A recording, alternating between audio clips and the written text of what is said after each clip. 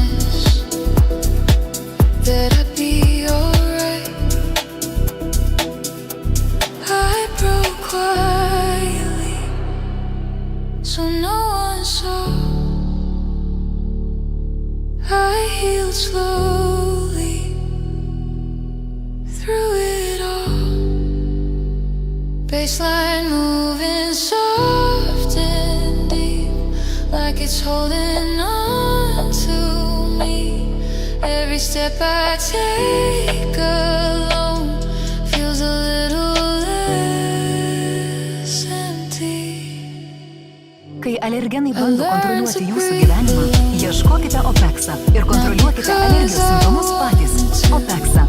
Sutramdyk alergiją.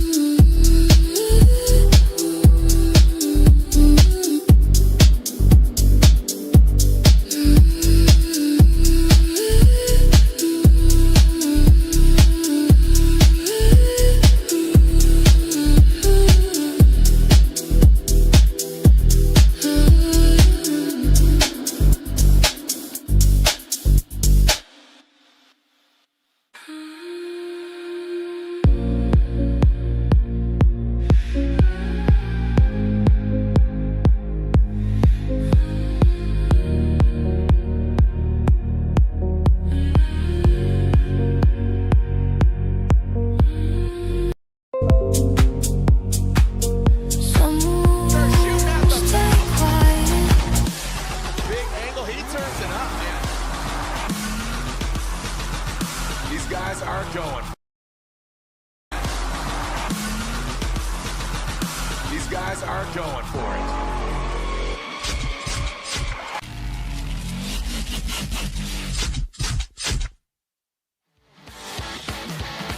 Welcome to Road Atlanta, or welcome back, because we had Pro Spec round 1 last night, and what an event it was. Corey Talaska came out on top. Mr. Webb, Jason Webb from South Africa, got second, and Dmitry Brutsky got third. But today, it begins the Road to the Championship, round 2 of 8 of the Formula Drift Pro Championship, where the signature red clay meets the asphalt at the iconic bowl that is the Horseshoe, the Keyhole, paved 23 years ago, playing host, again, to round 2 of the Formula Drift Pro Championship. We are excited that you are joining us either on YouTube or, of course, download the Racer Plus app. Super excited. Look at the fans are coming out in droves. We got their umbrellas. They are reapplying their sunscreen. Make sure they don't get burnt like the tires that are underneath these cars. We are high atop up here in the judges' booth, and we are going to be your tour guides today, showing you, breaking you down on what's going on. Why are we leaning in here so much there, kiddo? All right. Well, thank you so much for joining us here. Crack a Rockstar Energy Drink. Try this boom right here. I know. This boom, it's pretty good. fire. Pina colada. Little pina colada. Maybe later on throw a little vodka in that thing. We'll see. But again, the Rockstar boom. I'm Jared Deanda. This is Jacob Gittins. So great to be back here at Road Atlanta. This place plays a special role, not just in Formula Drift, but in the drifting world. Would you agree with that? Yeah, I think so. I think it's we were talking about it last night. It's a pilgrimage now to come out here. Yeah. You talk to some of the people that have made travels from New Zealand and Australia. It's like, why here? And they're like, why not? Like, this is the spot. Yeah, and South Africa, Jason Webb. Yeah, exactly. I mean, he grew up watching Formula Drift. There's our judges right there, Vernon Van Velde, Brian Eggert, and Reese Marin. The gentleman's behind him. You got Michael and Will. They are from Race Data Labs. So this is kind of the brain of the whole ecosystem of Formula Drift, and we're going to cut into that on how we are utilizing Race Data Labs in contrary to how we use it in qualifying. It is basically the fourth judge. It is now used as a aid. It is a tool aid, and it really came into play last night. It highlighted cars going off, where they were, also excel and decel. That was really awesome. But let's take a look at qualifying last night. Our top 5 qualifiers. Qualifying 5th, Adam LZ, unarguably one of the most popular drivers in Formula Drift competition. He won last year, but here tonight, last night, Thursday night. Yeah, I know. Feels like we've been here for a week, but it's always a good time. Christopher Forsberg, 3-time FD champion in the Destin all-new Z, and obviously he's been around since day one. Qualifying 3rd, Brandon Sorenson, Sorenson Motorsports, Quadlock BMW, again, qualifying number 3. Then qualifying 2nd, of course, 5-time champion, James the Machine Deane in his O'Reilly Auto Parts Pennzoil vehicle. And last but definitely not least, qualifying number 1 is Mr. Odi Backhis, brand new field suspension Subaru BRZ. It's great to see him in a new car and doing so well. Yeah, did incredible. He just released a video talking about how they use the information from the Wally system to just learn and get better. And it's been, a team that has adapted to this new system. Is that the lead singer, Coheed and Cambria? Oh man, I hope so. That'd be sick. that would be incredible. No, but to your point, utilizing the tool. So walk us through what we're looking at here with Wally. Yes, this is a 3D representation of what was going on in qualifying. So that is the first outside zone. There is the second. We're going to count this off more or less as we go. And now we are in that's 4 there. This is 5. This is the all-important zone in qualifying, worth 1.5 times the points. Then we get through 6, and then transition back out into 7. And this zone on the downhill is not counted. Not a clip. Nope. It bears repeating. And this is 8 here. And then they more or less cross the line at that point in time. So that downhill, that is not a zone. That is only counted going up. And this is what qualifying looks like and what it turned into when we put into our top 32 bracket. Taking a look at the bracket here again. So inside clip 2 does double duty. It's the only one that we utilize twice. Again, inside clip 2, as you take that left-hand turn, becomes inside clip 8. The other ones are not into play, only one and done. Yep. Taking a look at this, Odi Backhis versus Andy Haley. Notable battles LZ versus Beachum, Forsberg versus Madison. Where are we at? Cody Buchanan, James Deane. Obviously, our points leader, Connor Shanahan. Who's he going against? I'm seeing his name, and he is somewhere over here against RCP, Charpentier. Yeah, Connor not doing a great job during qualifying. I mean, 24th is not where you would normally see him, so that's going to be a bit of an uphill battle for him. Diego Higa, Dan Burkett, a little bit of redemption there, so there's going to be some really, really fun battles in this. Yeah, it's going to be a great time. Notably, Hiroya Manoa not in the building here this weekend. He's doing rally racing this weekend. But who is here? Vaughn Gittin Jr., two-time FD champ. The boss man is back behind the wheel of his trusty steed as my man just drops into formation right there and catches some shade. Man, that dude's throwing shade right there. That guy's got the setup, man. That's a great setup. Yeah, we got fans of all ages. What's up, player? Thanks for joining us out here. The fans are, and again, the stands are filling up as we look at our schedule. 3 new stops of our 2026 journey. Now, keep in mind, 4 of those stops are Pro Spec, Stafford, Indy, and Las Vegas. But you can see how it breaks down. We start in Long Beach and we finish in Long Beach. Let's take a look back. 2025, and it all began in Long Beach, of course. Yeah, so this was Long Beach first start. Yeah, so it was an absolutely crazy event. There's Diego Higa. I mean, absolutely throwing it out, throwing a ton of angle, and unfortunately for James Deane, he did get that win and ended up moving on. Now we're taking a look at Brandon Sorenson versus Ryan Turk. Brandon just throwing tons of angle, getting really, really aggressive with the entire thing. Frederick Aasbo versus Manoa. This was an absolutely epic battle. I mean, they got so close through so many of the zones, and ultimately Aasbo was the one who moved on towards the podium. Crazy event for him. And there is Connor Shanahan. I mean, oh man, just epic to see all of his driving. It's, I mean, double wins, one here in the U.S., another one over in Europe. So he is just on an absolute heater this year already, and we're only into our first event. Yeah, but you talked about it on the top of the show there, Connor Shanahan. Not exactly ecstatic about his qualifying position. He said, I know I got more. I want to bring it out. It's game day. No matter what you do in qualifying, you got to produce. My man chilling like Bob Dylan. Look at that. Look at that hunk of meat right there. Just chilling, just catching some rays, baby.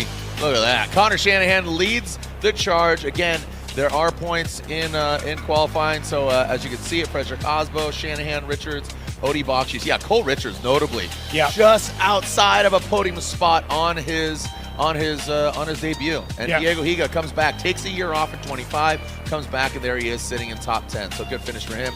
Also, Ryan Turk, you can see him sitting in 12. He has announced this is his final full Formula Drift season. And again, it's not goodbye, it's see you later. And again, he kind of alludes to saying maybe like a Vaughn Gittin Jr. situation, maybe select rounds, this, that, and the other thing. But obviously he builds some amazing cars, most recently Formula Supra, the Celica, the Stout, the GT4586. I mean, he's brought a lot of those vehicles to Goodwood Festival Speed. So Ryan's not going anywhere. He's just not going to compete in 27 an entire season. So again, thank you for all you've done for the Formula Drift world, Ryan Turk. And obviously, it's not goodbye. It's see you later. So we'll see him around. He can't go away for too long. Here's the keys, homeboy. Open the door. Yeah, I mean, Jason lead. You got to adapt to that lead driver all basically throughout the entire track.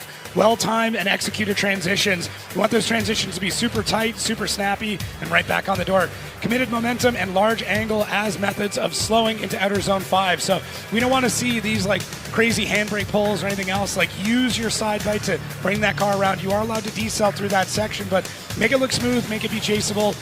Remember that lead driver, their job is to get all of the zones, but also provide a chaseable run for their chase driver. So, and you say crazy handbrake pulls. Can you clarify what you mean by that? Because it can be utilized as an aid to initiate, to do this, to do that, but clarify. Yeah, I mean, if you are just pulling on the handbrake and locking it up and really, really using that for a very long period of time, that is going to go against you. If you use it to check or make small corrections or adjustments, that's how are we going? How are the judges, more importantly, going to use RDL, and we're going to use it as an aid? Yeah. So the big part of this is it is not making the decisions by any means. It is just another tool that can be accessed the same way that we had the acceleration and decel lights of recent years. This is just another way that the judges are able to get some clarification on some tricky situations. It is not making the call. The judges make the call. It's just another tool in the belt. And it really came into play last night in Pro Spec. Cars going off, excel and decel. It's just like all the different camera angles as we bring in another member of our broadcast team, Lorette Nickel. Lorette. Hello, gang. So happy to be here in Road, Atlanta, and standing next to the people's champ here, Dan Burkett. A lot of people love this huge personality, and I just got word that he had an on track. And Dan, what is happening with you? I bumped Odie at the top of 4, going into 5, front wheel to rear wheel, and I was at full lock, and I'm like, come on, go, Odie, pick up the throttle. He didn't pick up in time, so I bumped front wheel, and it just kicked the wheel the opposite way, and it spun really fast, and it took this hand with it. And you know that can happen. I tried to get my hand away, and it grabbed the thumb and just twisted in the spoke. And then it's like all the way up to the shoulder, and oh my gosh, did that hurt? It like took my breath away. And initially I'm like, it's broken or something, but I think it's just swollen and tore something inside there. But you're still going to drive. So 100% I'm still going to drive. If my hand will allow it, I'm doing it. So yeah, we're here, we got to do it.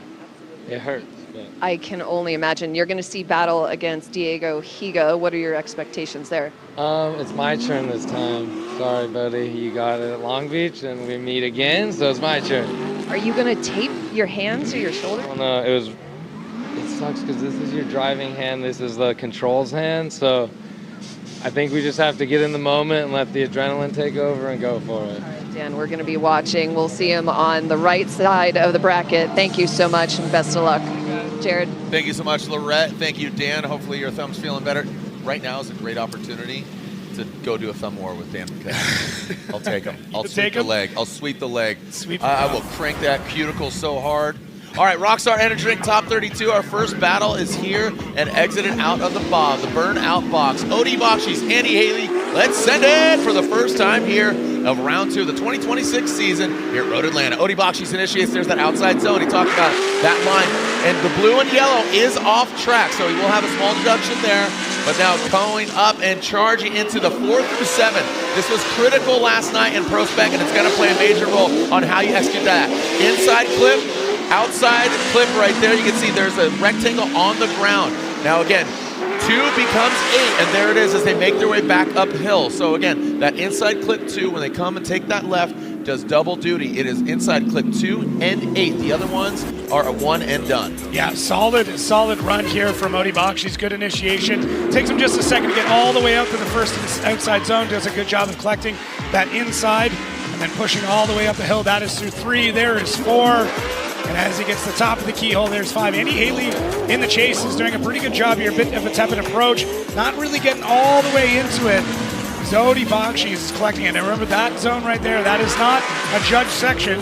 Some drivers are opting to go through it, but it is not a spot that is actually being judged on the track, on the downhill, just on the uphill. I know there's a lot of lines on track. It can get confusing. We'll do our best to walk you through Exactly, and that is, again, inside clip number 3. It does not come into play on the counter course. Here we go, Andy Haley now out front. I think he's going to have to put down a really good lead run here, but Odie Bacchis is one of the best in the business as far as chasing. New car, so we'll see. Obviously, he's very familiar with Road Atlanta. Andy Haley fills that first outside zone, going past inside clip 2. There goes into 3. Again, you want to get that front trailing wheel in that box into 4. Now into, oh, Andy Haley.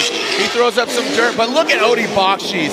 That shows you just the veteran move that Odie Bacchis has. Now drops into formation.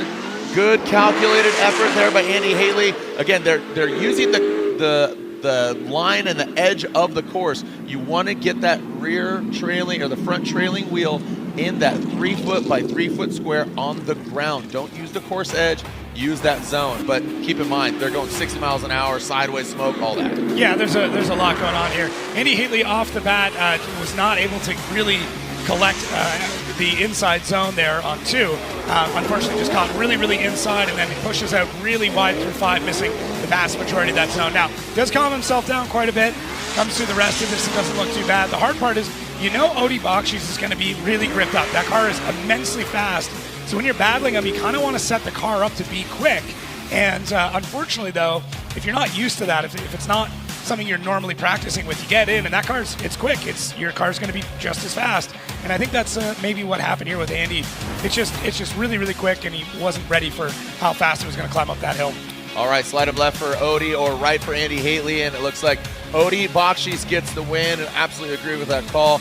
Andy, a good effort there, but just a little far back on the chase position. Odie overpowering him just a little bit, and a phenomenal chase job there by Odie Bacchis. So Andy Haley, love you. Unfortunately, your day is done, but we will see you in Orlando. Yep. Orlando in round 3 for the Formula Gym Pro Championship. So congratulations, Odie Bacchis. Now, I want to point out the Wally, actually the unit, the metal Mohawk is actually on top. All right. I know, they gave me one to play with up here. Yeah.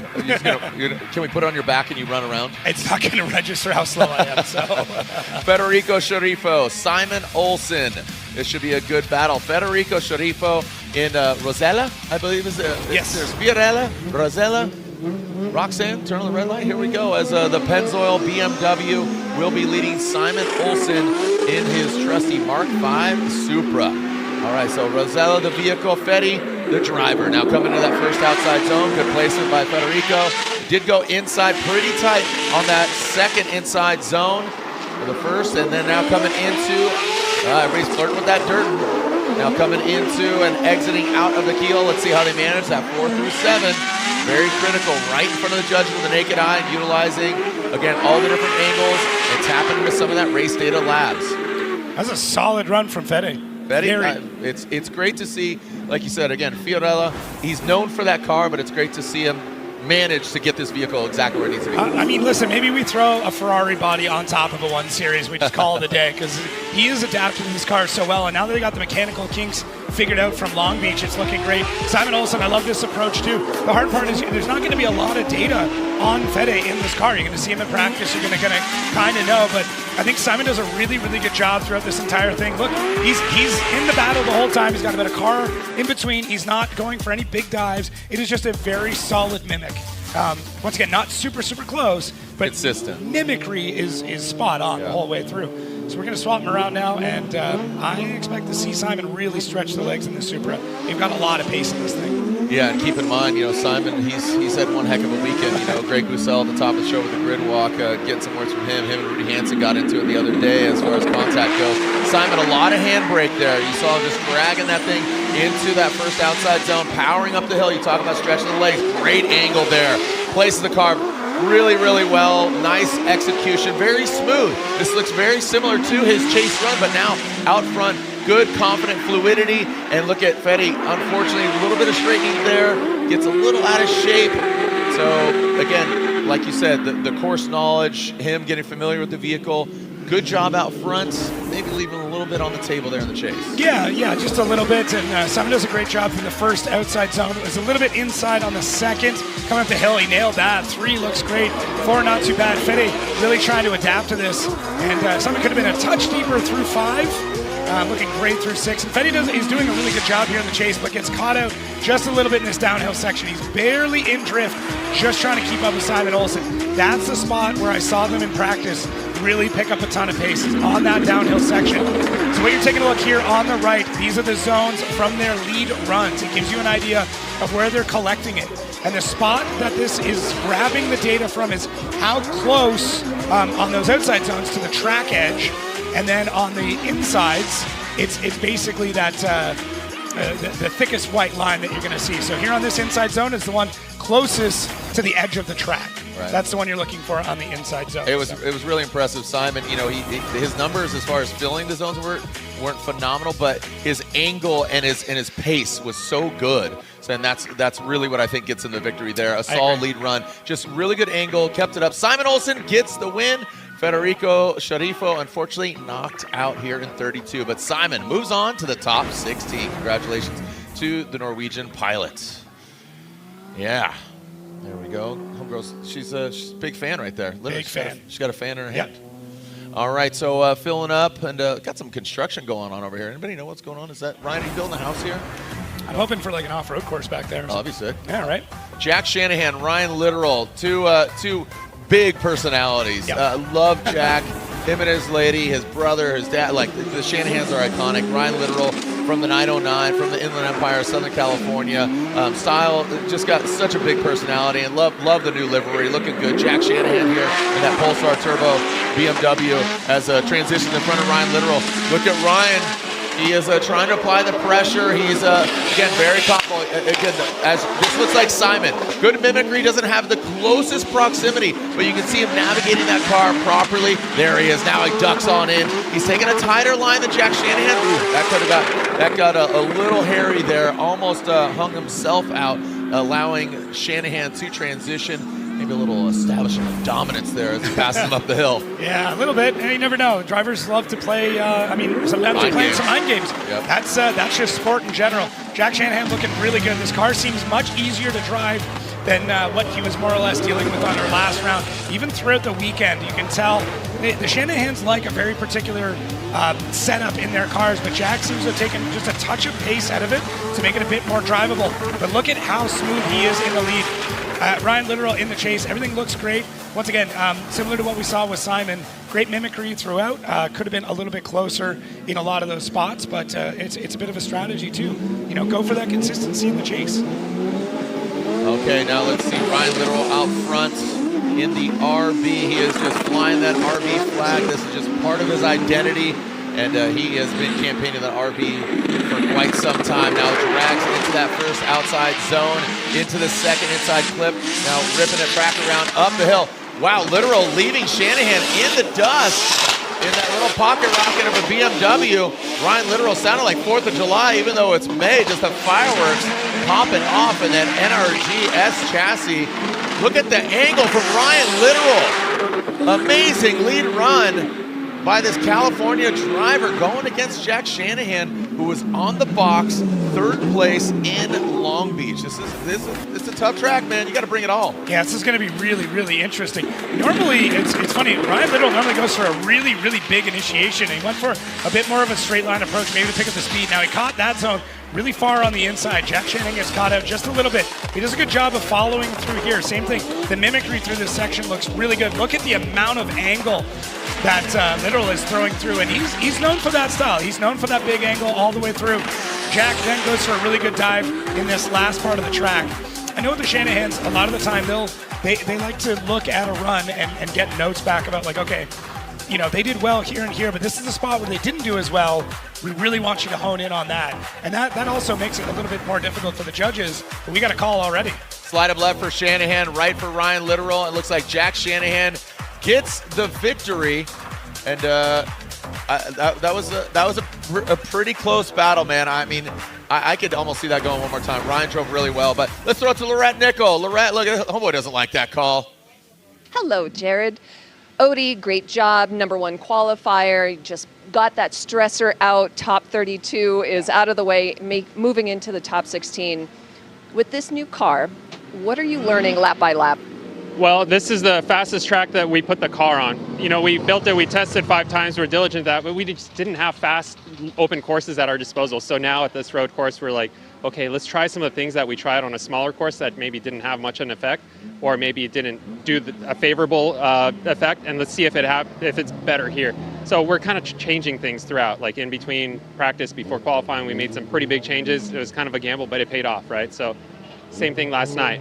Before tandem, we made some changes that I had data on smaller tracks that wasn't significant, but here it might be more significant. So I think we're continually learning as we put the car on different courses.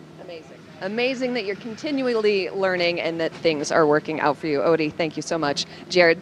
Thank you so much, Lorette, as either or. So hey, I'm going to throw it down to Brian Egger. Break down what we're looking at here, Wally.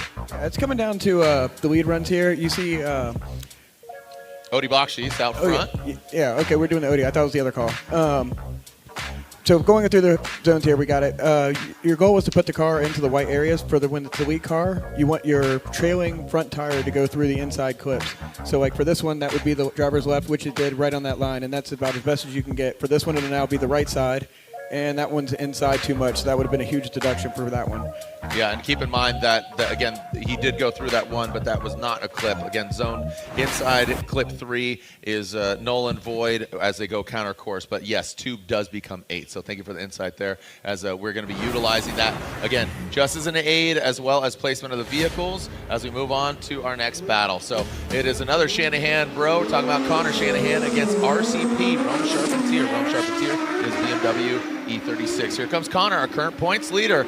Looks very poised, looks menacing here in the rear view mirror of RCP. Past that inside clip too, good placement by Rome Charpentier. Want to get that overhead shot and take a look at it again. Great angle there, throw some more angle at it right on the edge of the course. That was a great placement of the BMW of RCP. Now exiting out, filling that outside zone, and look at Connor Shanahan. Like I said, poised. He just has really good composure, and it just not jumping up, because again, you just don't want to do anything stupid to take yourself out of the conversation. Yeah, you got to be really, really careful throughout this entire track, because there's not a lot of spots to really gain a lot of pace. So Connor does a great job of mimicking what's going on. Man, those transitions are just absolutely nasty from Connor Shanahan. But what I like is when Rome pulls a bit of angle out, so does Connor, and he picks up the speed through there. He does just such a great job.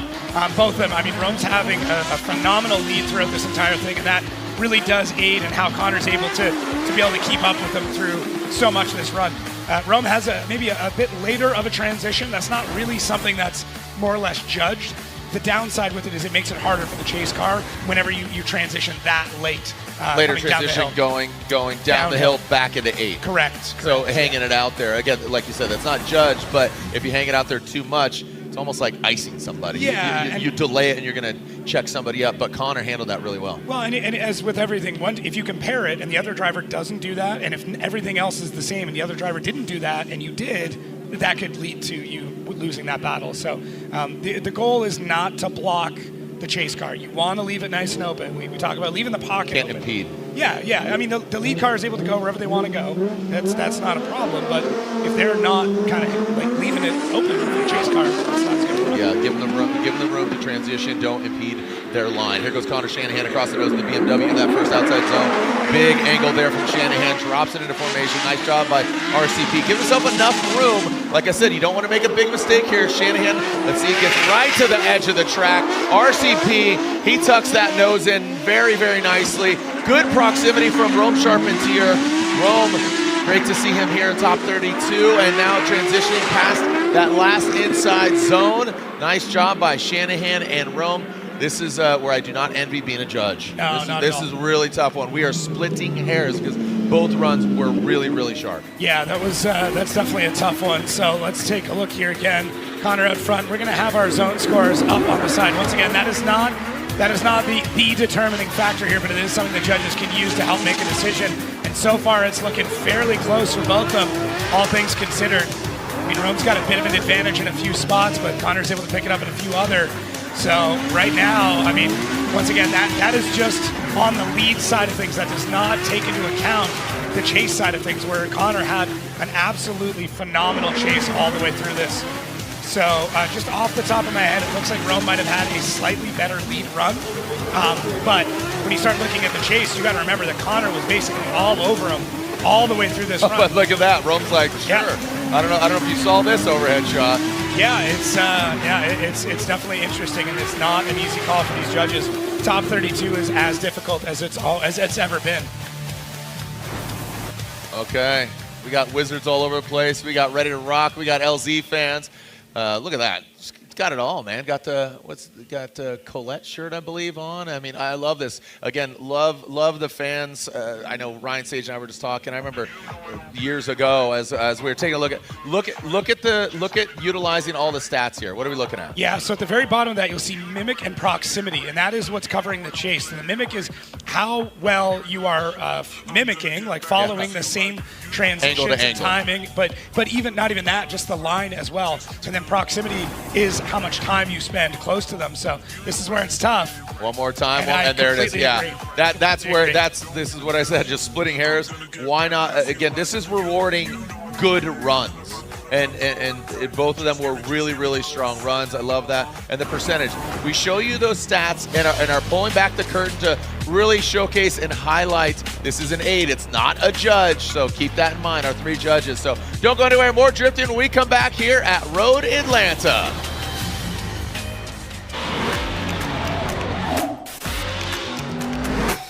Drifting is not just a sport. It's culture. It's in our blood. Here we go, Andy Haley. Oh, he is riding that tire right on that white line.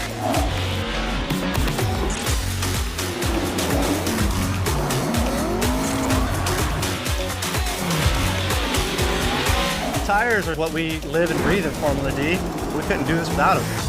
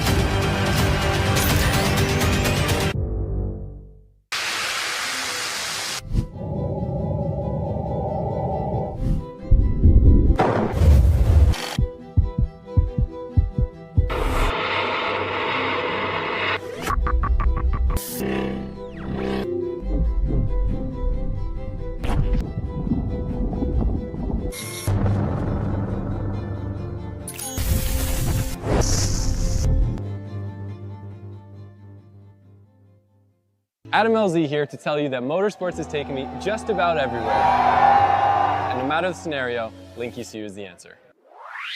The flexibility Link gives me for drifting, the precision I need on track, the durability to handle off the track, and the reliability you want in a daily driver. Even when pushing an entire motorsport to a bigger level, Link ECU has been with me every step of the way.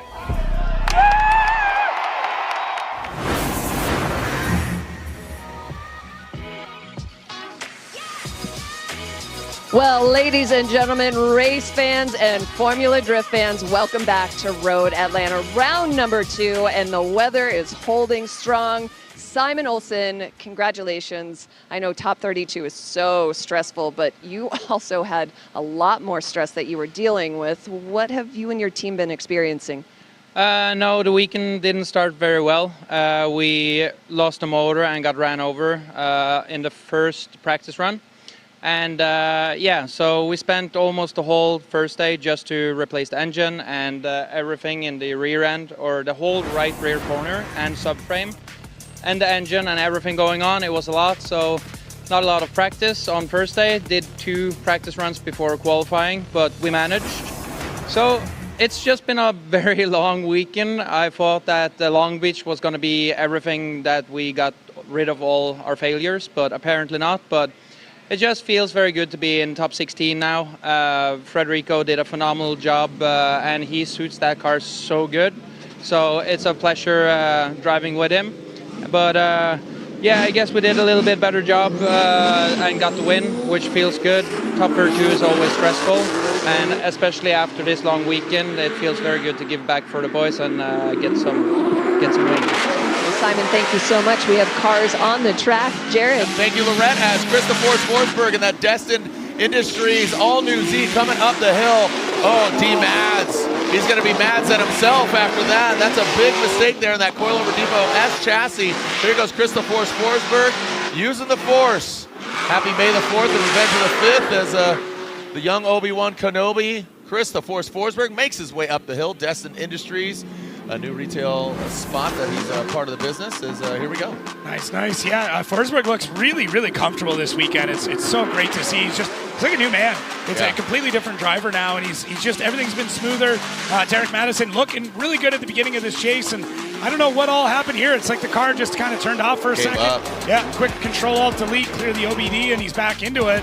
So hopefully nothing too major. I know they just put a brand new engine in this bad boy, and they were very, very excited about it. I was chatting with his spotter a little bit earlier on. He's like, yeah, turns out engines have a set number of holes, and we added a couple extra.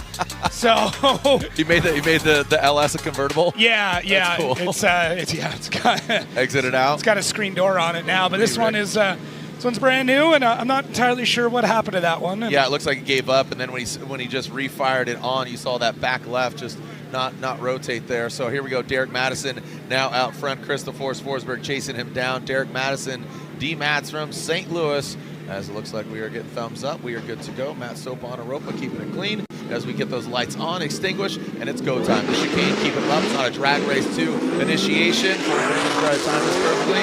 But again, what's going on with D-Mats? The car 100%. Again, it looks strong. When he's at pace, he is definitely hitting, yanking that handbrake. Now Forsberg might play this strategically. Doesn't need to be too aggressive with that big strength and correction. Now bringing it in.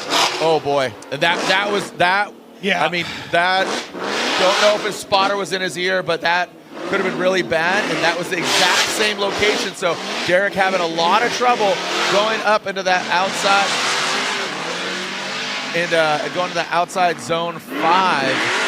Having some struggles climbing that hill. Yeah, not entirely sure what was going on. I mean, he didn't have a great time in qualifying. Practice was decent for him, but something's going on. To have the car freak out like that in the exact same spot tells me that there's something else going on, because that's really, really strange. Now, he didn't call a 5 on his first one, so if there was some sort of mechanical, it's not something he was aware of. But either way, I mean, it looked good coming up the hill. Chris does a good job of holding back, and then Derek coming through here. It seemed almost like the car once again shut off, and then it just looped itself around. So really, really tough. I was looking over to a spotter to see if I could get any info as to what was going on, but just some head shaking. But yeah, it should be a pretty easy call here for the judges. Yeah, it's going to be an easy decision, unfortunately. Not an easy one for Derek Madison, but Chris the Force Forsberg gets the win, ripping that Nismo Nissan Z up the hill, the Destin Industries vehicle. Congratulations to him. Just announcing there's going to be an event at Braden Motorsports Park out in Minnesota. That's going down the first weekend of June. That's going to be a good event to go to, so be sure to check that out and details on that. He designed a drift track. Oh, cool. So I love that. It's like golfers designing courses. Like yeah. Chelsea's done one. A lot of other people have done one. Yeah, so it's really cool. Forsberg has worked with his now Prospect driver to design that, so it's really cool. Oh, man, look at this. Cole Richards, a rookie, and Tom Lemaire, he's been around for a while, re-entered the conversation with a freshened up vet. I think this vet is really working out for him, but Cole Richards, notably 4th in Long Beach as TLO. We'd love to see him do a backflip here if he advances on and makes it to the finals. Cole Richards ripping up the hill. This car is very familiar with this track, and Cole Richards is as well. Fills that outside zone 5 very properly. TLO does as well, but he's back here quite a bit. Cole Richards flexing that muscle, this young buck. Just a very golly gee dude. I saw him the other day. I said, dude, good job. He's like, what? I'm like, Long Beach, bro, you did it like so well, just outside of grabbing a carbon trophy as Cole Richards makes his way up the hill. Great execution on 5. Yeah, great work throughout this entire thing. Tommy Lemaire does a good job. Waits for Cole Richards to get that initiation done. Might have been some contact as he came in just the smallest little bit through there. But a good job for both of them to kind of stay in. It might have knocked Cole just a little bit wide, causing him to miss that. It's hard to say exactly how hard that hit was. But then Tommy Lemaire doing a great job through here. He's got to pick up the pace just a little bit to really get into the side of Cole Richards. But mimicry one more time, looking quite good. Does a great job through that transition. Cole a little bit tighter through that point. Here we go. Our drone in hot pursuit. Do we see it? Oh, if he touched, it was just ever so gently. Just a smooch? It's just a peck on the cheek. Was that a little Canadian smooch on the forehead? I think it was. It was a French kiss. Oh, qu'est-ce que c'est? Qu'est-ce que c'est? Kiss? Yeah. All right, well done there. Did he give him the French press? Yeah, I give him the French press. All right, I know. All right, because he's French Canadian. Yes. All right, here we go. Tommy Lemaire coming down the hill. Let's see what he's got out front with that clean air, that XPN Corvette. Past that second inside clip. Now coming up the hill, good job. Cole Richards gets a little done and dusted. He needs to get that proximity back to Tommy Lemaire. That's going to hurt him just a little bit. But again, that allowed Cole Richards to catch up to him in outside zone 5. Now exiting out of the keyhole. Cole Richards, what's going on? Getting left in the dust. All right, now headed back up the hill. All right, so again, it was a bit of an arm wrestling match, not breaking thumbs like Dan Burkett, but that was definitely a forceful one. I think Cole forgot he had to stop there for a moment. Chill out, dude. Yeah, zero chill Richards right now. Sopa letting him know. There we go. Let's take a look here now. We'll get our zone scores compared. These are for your lead runs and how much of the zone they have filled. Remember, there is some penalties there if you're too far in or too far over. Coming up through 4, looking pretty good. But you can see Cole Richards having some issues, it looks like, on his run. But Tommy Lemaire not doing too bad. This is going to be an interesting one. Cole definitely got caught out a little bit later on. We'll see how this ends up playing out as we take a look at our angle. Cole definitely wins that part of the battle. But it's going to be a tough call for our judges either way. I think there's going to be a lot of comparison and maybe another view on this one to really understand exactly which way it's going to go. But it's great to see Cole really stretching his legs in his rookie season, and Tommy now. He's got a bit more time in pro, and he's really coming into his own. I know he had some engine issues earlier on last season. Yeah. Seemed to have that completely sorted, and judges are really having a time at this one, which is, I mean, just shows how good this competition's gotten. Yep, let's go from the windows to the Wally as we see Cole Richards and Tommy Lemaire waiting for the verdict. The judges scrutinizing, analyzing, utilizing all the different angles. They have, multiple different camera angles from the drones, the FPV, the Truth Serum drone, as I like to call it, a little bit more static versus video gamey, but let's look at the data. So again, green is excel, red is decel. That comes into play in certain scenarios, and there he's talking about that. On the front ones, it's the front trailing wheel, correct. And then when it goes to the outer zones, it's obviously that rear trailer, or basically get it to the line. It'll be the rear. Yeah, it'll be the rear lead wheel in that case. So right now, Tommy, it's going to be the rear right in those rear zones, and then in the front zones, it's going to be the front left coming through that section there. So that's a really tight battle all the way through. But as you can see, that is what they can see through the Wally system. All right, slide him left for Cole, right for Tommy Lemaire. One more time, and one more time. It is a one more time battle between Richards and Tommy Lemaire. Reese Marin, going to you. Reese. Yeah, after reviewing the battle, we did see that there was errors in the lead with Cole Richards, and after reviewing also we saw the nasty dire drop that we had over by Tommy Lemaire. Also going into the touch and go would be 7. There was Cole did a better job in there. So once I weighed everything out, I really came to the conclusion that we had equal mistakes on either side. Figured it'd be better to go one more time to have a clean lap. They were looking pretty good. I think you can clean it up, and we'll have a better battle next one. Again, rewarding both good runs previously in the one more time, and then now here tightening it up. So, yep. And it's right there. So, all right. Well, I appreciate it, Reese Marin, as again one of our judges. Lorette, Jack Shanahan, he's got to be pumped. Just coming off third place. What's he feeling like here in Atlanta? Well, I think he is feeling pumped with that result. And Jack, your car is acting up, right? What's going on? So obviously we had that major issue in Long Beach with the engine. And now we've had a lot more seat time here this weekend trying to figure stuff out, and we've just been struggling with some clutch issues and setup issues because obviously this track is much different to Long Beach also. So we're just kind of fighting that a small bit and just trying to figure everything, to be honest, because obviously we've had 0 time since Long Beach in the car to now as well. So we're getting there. We're just trying to figure it out. We had a pretty good setup on Thursday, but we've been, trying new things, and it didn't work out this morning. So we're kind of going backwards again today now, but we'll see. Next battle will either be Connor or Rome. So super tough either way, but I'm looking forward to it. Yeah. Well, you're saying you're going backwards. I think you're going forward. We're going to see him in the top 16, guys. Thank you so much, Jack. Definitely a humble driver. He's quiet right now, but I love Jack. Nothing but love. I mean, everybody's like my kids out here. You love them all. Just, I have favorites. You got a lot of kids. You have favorites. I got drivers I know better than other drivers. Well, yeah. Like my kids. I got some I know better than others. They're probably watching. That's what I was joking. I was like, what's your favorite kid? Go ahead. Yeah. All right, here we go. Back to the one more time battle between the other Shanahan bro. Talking about Connor Shanahan against RCP as we drop in. There goes RCP in the outside zone. Nice angle there coming into that second inside zone. Good job. See if they learn from their mistakes on that first battle. Look at Connor sweating RCP. Yes, sir. All over him like meat sweats. Am I right there, Jacob? I know you love the sweet meat as we come back down the hill into that last. The second is now the 8 zone and coming back up the hill. I know you love your brisket. I do. You're a brisket boy. I am a brisket boy. I'm going to, Thursday before Orlando, my place. Fire it up. All right, let's go. All right, let's get into the battle. Enough with the barbecue. Rome Charpentier doing a pretty good job here through the first and second zones. And Connor, once again, his chase game is it's almost unmatched when it comes to drifting. He does such a good job, and I know his spotter, Matt, is doing everything he can to kind of coach him as to what he needs to do to try and improve on a lot of these runs. I expect Connor to really lay it down in the lead run. That's where he more or less didn't win the battle. He didn't lose, but he didn't win more or less just because of the lead. So, yeah, we'll see. His chase was still really, really good, but Rome, once again, had a solid lead. So I expect right now, Connor, Matt's in his ear, his spotter would be like, listen, 100-point lead. Yeah, it's got to be good. No, nothing else. That is all you're allowed to do right now. Yeah, I'm anticipating maybe even a little bump.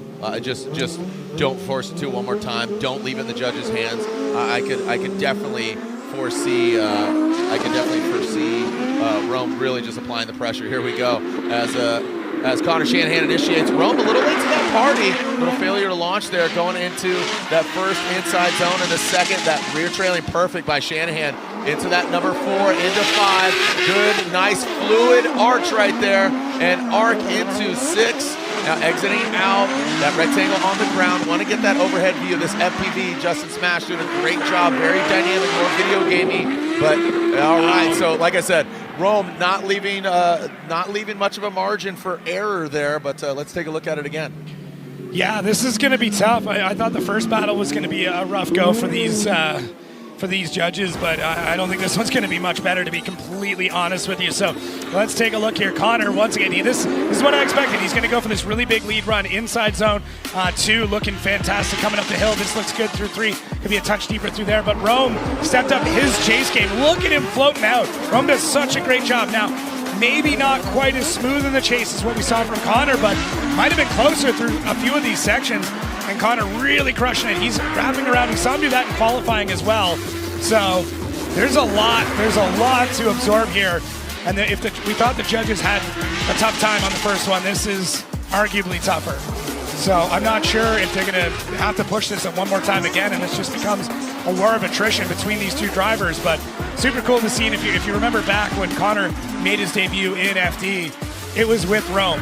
Yeah. It was him coming over and piloting one of these cars. And here you go. You can take a look at what we're seeing in this Wally system. If you look at that purple and gray lines there, that's some of the mimicry when it comes to the angle, to give you an idea of exactly what that is looking like in the proximity. That is our green bar that is in the bottom right. So much here. I mean, Rome is the purple line, and the gray line is going to be that's going to be Connor Shanahan. So, man, super tough battle. And there is our Wally system right there. Like I said, I got one of these bad boys up here. If we really want to break down what these things do, it's a fascinating piece of technology, to say the least. So that's unit 42. There's a bunch of them here. I know they got numbers. I'm sure they got. I am unit 42. Yeah. I sit on Rome's vehicle. All right. Well, Wally had a voice. I don't know exactly. That could be it. That could be it. I think it should be Australian. It should be an Aussie. Yeah. It should be an Aussie accent. Oh yeah, like Honey Badger. Oh, Honey Badger. I got it. I'm not doing an Australian accent. All right, here's RCP, Connor Shanahan. Slide him left, slide him right. Connor Shanahan gets the win. Connor Shanahan gets the win. Hey, fun fact, Jacob, how often does Wally actually receive data? Per second, I think it's at 60 hertz. How many times per second? How often does Wally receive data? 60 times per second? 5 times per second. 5 times. 5 times, and that's for line, angle, and crazy. also in position for proximity and mimicking. Yeah. These bros, easy there. Homeboy, relax, the family show. So here we go. Look at Wally side by side. This is great. Hey, Reese, go for it. What we were really looking at is when we were watching the lead run from Rome, we could see that he had a little miscalculation on inner clip 1. And as we're going through here, another error that we have in the chase here by Rome that really solidified it for me. They were doing an amazing job. Both of them were putting the car where they needed to be. We did have 1 or 2 errors from Shanahan that we had as well. But as we're going into the no touch and go, we're seeing him go through here. You see the transition by Rome, just a little bit of a miscalculation, a little bit of a hiccup there. Not quite, I know it looks like a strain because we're slowing it down, but we can see that there was a little bit of a hiccup.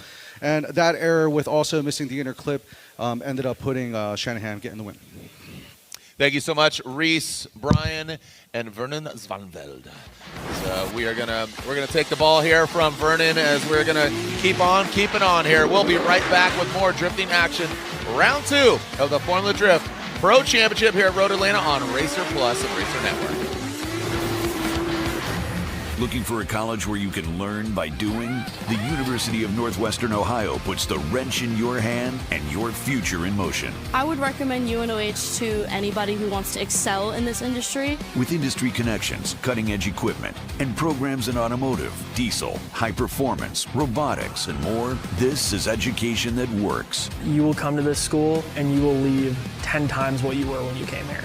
Apply now at unoh.edu. At the limit, performance tells the truth. From the drift track to off-road to the open road, Kenda engineers its tires where failure is not an option. Bethesda Performance, Cleaver All-Terrain. One engineering standard, professional grade. From the podium to the pavement. Kenda, find your retailer at kendatire.com.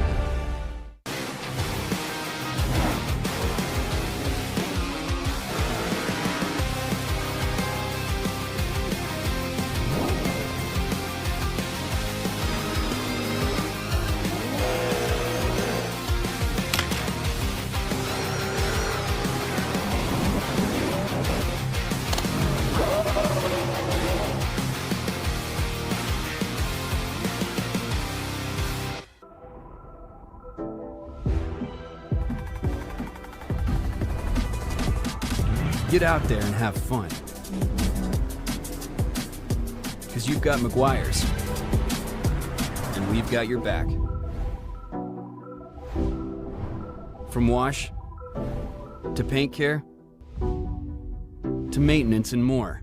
McGuire's has your hybrid ceramic solution for every adventure. McGuire's, reflecting 125 years of passion. Keep on keeping on here. The fans are voting. All right, we got Adam LZ or Beachum, but you fam, all right there, checkered overalls. You're getting ahead of yourself there, homeboy. All right, the finish line ain't there just yet, even though you're wearing it. As Team Rowdy over there, they living up to their name. Always they're OGs, man. Team Rowdy, always over there, and always having a good time. Yeah, I got my hug in with Brooks Church earlier, so my weekend is nearing completion. collecting Are you trying to harness Brooks Church is known for his mustache? Are you trying to harness that energy? Let's just say he was very appreciative of the upper lip growth. And okay, all right. Never mind. I'll leave it alone. All right, gotcha. Yeah, you guys like Velcro. Yeah. All right, let's go back to the one more time as Cole Richards ripping around. And I mean, gosh, I got to tell you, I know TJ Hunt's a fan of him because he's ripping around in that Street Hunter BRZ. Let's see if he can hunt down a victory here in that Richards Racing 86 FRS and Tommy Lemaire. Ooh, speaking of the Street Hunters body kit, he shed some weight there, headed up the hill. Ooh, Tommy Lemaire has to drop back. He went to that blue and yellow rumble strip. That's a little bit off course. Oh, and Tommy Lemaire shuts her down. The Canadian. Oh, no. Qu'est-ce que c'est? What happened? Oh, man, unfortunate there for Tommy Lemaire and just absolutely just stranded. Looks like a DB'd. Oh, he might have DB'd it. Oh, when he hit the blue and yellow. Yeah. That's what I was saying. Make some noise for Tommy Lemaire. Do a backflip. Do a backflip. I know you lost. Do it. Backflip. Backflip. I don't think he's celebrating too much right now. No, that's a bummer, man. Got a great big personality. Love the new livery suit. But let's take a look at it again. What a bummer. Yeah, tough go. Judges made it pretty clear, and I mean, it goes without saying anytime you're at Road Atlanta, if you touch that rumble strip, you're in danger. Man, Tommy makes contact there, and it looks like going up here, he went way out, and he would have known right there that car was not moving anymore. He tries to put the throttle down, and you're basically just spinning rim inside of wheel, or wheel inside of tire, and yeah, unfortunate. Man, trying to go for a Connor Shanahan transition, it didn't quite work out for him, but that's a fairly big drop off, and yeah, those rumble strips are pretty nasty. So they do run that direction, but these drivers run in some pretty low tire pressures. I mean, Cole got out there too, so yeah, and you can see basically the moment that it ends up happening. Yeah, and even if he did power through the entirety of the run, he wouldn't be able to swap out that tire. You need to keep your tires underneath your vehicle on your wheels through both runs. So very unfortunate there. Suit looks great there, Tommy Lemaire. Liking the livery, the new graphic, and of course the new suit. So as the Street Hunters body kit shrouded, Richards Racing. This is a Scion FRS as it started life, but obviously more commonly known as the 86 now. Cole Richards gets the win. Congratulations to him. Unfortunately, Tommy Lemaire beating his tires go off, and unfortunately, his weekend is done. That's unfortunate, yeah. But it's kind of part of it. You're trying to keep the tire pressures as low as you can to try and get as much grip, especially against Cole Richards, who's incredibly fast. So that's going to be a little bit of it. But let's take a look at how the bracket is shaping up right now. Top 16, the Shanahans go at it. Man, oh man, that's wild. That's going to be a fun one. All right, speaking of the Brainerd events, I don't know, Lorette, if you're going to be there, but Chris the Force Forsberg moves on. He's going against the young buck, Cole Richards. Yeah, he is going against Cole Richards. Looking forward to that. And Chris, I just wanted to get your opinion. How is this track shaping up, and what's the grip like? Oh, the track is fantastic right now. The temps aren't too high, so we got a lot of grip out there. And obviously, the sun's going to start setting. We're going to come back out for 16. It's a completely different track. It's going to be really, really hooked up like it was for qualifying the other night. And you're so happy with how the car's running. Oh, yeah. The car's been absolutely on point all weekend. We haven't made really any changes to it, just a little bit of tire pressure here and there. And, the boys are going through it, nut and bolting it, making sure we're good for top 16. But, yeah, we're feeling 100%. Love that. Yeah. Love that for you. And we'll see Chris Forsberg battle the young gun Cole in the top 16. Thank you so much, Loretta. Just admiring how youthful Chris He looks great. I'm like, he looks like 10 years younger. Yeah, I think it's just being happy. That's what it is. is. In a good place. Yeah. Like, obviously, sustaining a lifestyle of drifting for 23 years. He's one of the OGs. Yeah. So it's great to see Chris. He's got this new sponsor, Destin Industries. It's a retail location, and so it's not a retail physical, but it's online. So check it out, Destin Industries. So we'll tow on out TLO, TOW for TLO. So unfortunately, he is knocked out. We'll be right back with more drifting action here at the iconic Road Atlanta.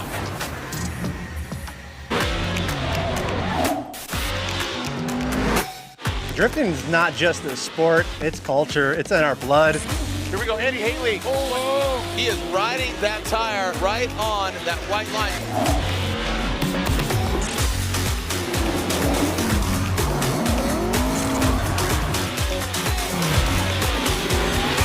Tires are what we live and breathe in Formula D. We couldn't do this without them.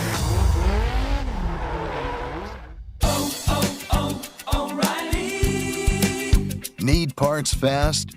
O'Reilly Auto Parts is fast. Need them now? We got now. No matter what you need, we have thousands of professional parts people doing their part to make sure you have it. We're O'Reilly Fast. Just one part that makes O'Reilly stand apart. O'Reilly Auto Parts.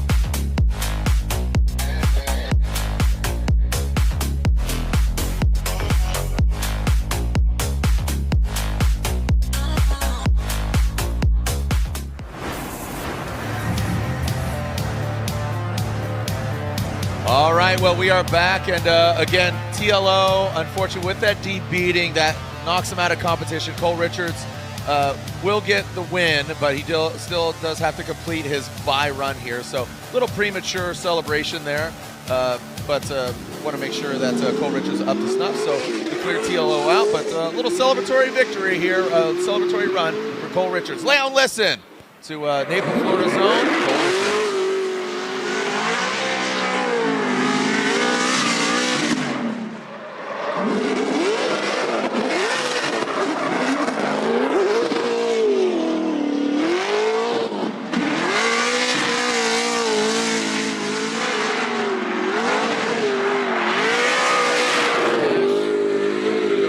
FPV pilots and Aaron Jesse flying the more static drone. But what's crazy about that car, I remember when that car debuted with another driver here at Atlanta. What was his name, Brian? It's going to come to me. Was it Eworth? Yeah, it was. I think it was. Yeah, it was Eworth's car. That car's been around. That car's been 2017. When you were in diapers.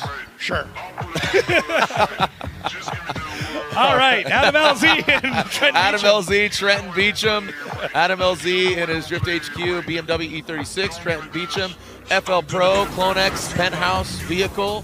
as he's been making a lot of noise, burning rubber here out on track, off track, and taking him down. Adam LZ, arguably one of the most popular drivers in the Formula Drift Championship. Let's see what Adam LZ has in store for the more modern BMW.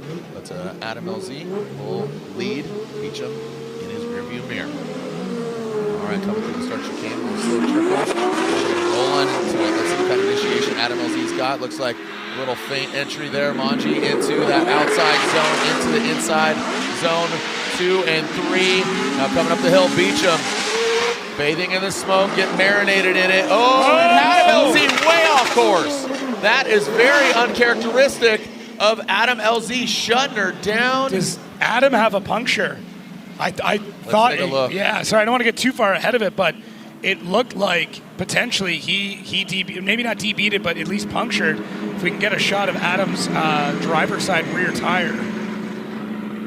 There we go. Oh, drone is on it, thank you. Yep, that is a puncture. Where? Are you seeing? Right there. On that back. Oh, yeah. Sorry, this screen's a little brighter. DB'd puncture regardless. I mean, because he went hard in that. He went dirt. hard. That dirt can grab it, and that could mean that Adam LZ was out. We'll have to look. Now, this is where I think Wally's really going to come into play. Was he forced off by Trent? Was Adam already on that path? Well, this view's definitely going to tell us. So the big thing is, like, was there any contact? So Adam pulls a bunch of angle out, and I think Adam's going off track well before. But I mean, he might have pulled a TLO there on the rumble strips. The tire might have came off, and that's why it didn't grip up. I think that might be the case. If it's going to come off, that's where it's going to be. He didn't go quite out as far as what we saw with Tommy, but I believe that might be the. Oh, I don't know. You can almost see it pop. It's it came completely off when he swung when out. Hit the dirt.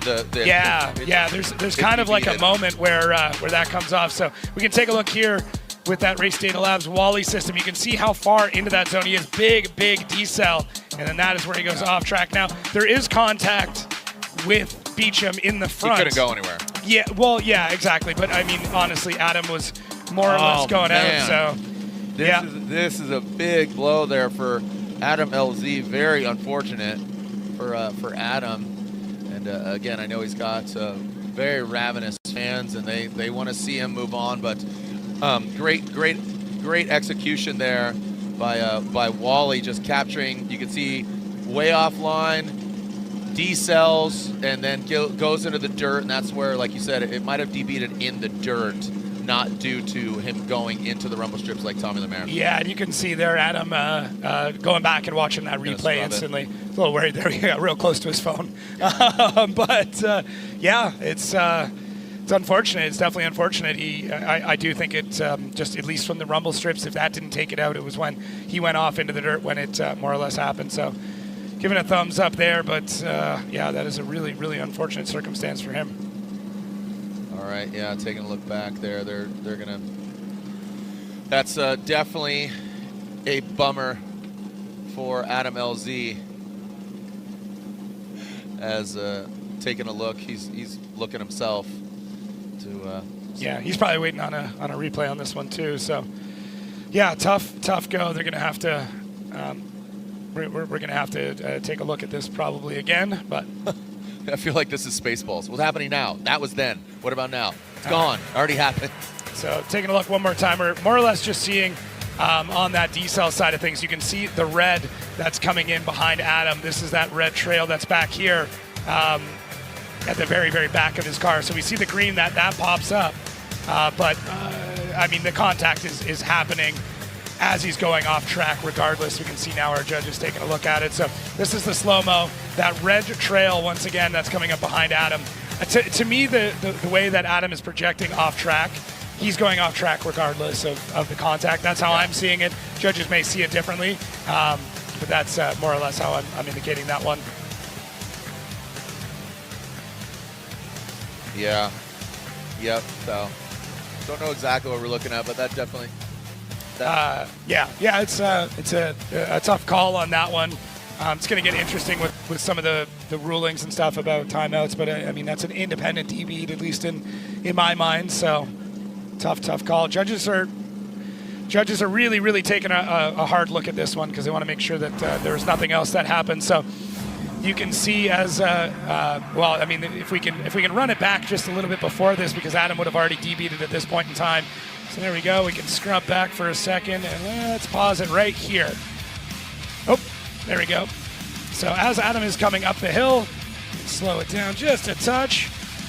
And you can see the projection that Adam's got basically at this point in time. He's facing off in this direction, and basically what's going to happen here is Trent Beachum is got a closing speed. You can see that there is the red that is behind Adam. That indicates that he is slowing through that section. And Trent Beachum, he is on that tighter line. He's coming in this way. But Adam he's already going out. He's already making his way out. And to me, he's already basically off track at the point that Trent Beachum was going to make that contact. Yep. So Adam would have potentially DB'd it before that, and that's why that car kept basically traveling out in that direction, and Beachum's got nowhere to go. So that's at least how I'm seeing it. Maybe the judges see something else, but regardless, Adam's got a DB'd. That would have happened.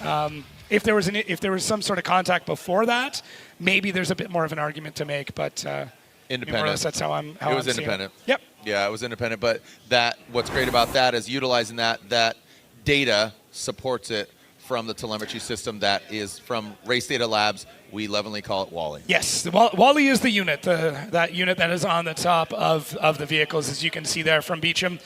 So really, really cool piece of technology. It's been super, super fun to work with them and really understand, and especially just with the development. And it looks like this is going to be a buy run here for Trent Beachum. So as long as he's able to get out, he's going to get the win. Yeah, really, really well done there. Thank you so much, obviously, Jacob, for breaking that down, everything that we saw. But it again just brings clarity to the situation. This is something that, it's been in development for 23 years. We had the D-cell lights, and those actually helped in so many situations. But this is like the D-cell lights, but 100 years in the future, where we can pan and zoom and everything else. Like, this is exactly what we needed to resolve a lot of these situations, and that to me, if nothing else, the Wally system helps us get clarity in unique situations. It's a win in my books. All right, the Penthouse FL Pro Clonex is coming on down. This is a buy run for Trenton Beachum. Doesn't hit the beach, but he's beach on. All right, let's throw it to Lorette Nickel. Lorette at the top of the hill. Lorette, who you got?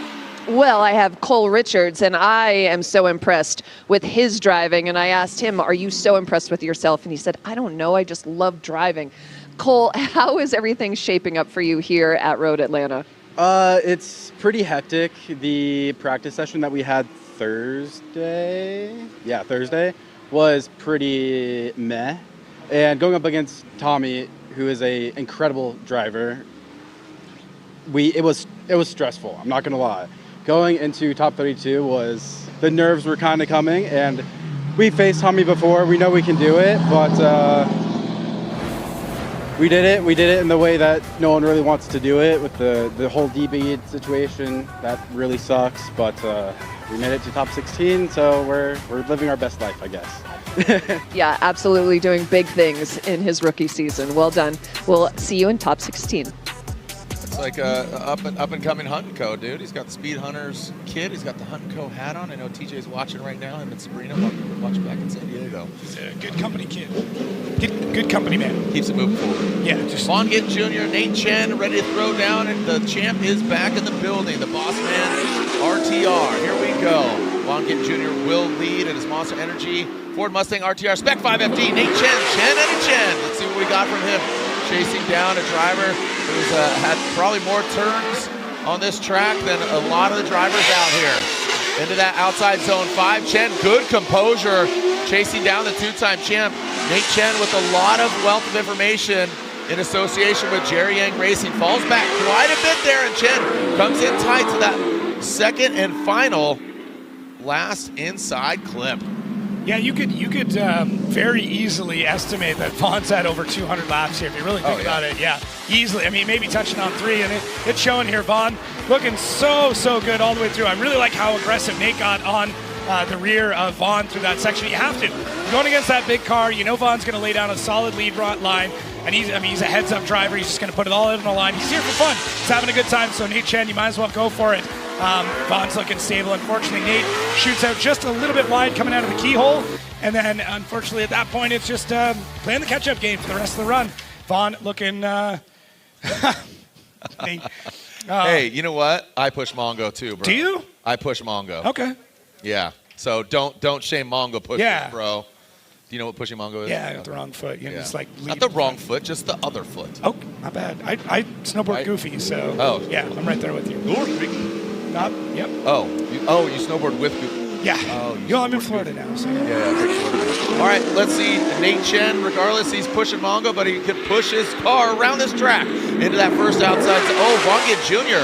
scrubbed a lot of speed there. That was interesting, right? He went through it to angle and kind of scrubbed a lot. Now coming back, it looks like he regained that ground now in the outside zone 5. Good job by Chen, filling all that zone. But Von Gittin Jr. back in the saddle. Is Nate Chen going to take him down? Good job leading there by Nate Chen. Von Gittin Jr. almost pretty comparable. Yeah. I'll tell you, Nate with the clean air out front. That was a solid lead from Nate Chen. Solid lead from Nate Chen. Yeah, his outside zone 5 was actually sick. I was pretty sure he was going off track on that one. He managed to keep it all together. So I love the size difference between these two vehicles. So Nate Chen, big thing here, he gets on the rumble strip, which allows him to pull a ton, like he gets a ton of speed coming through that section. Von's on the traditional proper line there, which means he's going to scrub a bunch more. But Von does a great job of getting back into it. Look at that outside zone 5 for Nate Chen. I mean, a 93% fill rate. That is fantastic. And it catches Von just a little bit, but as they come down the hill, that RTR can just pick up more speed than is. I mean, it's unbelievable how much speed that car can pick up. So we'll take a look at how this all comes around. But yeah, Nate Chen, I mean, at the end of the day, you got to be proud of that lead run. Is that? That was Brooks. Oh. Okay. But it looked like June Meng with him. Oh, it might have been. I don't know. I just saw the mustache, immediately knew it was. Can we get a replay on that? Looked like June Meng. I mean, June's local, so. Yeah? Yeah, he's around. He's not far. All right, so here we go. That is June. It is June Meng. Hey! June Meng is in the building. Don't leave June hanging. High fives for June Meng. Don't leave June hanging. Remember that Facebook group? Any remember? Nope. Remember that? It's great. There's an old video where people are high-fiving and June's just standing there with his hand up. It's the best one. Gosh. Don't ever leave June Meng hanging. We swoon for June. Swoon for June. Von Gittin Jr. waiting for the verdict here of Nate Chen. And let's see. Look at the judges analyzing it, utilizing Wally. This is a tighter battle than I think we thought it was going to be. All right, Von Gittin Jr., Nate Chen, slide him left for Von, right for Nate Chen, and Von Gittin Jr. gets the victory. Whoa. Oh, not unanimous. Reese Marin says, hey, go one more time, but he is outpowered by the verdict of Brian Eggert and Vernon Svanberg. All right. Hey, question. What happens if there's bad data reading in tandem from Wally? I mean, well, we're in tandem. We're just not going to use it. It'll just be all human stuff on that side of things. But that would be, yeah. Yeah, just scrub it. But also, because it's happening so fast, 5 times in 1 second, it's basically eliminated, cannot be used as a judge's tool for the period of measurement. Yeah, exactly. So we got humans here. We got the old judges. I was going to call them something else. I realized it privately. Yeah, anyways. The seniors, the oracles. That's what happens when the all-seeing eye, the great Raven. When the mouse starts working faster than the brain. Yeah. Yeah. Cody Buchanan, James the Machine Deane. Buchanan's got it in him to take down this giant of James Deane. Yes, he is human. We saw him go out in top 16. Cody Buchanan would love to have that. Buchanan ball coming down, but James Deane will lead in the O'Reilly Auto Parts. Pennzoil, Ultra Platinum, Ford Mustang. Now coming up the hill. James Deane, good placement by him. Fills that outside zone, going 4 into 5. Filling the outside zone 5. Nice job by him. Coming into 6. Ticks that boxes. And hits the reboot. Coming back down the hill. He's got the bum shades on. But the heat wave is felt by James the Machine Deane. So, chatting with basically anybody that goes up to against James for the first time, they all kind of say the same thing. It's fantastic to chase because I know it's going to be heads up. It's going to be an incredible run. I can just bury the car in there. But I also know that as soon as he hits that go pedal, he's going to start disappearing. And that's kind of what we saw here, right? Cody's doing a great job. He's doing everything he can, but this feels a lot like bringing the wrong piece of equipment to this battle. But I gotta give Buchanan credit. I mean, he's doing a great job. The mimic is there. When you get to that point, you got kind of 2 choices. You either just straight line it and try and pick up as much proximity as you can, or you just run your race behind him, get as much mimicry, and hope that something else changes. The hard part now for James is that Cody's car significantly slower. He's going to have to pedal it a long way. James is really, really good at doing that because he's used to driving cars that are absurdly fast. But still, you can have a mistake. We saw against Diego Higa, like things can happen. Yeah, most definitely. Again, James is hot off of, he got a podium there in at Drift Masters as well, right? So, all right, here we go. Cody Buchanan leading, and James Machine Deane in the chase with him. Look at this. So here's that separation, but you talk about that go fast pedal. Watch James Deane reel him in. That is strategy right there. He tempers it back, dials it in. He doesn't know exactly, because keep in mind, Cody Buchanan, oh, buddy, Cody almost looped it there into the horseshoe, and look at that horsepower. He is right there, and he is just throttling back. James Machine Deane, you saw him just like he was drooling. He was like a dog looking at a steak. He was just ready to pounce on him, but that was showing you just a veteran move. Yeah, and you know, he doesn't want to be caught out again, and he's got to. It's one of the greatest things about these drivers is when they do make a mistake, that you correct it. That's the difference between a good driver and a great driver, is admitting when something went wrong and never doing it again. And you can see that here. He's making sure he's staying in this battle the whole way. Cody's lead line is really, really good. He got a bit too much angle coming through the keyhole, but he did a great job of getting that going again and making sure he's picking up the pace. And it's just it's a solid lead run, but unfortunately against James Deane, it's probably not going to be the one that takes home the win.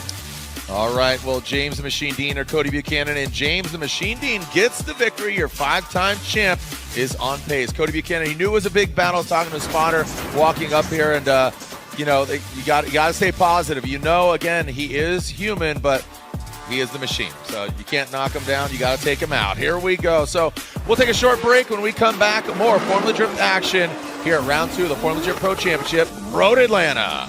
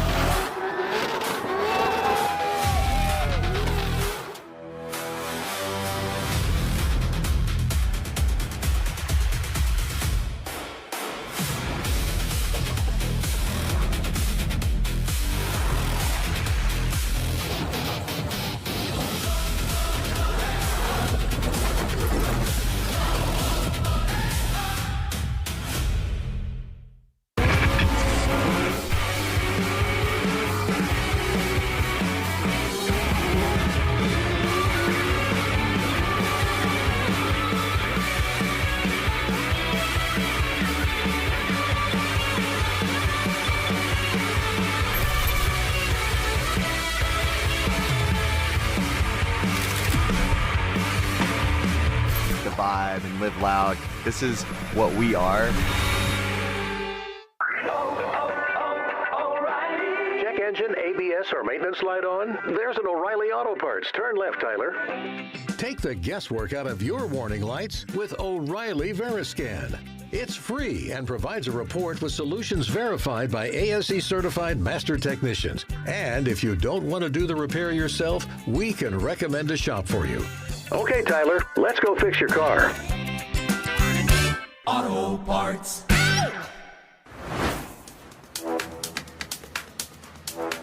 Well, the weather, the fans, everything about Road Atlanta is an absolute blast. And Connor Shanahan, we're going to see him move into top 16, doing battle with big brother Jack. What can the fans expect?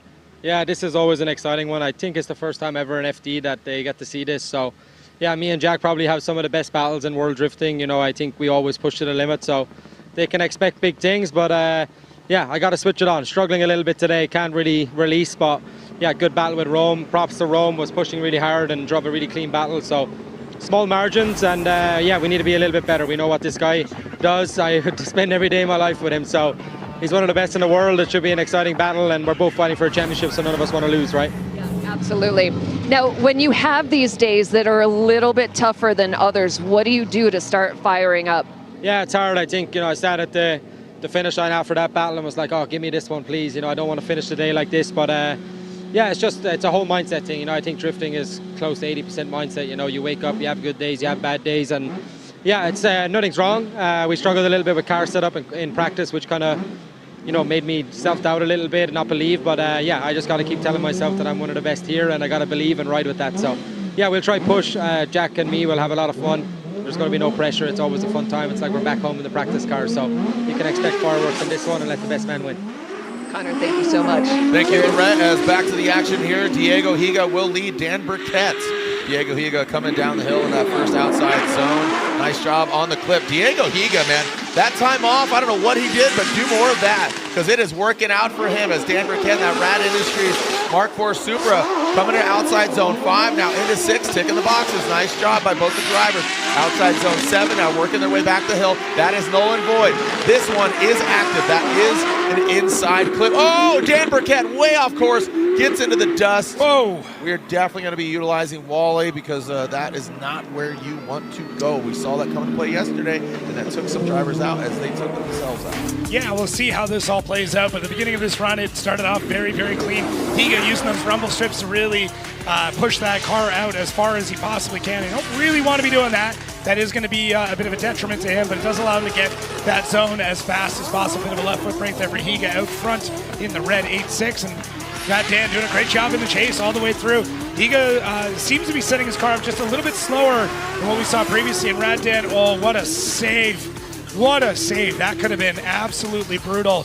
It looked like Higa just kind of caught a bit of grip as he was going up the hill, and Dan shot out just a little bit. Remember, too, we caught that interview earlier on, Rad Dan operating with a pretty injured hand right now. Yeah, that's true. And that's going to be the one that's, running the shifter, running the handbrake. So, oh, man, that's it's not good. You hope the adrenaline's holding them together. Yeah, and I know Dylan Hughes, he broke his thumb a couple years ago when he was riding dirt bikes, and his had pins in it. He put it like in a cast, and it was just firm. So, I mean, obviously, he's just addressing it accordingly. James Deane won an event with a broken collarbone. Yeah, exactly. Yeah. And, Warriors. Yeah, absolutely. So here we go. So Rad Dan Burkett, we have yet to establish, again, he did go off course. You did say he saved it, but keep in mind the blue and yellow is off course. So he did have 2 in the dirt. So that could impair, obviously, the outcome of this for Rad Dan Burkett. He needs to put down a heater run to leave no doubt that he wants to move on. Dan Burkett coming past an inside clip 2 and 3, now up the hill. Look at Diego surging forward. He punts Rad Dan out of the way, and Dan goes off course. Was that Diego was he too aggressive? Was Dan slowing down? And this is, again, a great opportunity to utilize Wally as Wally, again, accumulating. How many runs has Wally logged this weekend? How many do you think? Carry the 2. Got to be over 300. It's actually over 400 laps of the top 23 start. And how many bad readings do you think? Like 2, 3? 1. So that's right. 0.25% failure rate. Yeah, okay, sorry. That's pretty crazy. Nerd. Yeah, it's okay. Yeah. All right, so big question here is going to be what happened with Rad Dan, and did Higa go too fast, or did Rad Dan slow down? That transition from Higa catching up from behind, that is nasty. Nah, this is going to, okay. So Excel D-Cell is going to come into play here. The red and the green behind the vehicles utilizing Wally. Yeah, that's the only way we're really going to be able to figure this out. So remember back in the day, we would have had acceleration or deceleration lights. So Rad Dan is allowed to decel through part of that section. From first glance, I would say Higa was too aggressive. That's just, right, this is just me using my eyes, watching this like any other fan is. That's the first thing I would think of is like, okay, Higa was too aggressive. There is a decel as part of that zone. That was laid out in the track map in drivers' meetings, but now we're going to be able to look at the rest. So you can see Rad Dan definitely slowing down. Higa looks like he's trying to slow down, but he's not able to do the whole, like he's not decelling enough. So it's not like he's accelerating into Rad Dan, but he's definitely not decelling. So we can see here, that is the red circle, that is the red line that is behind Rad Dan, indicating that he was slowing down in that section. But we might be able to see some stats to show what Higa was doing through there. Yeah, well, he definitely wasn't picking up speed, but he wasn't slowing down enough to match. Well, Diego could still coast. His momentum, obviously, you can't just stop immediately, so the momentum could potentially just push him up the hill. But, yeah, the Excel and Decel trail like you said, Jacob, just repeating what you just said, but the red trail, that's decel. Obviously green, he is on the throttle and accelerating up the hill. So analyzing probably both runs as well. You know, the first run, approaching that finish line, Deane really, he got into the dirt, did salvage the car, which is good from going into that wall, because going counter course too. We talk about those gator strips, but here we are back going from 4 to 5. Yeah, I think the big part here is going to be what that speed differential is between the two cars. A little tough to tell. I believe Higa is the red number, and this is what the judges are looking through right now. So you can see what they're seeing and how they're judging the whole thing. So Higa's number is the red number, and that is his speed, and the blue one is, in the top right, is Deane. So Deane's is definitely slower. Higa's got, from first glance, about 5 miles an hour faster going into it. We do allow for a decel in there. It's just going to be interesting to see how they play it out. Also, I am getting confirmation on that first run, as we were talking about. Deane did have 3 wheels off on going back up the hill, but Dan Burkett gets one more time, and Dan Burkett gets the victory. So 3 wheels off. So I definitely want to talk to the judges about this, because there's a lot of things going on here. But Dan Burkett gets the win. Let's throw it to Lorette, and we'll come back and talk to the judges. Lorette. Hello, everyone. Von Gittin Jr., welcome back to Atlanta. Glad to have you. Happy to be here, right? I am pumped to be here. Just having a ton of fun being out here with the team and just being in the mix with it all. It's a good time. What are your expectations about what you're able to accomplish out here? Well, my expectation is to win this weekend, if I'm completely honest. But, that's why I show up, to try my best, right? Right now, the way I'm feeling, like I feel like I'm there. Our Mustangs have made a lot of changes, over the years, and this year another edition. And so it's my first time driving it, getting acquainted with it, but I feel very connected to it. It's a lot of fun to drive. It's very easy to drive. So I think for me right now, it's just a head game of, being smart. I have a tendency to want to go really fast because it's fun. But I know if I'm smart, I can hit all my marks, and the judges are really rewarding good lead runs. And I know I can chase. And so I just need to stay in that headspace, calm and cool and collected, and just let it all come to me. I got great equipment. I got a great team. My whole family's here. And in fact, my boys are at a lemonade stand in the pit. So we're just having a blast, and I'm super grateful to be here. And big love to everybody that's watching and supporting us.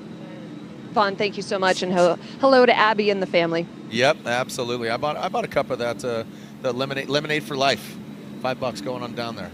Also, myself and Chris Forsberg are going to be at the K&N booth 6:45 during the halftime break. Come on over, win a 1-of-1 Viper chair.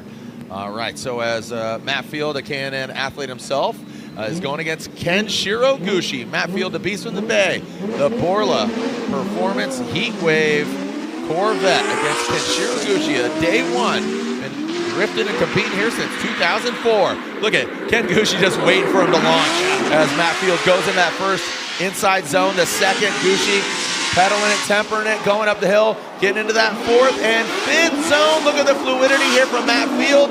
Nice job by Matt Field. And Ken Gushi tucks into that smoke pocket, comes up a little bit short, exiting out of the keyhole. Now again, inside two becomes a great placement there.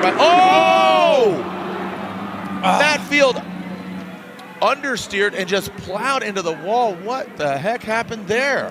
Man, it was perfect placement. That was one of the best because he hit that front trailing tire, hit that square perfectly.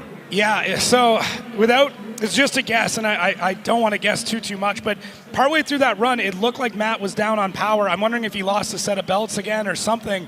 Just partway through. Oh. We're hearing that it's possible that there may have been contact with Gushi. I missed that, and absolutely got it for Matt. That's son of a gun. Big wave. Make some noise for Matt Field. Just happy he's okay. He's fine. That is. So you can obviously see that Ford Star wheel is missing the GT radial tire, but the contact could have caused that and lost traction. Let's run it back, but the big star is that last inside zone. Yeah, so let's take a look and see if there was contact. Partway through this run, I was saying it looked like Matt was kind of down on power or something. It seemed weird, but maybe that's what caused it. So Ken through here. Oh, no contact there.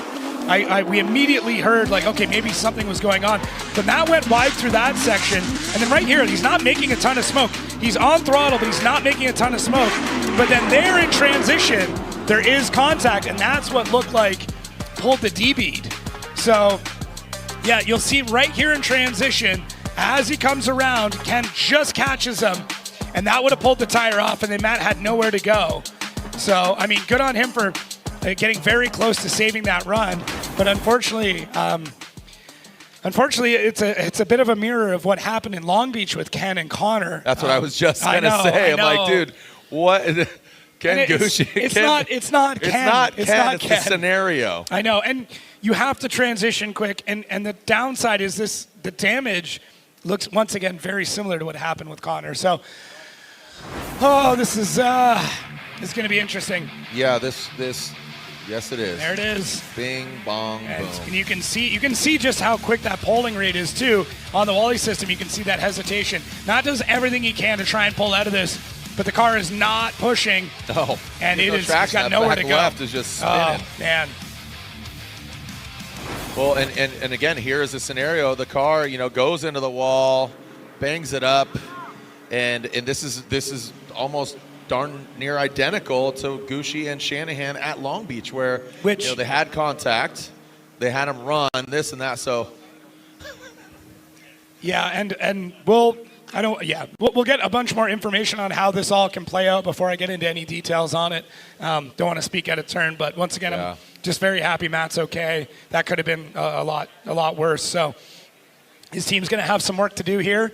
And I am getting word officially that Gucci is at fault, Jacob. Yeah. So very, very unfortunate there. As hey, Reese, well, I want to get with the judges also on the battle, the previous one, and that was between Dan Burkett and Diego Higa.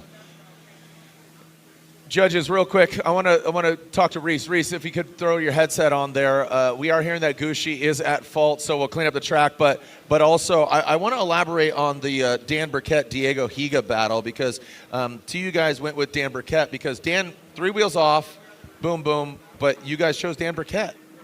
Yeah, we had 2 errors in the chase, so we decided to go off the lead run, at least be inverted. And when we see that, we did not see Diego Higa give the opportunity to Dan Burkett to complete his lead run. And also, when we referred to the data, we saw that there was severe surge in the D-cell zone upon the contact, punting him off. And that was enough for me and Bernie to go with Dan to get the win on that. And then Brian said one more time. Yeah, Brian. I kind of admittedly, I sided with the one more time, but I get what you're saying because there was more of a run and Diego did impede on the performance of Dan Burkett. So I could see both sides. I would like to see him go one more time, but obviously at the end of the day, I'm going to challenge you, bro. Come at me. Absolutely. Come at me, Pennsylvania. We respect, I respect what Brian's perspective is as well, too. And, we kind of discuss it afterwards and we see where we're coming from, but it's just professional decision on how we see things in our perspective. What's the best cheesesteak? Ooh, right now I would say Stella's. Okay, thank you so much. No problem. I'm trying to extract some of that Pennsylvania angst from Reese Marin as we're looking at it again here. So this is what we were talking about. So there's the contact of Diego Higa. So again, Dan leading on the right. Now again, so as they finish out with Diego leading and Dan Burkett giving chase, you'll see Dan cross across that last inside zone, but he does go off. So keep in mind the blue and yellow rumble strip is off course. So 2 tires in the dirt, and that third front left is in the blue and yellow. Almost 4 off, it looked like, but maybe 3.5. But banged up vet. Man, that's definitely going to hurt him. We're going to hopefully get the car back up and running. He does have a 10-minute allotment to work on the vehicle, or what? I mean, we'll get to that. Yeah, sorry. I see you doing some research. What are you looking up specifically? Well, we literally, after that incident with Connor, there was an update to the rule book that literally affects this exact situation. And I've read it, but I want to make sure I'm 100% clear on it. Yeah, go ahead and look it up. And Lorette Nichols with the 5-time champ. Well, Matt Field's car was just towed right by us, and so glad that he's all right. James Deane, just wanted to check in with you. How is everything feeling after Long Beach for you? Feeling good. It's been busy. We've been busy after Long Beach. Obviously, Long Beach didn't go to plan, but I just tried to, not take it like too much to heart and just move on to it and make fun of it and, come back here. We obviously had Drift Masters last weekend in Italy and had a podium there, so felt very strong. And this weekend is going so good so far, so good. Yeah, I'm happy with it, and just watching the live stream, chilling out, making friends with my car, and making sure that we're on point for the rest of the night. So everything is feeling like it's it's right in line. Yeah, exactly. It's just, I think in Long Beach I was feeling very confident, to be honest. Felt very at home on the track and in the car, and the track bit me unexpectedly. So the approach right now is just don't get too far ahead of yourself and just literally one lap at a time. So fingers crossed. Fingers crossed for you, James. Thank you very much for your insight. And Jared, Jacob, I will go check in with Matt and make sure that he's all right. And I know the team's going to be working really hard to get that car back on track. Most definitely. Thank you, Lorette. Some great insight there up top of the hill. And when we come back, more drifting action. The stage is set. A packed house here. Oh, we're skating the hill? Heck yeah, bro. And he's got one of those cool little paper helmets here. Crocs and socks, skating the hill. Bro, shred it, brother. Yeah. All right, we'll be right back. Working on cars, there's a lot of things that can get you. A lot of little reminders from over the years. Fast Orange antibacterial kills 99% of germs that cause infection, and it has the strongest grease fighting formula in the Fast Orange lineup. This is our go-to at the shop. Citrus power, antibacterial protection, and grease fighter in one bottle. Fast Orange antibacterial hand cleaner.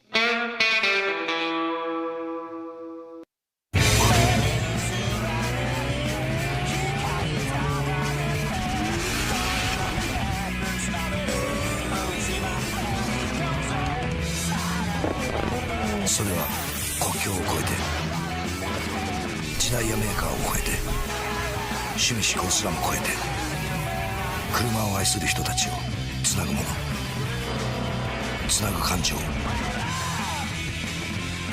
レイス Welcome back as a cleanup there on aisle 1 with Matt Field going off course. We'll see how that transpires. We'll get back to you here, Jacob, as analyzing the scenario and playing it out as it may seem. Here we go, Dylan the Dozer Hughes versus, that looks like Mr. Jonathan Castro coming down the hill. Dylan Hughes in that royal purple GT Radial BMW. A big gap there out of the gate from Jonathan Castro. He needs to get that proximity, and you ask, and he shall receive. Dominican's finest tucks in, a bit of a James Deane approach there. Ooh, comes up way shallow, looks like he fought the car come unwound, going into the keyhole, now exiting out. Castro just surging back and forth. Don't know if exactly he's maybe battling the car a little bit. Looks like he was really fighting the ride there, but you can see the angle percentages and everything. Yeah. As we get some eyes on Matt Field here, so they're going to try and figure out what all they need to do to get this car sorted. They're going to get their first 10 started as soon as they put hands on the car, but for right now, Dylan Hughes is out front. Great initiation, super early, does a good job of filling 1 all the way through 2. Castro, as Jared said, yeah, it seems like he's fighting just a little bit. He can't quite get the timing correct on when he needs to surge in on Dylan Hughes. It just seems about half a step back in a few spots, which is a good job through the keyhole. Great transition. Cuts a bit of line there to really get into the side of Dylan Hughes, who's very, very smooth. This is so well sorted for him. It's very clean all the way through in the lead. And Castro just a few spots where I'd like him to hold that proximity a little bit longer. Yeah. All right, as the dialogue, the plot thickens up here. Things are happening, baby. And Atlanta, just good vibes, but competition. Everybody wants to win Atlanta. This is like our Talladega. This is our Daytona. This is Monaco. It's just iconic when you win Atlanta. There's winning an event, and there's winning Atlanta. That's right. Yes. All right, here we go. Jonathan Castro out front. Dylan the Dozer Hughes chasing him down. As there we go, the Metaldom Toyota GR86. Look at Dylan Hughes. He's making his way up there. Nice job into 4 and 5. Well done by Jonathan Castro. And you can see Hughes tucked in nicely. Good composure by Hughes. He is being really aggressive here. Nice job. This is again, If Dylan keeps this pace and this cadence up this event, he's going to be one to watch. He would love to get, as you say, a win in Atlanta. Yeah, it's feeling very much like the Hughes that we saw in Orlando not that long ago, where he came out of the gate, he was absolutely on it, and hands now on the Corvette. So they're going to start working away on this, getting the rear end jacked up. Matt is ready to put hands on it as well. He'll work on that car with everybody else. They want to get that off the jack stands and back into competition as quick as they can. Castro, early initiation, a little bit hesitant to really get on the throttle there, but Dylan does a great job of getting through as we see the line score starting to stack up here, and who is doing a better job all the way through them. But to me, the mimicry and the proximity of Dylan Hughes, that's really going to be the point where he's able to pick that up. The line scores are very, very close all the way through. Castro might have a little bit of an advantage here or there. But really, it's that mimicry 89% of the way through. That's really, really cool. So get another view here. And yeah, Dylan just does such a great job in the chase. He's cleaned up and picked up this chase game so much.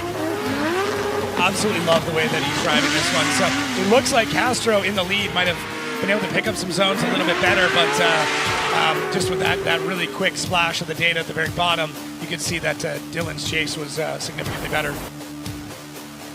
All right, slide him left for Dylan Hughes, right for Jonathan Castro, and Dylan Hughes, the Royal Purple Rain-X vehicle, gets the win. Congratulations to Dylan Hughes getting the victory. Jonathan Castro, unfortunately, knocked out. So, again, I liked what Talaska said yesterday to Lorette. He says, when you win 32, you have just an emotional shower, just a cleanse of like, oh, you got exhale. There's more pressure in 32 than some of the other battles is moving on. All right, so and we are taking a look at Matt Field thrashing on this thing. Hopefully it's primarily cosmetic, obviously, as Jeff Jones and Brandon Sorenson make their way out of the burnout box and to the start line. Jeff Jones, big drift energy. Kind of had some struggles Thursday night in qualifying, so hopefully he worked out any kinks that he had, ironed them out, and Brandon Sorenson, we know what he's capable of, man. I love the way Brandon has just elevated. It gets more aggressive, more just refined, and just shows great maturity just over the years. All right, so 7:45, he gets a 10-minute allotment.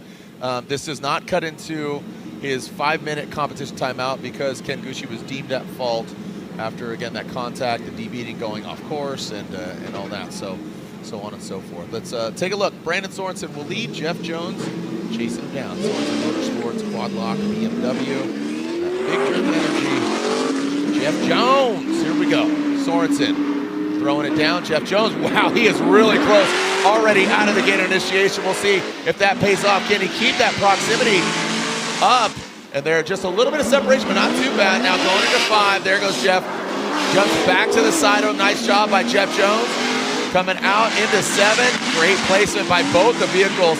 Brandon leading very, very strong, and great placement there. So good. It looks so good when you hit that zone, because don't use the course edge, hit the box. But Matt Field notably brought up, he's like, you're going 60 miles per hour, and it sounds like slow, but it's fast at pace. It's white, it's on the ground, your nerves, all that.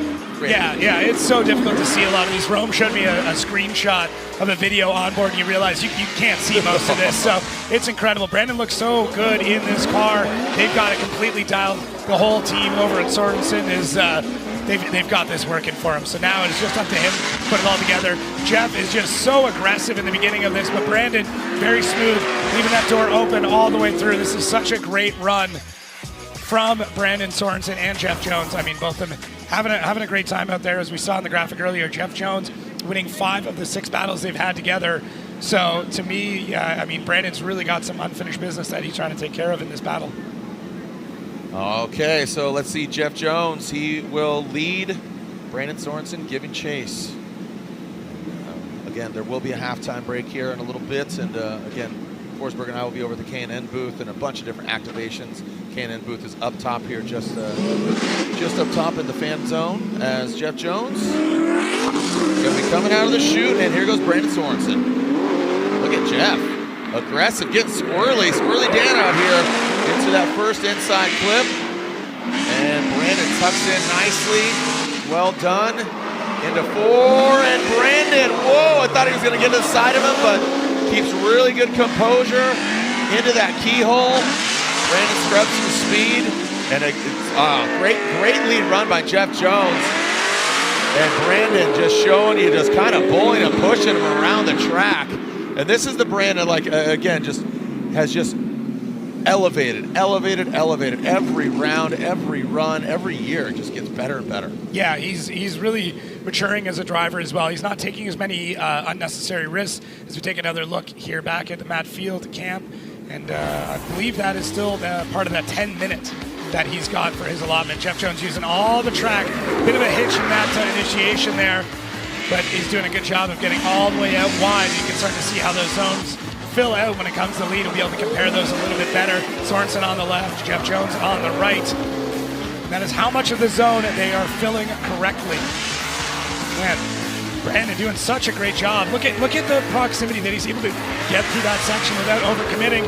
Unfortunately, Jeff Jones missing all of that zone 8, too far on the inside of it. And just a great run. So yeah, you can see at the very bottom there, the mimicry, and that is how much they're able to copy that line. Proximity is how basically how close they are throughout that whole thing. So when you start to put all those numbers together, you can really start to see where this battle is going. All right, looking in the cockpit there with Brandon Sorenson. He's looking at the tail of tape, seeing what's going on, reviewing, just like that. You gotta love technology, right? So Brandon Sorenson, Jeff Jones, slide him left for Sorenson, right for Jones, and Brandon Sorenson unanimously gets the win. Congratulations to Brandon Sorenson as he advances on. And congratulations to Sorenson inside the cockpit of that BMW. Unfortunately, Jones knocked out. Working our way, got 3.5 battles left, pending on the Field and Gucci incident. Yeah. We're cranking through this top 32. And it's been exciting, too. I know, I'm sorry. I know. I want these people to get their money's worth, Jared. Well, you don't think I do, too? I mean, come on, man. So, this is how it's stacking up. This is how it's shaping up. Yeah. James Deane, Brad Dan, and Dylan Hughes waiting to see who he's going to be going up against, either Matt Field or Ken Gucci. Right now, it's Wataru Masuyama and Connor O'Sullivan. All right, here we go as, so Masuyama in that Evangelion vehicle. O'Sully diving in on the inside. Looks like he's fighting the car a little bit there. And the fangs are out there for Masuyama, and now coming into outside zone 5. Gets in that dirt. That's going to hurt him. O'Sully is just I feel like O'Sully is just all over him, just very sporadic driving. O'Sully traditionally a little bit more smoother, definitely an aggressive driver, but I don't know, it just didn't seem signature O'Sully. Yeah, I think there's a few things that he's looking at here. He did make some contact. You see that weaving back and forth. He wants to make sure that everything is all sorted with that car.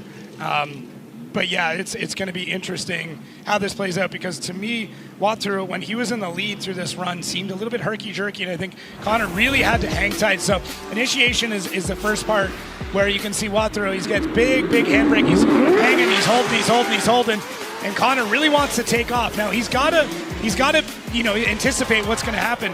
Wataru pulls a bunch of angle out and then starts to come a little bit off track, tips one wheel. Connor gets caught a bit on the inside, and that's where they make that front wheel contact. Connor just a little bit aggressive, Wataru a little bit slower, so it's tough on that pairing.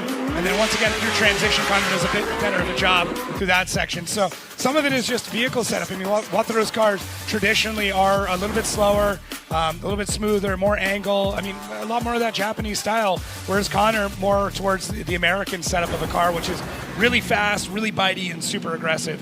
Now as we swip it around, because of, they've shown their hands as to how the car is set up, Connor may just absolutely walk away from Wataru.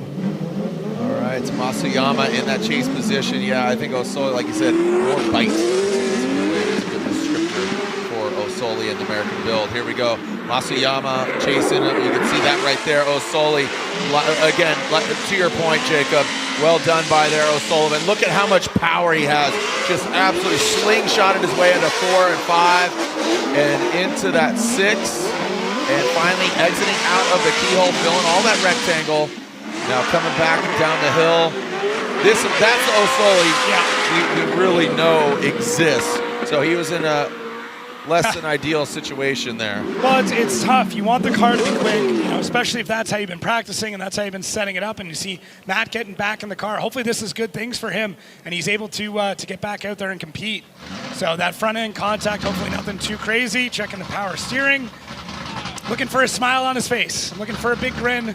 Matt Field, that indicates everything is all good.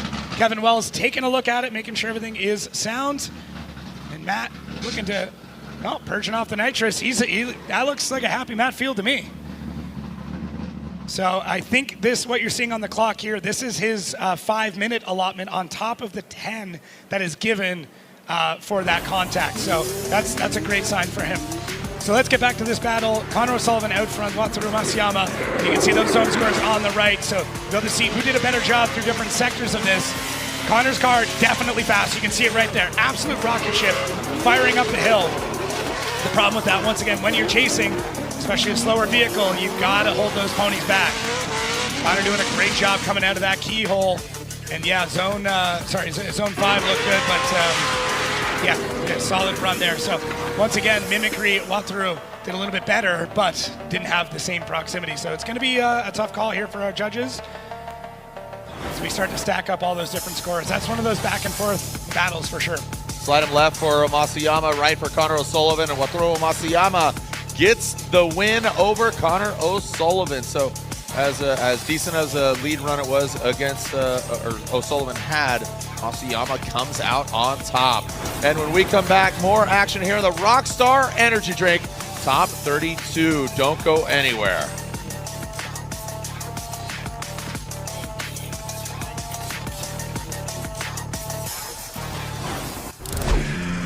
At the limit, performance tells the truth. From the drift track to off-road to the open road, Kenda engineers its tires where failure is not an option. Vesda Performance, Cleaver All-Terrain. One engineering standard, professional grade. From the podium to the pavement. Kenda, find your retailer at kendatire.com.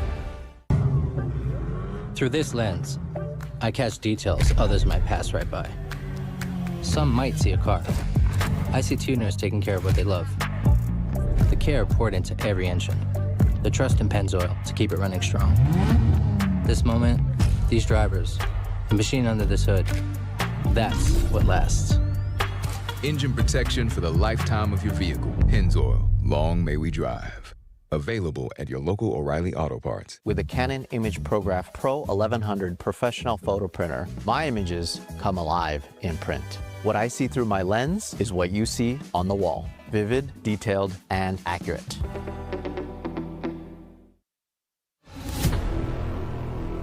Something has awakened. The horsepower and torque you always knew was there. Just waiting to make every drive thrilling. Track tested, off-road proven, performance for everything you drive. Drive better with K&N. BC Forged Wheels, custom built per order, offering extensive design, finish, and machining options. Strength, style, and precision come standard. Track proven, street ready. BC Forged, proud sponsor of Formula Drift 2026.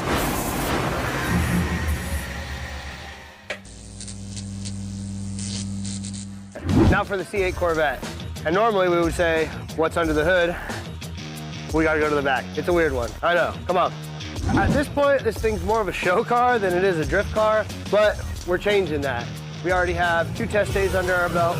This is a LS engine. This is a tall deck, raised cam, Concept Performance LSR block, 4 1/4 stroke crank, puts this thing at 468 cubic inches. This is naturally aspirated, high revving, very exotic.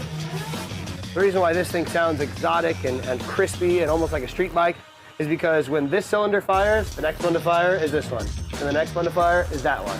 And what that actually does is the exhaust pulses help pull the other one out as it's firing and sending it into the collector. This is a transaxle transmission, so that means that the transmission and the diff are all in one. And of course, When I envisioned this thing, I was like, I have to have a K&N sprint car box filter on this. This is a transaxle mount, so it hangs the transaxle, but it also ties the frame rails together. CAD Chris designed this insane billet mount with billet receivers that we welded into the chassis. Anderson Composites, carbon doors. Crazy light, crazy expensive too. Cage Kits Cage, same thing. They came out, scanned the chassis. You can tell these door bars are kind of like my style. This is how I like them.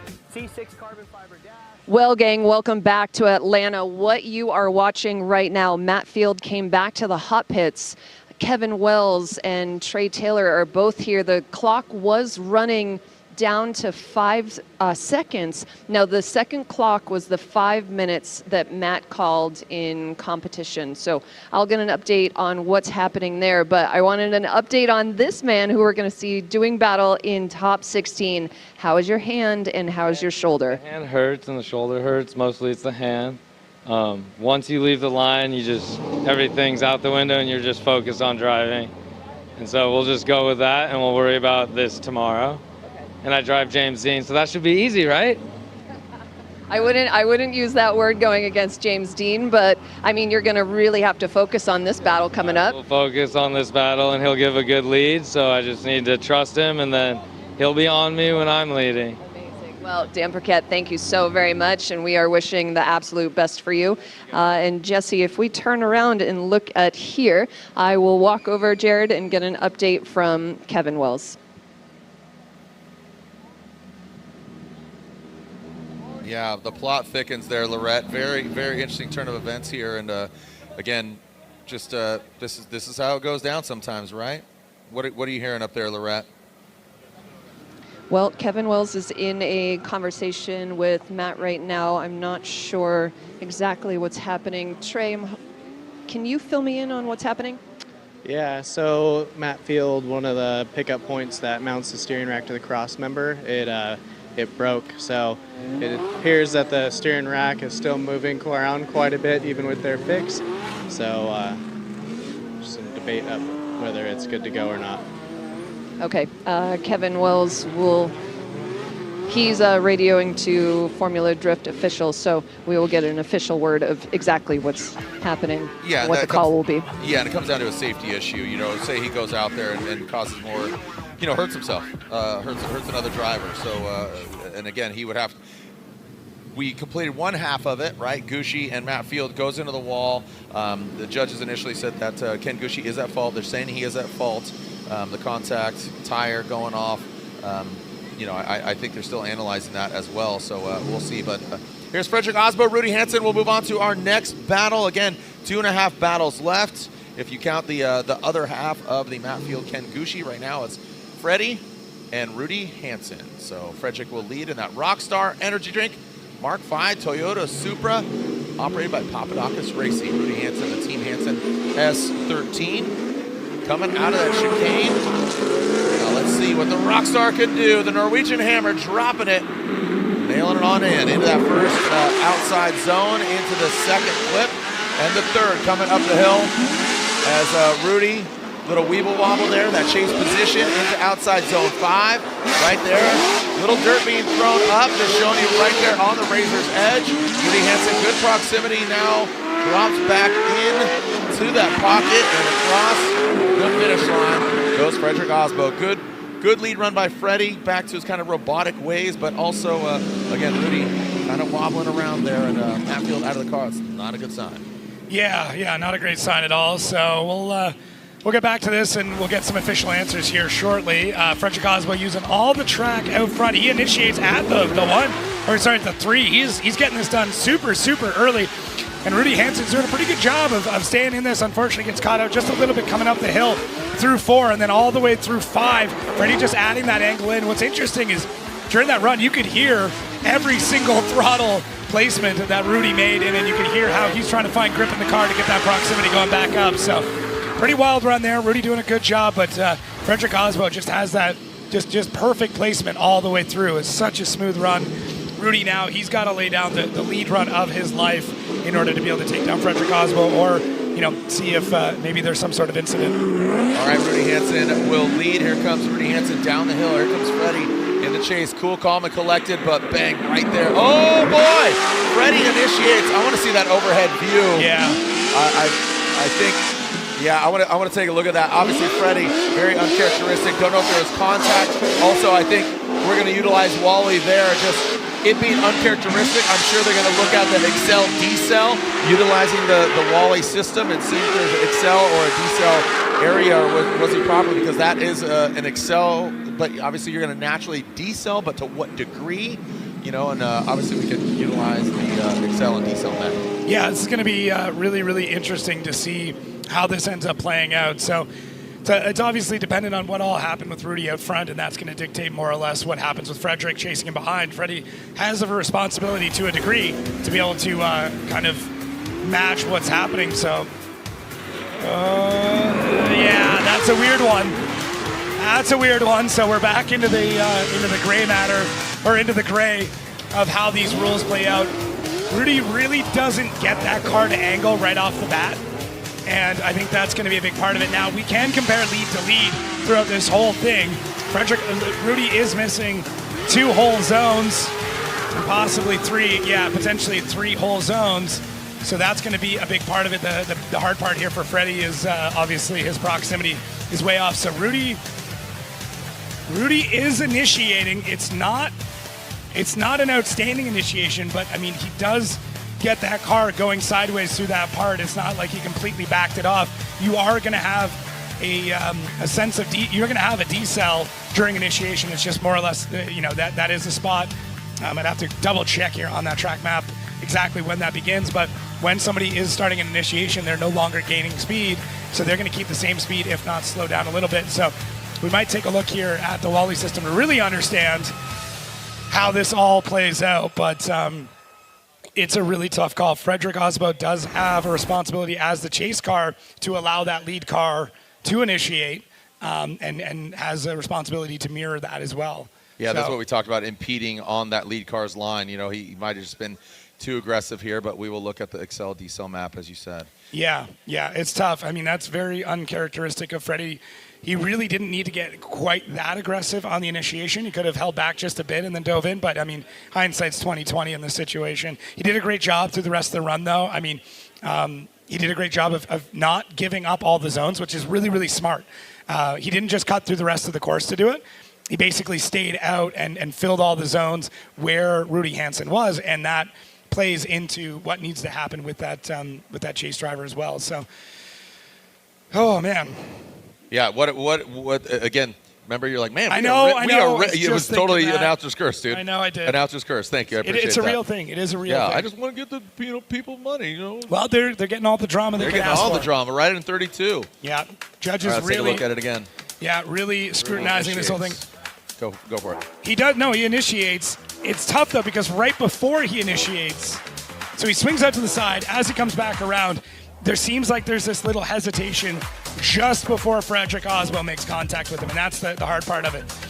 What I was talking about is Fedi in the chase. Look how he's not giving up the zones. Fedi's still hitting all the zones, and I think that's really, really key in this situation, because he could just completely cut through, chop the whole thing, but instead he's like, okay, well, when you're chasing, yes, proximity is one part of that, but line and angle is still judged when it comes to the chase. So let's take a look here. And he just starts to decel, and Fedi is really decelling. He's trying. There is a very, very small amount. I don't know if we can disable the chase car. I know that's an option we have in that system, but we might be able to tell a little bit better what happens with Rudy, because really right now.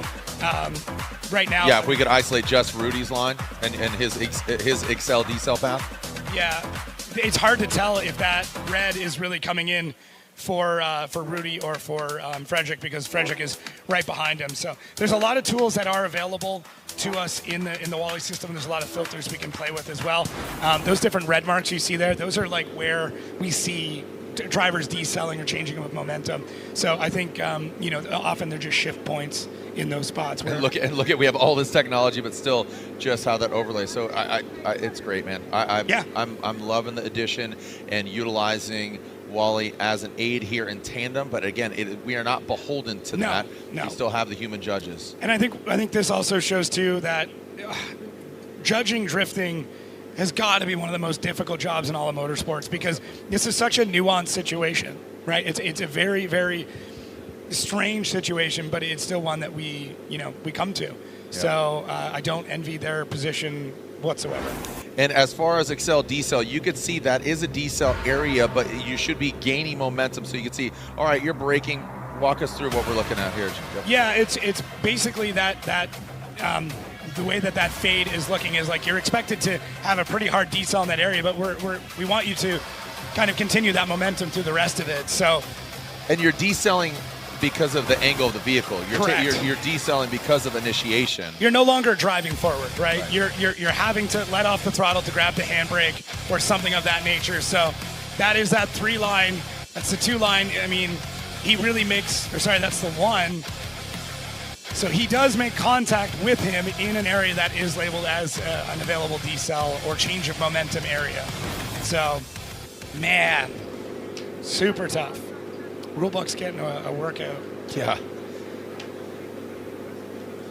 Yeah, so again, the rate of decel as well, it's not, is it abrupt, is it fluid, is all these things. So our judge is really analyzing this and utilizing all the angles, both the cameras, the naked eye, and utilizing the technology from the Race Data Labs Wally system. So you can see as they're talking about transfer, transition, decel on that entry into that first outside zone. Again, Rudy Hansen, Frederick Aasbo. So judge is still looking at it. I would so let's remove this situation, right? Okay. Let's remove that incident. That's the first thing I would start doing. Put into this situation is like, okay, lead.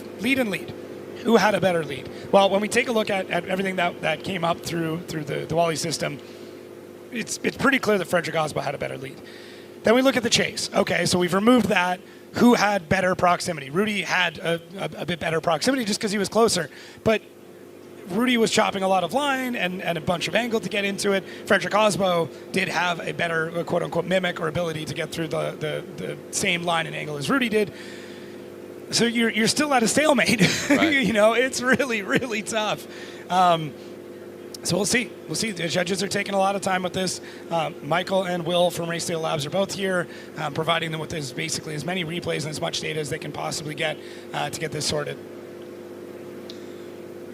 There's Field and Gucci talking. Oh man. I think Ken's. Yeah. I think they're gentlemanly right there. I think Ken feels sorry. Oh, of course. You feel apologetic there, and again, two gentlemen of the sport, and Matt's a passionate fellow. Ken is very soft-spoken. Just he's a day oneer. He's been around since day one. Matt definitely wears his heart on his sleeve, and is definitely a passionate driver. Yeah, it's just unfortunate that the way things have more or less been going over there, but it's a rough go. But this is the thing. We want to take the time and make the best call possible with the information available, and that is what we are doing right now. So we apologize for the delay in this, but you don't want to rush to a conclusion and make the wrong one. We're taking both of these situations very, very seriously. Thank you, Jacob. I'm just buying some time no, you're here. Good, you're I good. appreciate you So elaborating. We're focusing on Hansen and Aasbo, but I am getting an update in regards to Gucci and Field. So the scenario there was Gucci is at fault. Matt Field was allotted 10 minutes not to affect his competition timeout. The 10 minutes wasn't sufficient. He did use his additional 5-minute competition timeout, one and done, 15 minutes in total. He entered the burnout box, but as they were talking about Lorette talking to Trey, and they found out that it's insufficient repair and it is deemed unsafe. So what's going to happen is Matt Field will advance on. He accumulates points but cannot move on any further from 16. Oh, no. So it's one of those scenarios. So this is something that, so again, Matt Field moves on, accumulates points but cannot move on from 16. That is the scenario. So we will not see a run from either of those guys. But as we find out what goes on between Hansen and Aasbo, let's throw it down to Lorette Nickel. Jared, thank you for explaining all that. Dylan Hughes is working so well. Everything is working so well for him, and we're very thrilled to hear that for you. What do you think is working the best out here for you? Tough to say. I for whatever reason, I feel kind of extra good in the car this weekend. Like yesterday, I had to refrain from putting a whole bunch of grip in the car because we're still trying to figure out this Wally system, to be honest with you. It's a totally different way of driving, and I don't know if that's the right thing to do for qualifying. So, but in tandem competition, it kind of just is what it is, right? Get doors, run the right line, but then during qualifying yesterday, I'm just like watching everybody's runs, trying to figure out what I can do to get rewarded the most. So I think we did 10th place overall in qualifying, which is fine. Obviously, I'd like to be a little bit higher, but yeah, fast forward to today, running Castro. Castro's the homie, but yeah, I'm pretty proud of that chase, and I had a super good lead as well. So yeah, we just got to keep this momentum going. The Royal Purple 2JZ is running sick this weekend. I've been asking for more grip, and I feel sick. I feel really good this weekend, so we're going to keep it up. Do you think the Wally system is distracting you from driving the way you want? During qualifying, absolutely. Okay. During comp, I don't think so. Okay. Yeah. Perfect. Well, thank you for the insight, Dylan. Jared, back to you. Thank you so much, Dylan Hughes. Dude, he's so sick. He's going to stay home from school on Monday. That's how sick he is. Super sick. So sick. All right, Dylan, you can see him just here kind of breathing a sigh of relief. Like you said, he's the homie, but again, he wants to get the victory here. And it looks like the tablets from the judges have inputted. We do have a result between Hansen and Aasbo. I see Reese putting on his headset. I think he's going to elaborate on the outcome here. Rudy Hansen gets the victory, and it is unanimous. Reese, I'm assuming that Fedi was at fault, too aggressive? Yeah, once we reviewed the video, we wanted to look over the decel zone to see where the Z zone started at and where this collision happened. Once we reviewed the video, we also decided to look at the Wally to see if we can get clarity on where that decel happened, and with all that, we can see that the contact that happened with them in outside zone 1 or approaching outside zone was within the threshold of the decel zone. So the contact happened there. You can see the decel zone starts happening right here just before the 3 mark, and we're coming in. You can keep on coming through. And then the contact happens here. This is well within the decel zone, as you can see to the right. So at this point, we do not put that fault on Rudy. Rudy's doing what he needs to do. And Aasbo just uncharacteristically was a little bit too aggressive when he went for the dive, and the decel zone got him in this case, so Rudy gets the win. Awesome. Thank you. Great clarification, and I appreciate you spending the time to one, elaborate on it, as well as get the right victor. And Rudy Hansen gets the win. A big upset there for the Rockstar Energy Drink driver. You know, again, we saw him on the box in Long Beach, but here he is, knocked out in 32. That's big. So his Rockstar Energy Drink teammate Ryan Turk in our final battle of top 32, because again, the field Gucci scenario, neither car is going to run. Field is unable to run. They deemed it unsafe, so not going to run, but he will advance on a 16. So our final battle 32, Daniel Stukie and Ryan Turk. And look at this, Turk is actually chasing down Stukie given their qualifying position, because Turk qualified 22nd. So we'll see. Daniel Stukie qualifying 11th. Daniel's got a weapon here. Going against one of the best in the biz. Ryan Turk in that Rain-X Toyota GR Corolla. Stukie initiates into that outside zone. Good transition coming into that 3rd clip. And now coming up the hill goes Stukie into outside zone 5. Nice placement by Daniel. Ryan Turk just pedaling it. You can see, like, again, this is a scenario where he's like, I got the power. Let me cook. As Stukie, great placement, very smooth. Dialed in, precision driving there by Daniel. That allowed Ryan Turk, like I said, I feel like he's got more, and he's going to show you here when he gets that clean air. Yeah, I couldn't agree more. Really, really like Daniel's line out front here. Very smooth mid-line on that approach, gets that car out. Look at the angle he throws going through that first zone. 2nd looks great, back on throttle, climbing up the hill. 3, Turk is doing a great job. He's doing an amazing job of keeping the proximity, keeping the mimic going all the way through, but not getting overly aggressive, not overcommitting at any point in time, running his race. Great transition from Ryan Turk.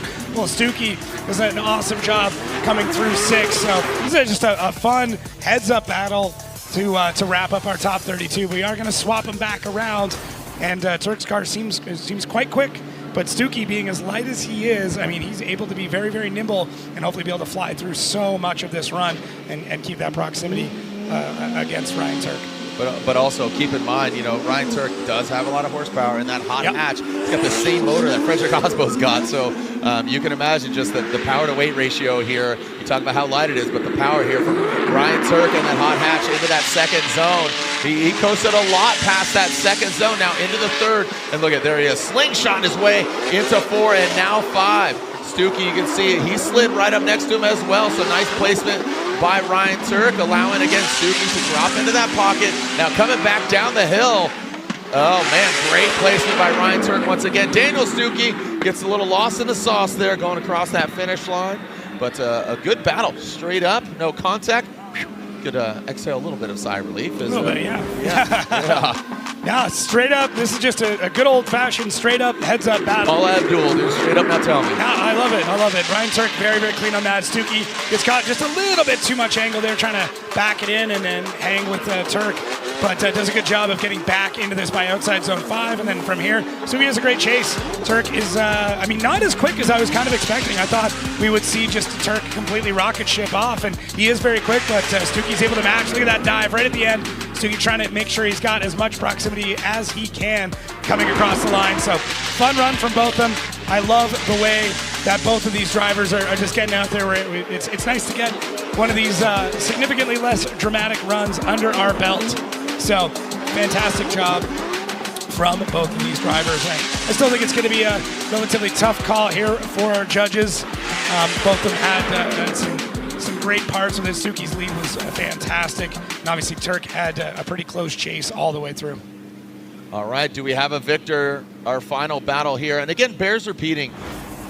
Oh, here we go. All right, we got a victor. Slide him left for Daniel Stukie, right for Ryan Turk, and Ryan Turk gets 1 vote, 2 votes, and 3 votes. Ryan Turk gets the win. 32 of the Rockstar Energy Drink is a wrap. Lorette Nickel is with Rudy Hansen, taking out the three-time champ, excuse me. I am, and I was just making a note on my bracket there, but Rudy Hansen, well done. Is this beyond the expectations that you had? Oh, for sure. Actually, I've been watching his videos all night and all day, and I'm like, he just kills it at this track. Every single one, it was just like, all of Aasbo's runs for the season, it was win, win, win, and this one, every round, every year he comes here and just does so good. So I knew what I needed to do, just drove my little heart out, and we did it. So yeah, it was awesome. I'm so happy for you, and we'll see you in top 16, Rudy. Thank you so much. Congrats to Rudy, man. Giving Fedi his flowers. He knows who he's going against. He did his study, he did his research, and man, he showed up and took down that 3-time champ, Frederick Aasbo. Here's how the 16 shapes. Odie versus Simon Olsen, former teammates. The Shanahan brothers, talk about teammates. Chris Forsberg versus Cole Richards. Yeah. Trent Beachum versus Gittin Jr. Anything can happen. James the Machine Deane against Radical Daniel Burkett. Matt Field versus Dylan Hughes, but Matt Field advances on, but cannot gain, so he gets the points, but can't advance on. After the 15-minute in total, the car was not fixed up to snuff. Brandon Sorenson versus Masuyama, and finally, Hansen versus Turk. Yeah, what a great top 16. Dude, all of this is so good. All right. Hey, we will see you back here at 8 o'clock, 8 o'clock local time for the continuation and the top 16. 8 o'clock local time currently 6:47. So just over an hour. We'll be back at it like a track addict for round 2 of the Formula Drift Pro Championship. Jacob Gittins, the Red Nickel. I'm Jared Dienda. We'll see you back here for a darn good time.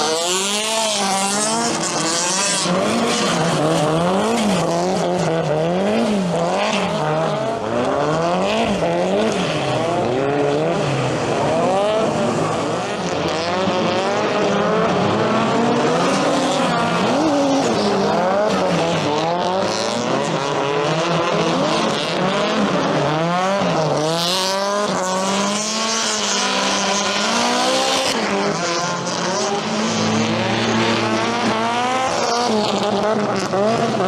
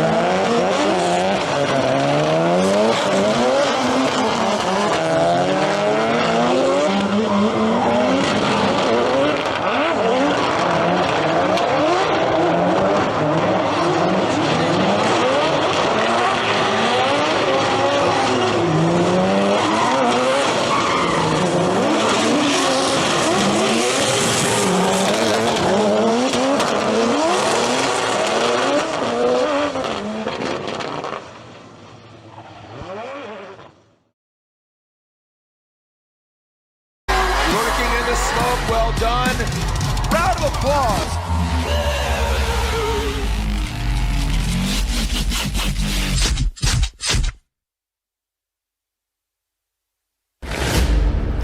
What a beautiful day and a backdrop. Welcome, patrons, to the one, the only Formula Drift. It begins here on the streets of Long Beach, the hallowed grounds that have held Formula One, IndyCar, Champ Car, sports car racing, and for multiple years, Formula Drift.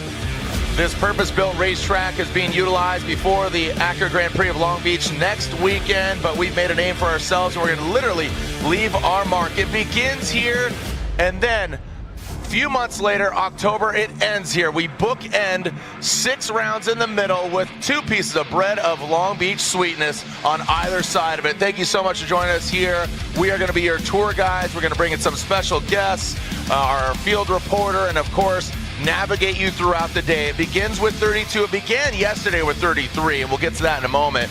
Whittled down to 32. We'll have a halftime break, go from 16 to 8-4, and then we'll find out who comes out on top and who will lead the championship, leaving Long Beach going to where it all began in 2004, Road Atlanta. I'm Jared Deane. Joining me here is Jacob Gittins, my co-host, as well as host of the Outer Zone podcast for all of your Formula Drift and drifting insight.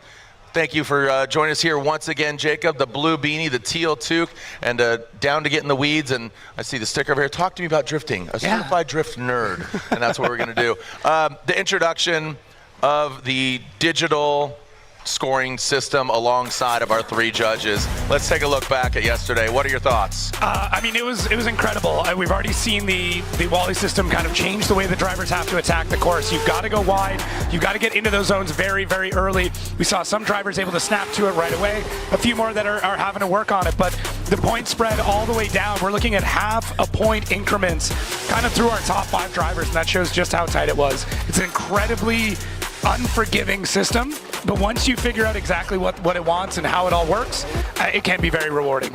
It's, you know, the conversation has opened, the dialogue is there, and I feel like we keep giving, I don't like to use the word free, complimentary gifts. We're constantly progressing this sport. When you talk to racers, they scratch their head and they say checkered flag, clocks, all that. It's subjective. So the introduction of digital has been in the works for a long time, and we feel like obviously we can refine it. It'll get better. It's this. We have to have a jumping off point, and that's where we're at.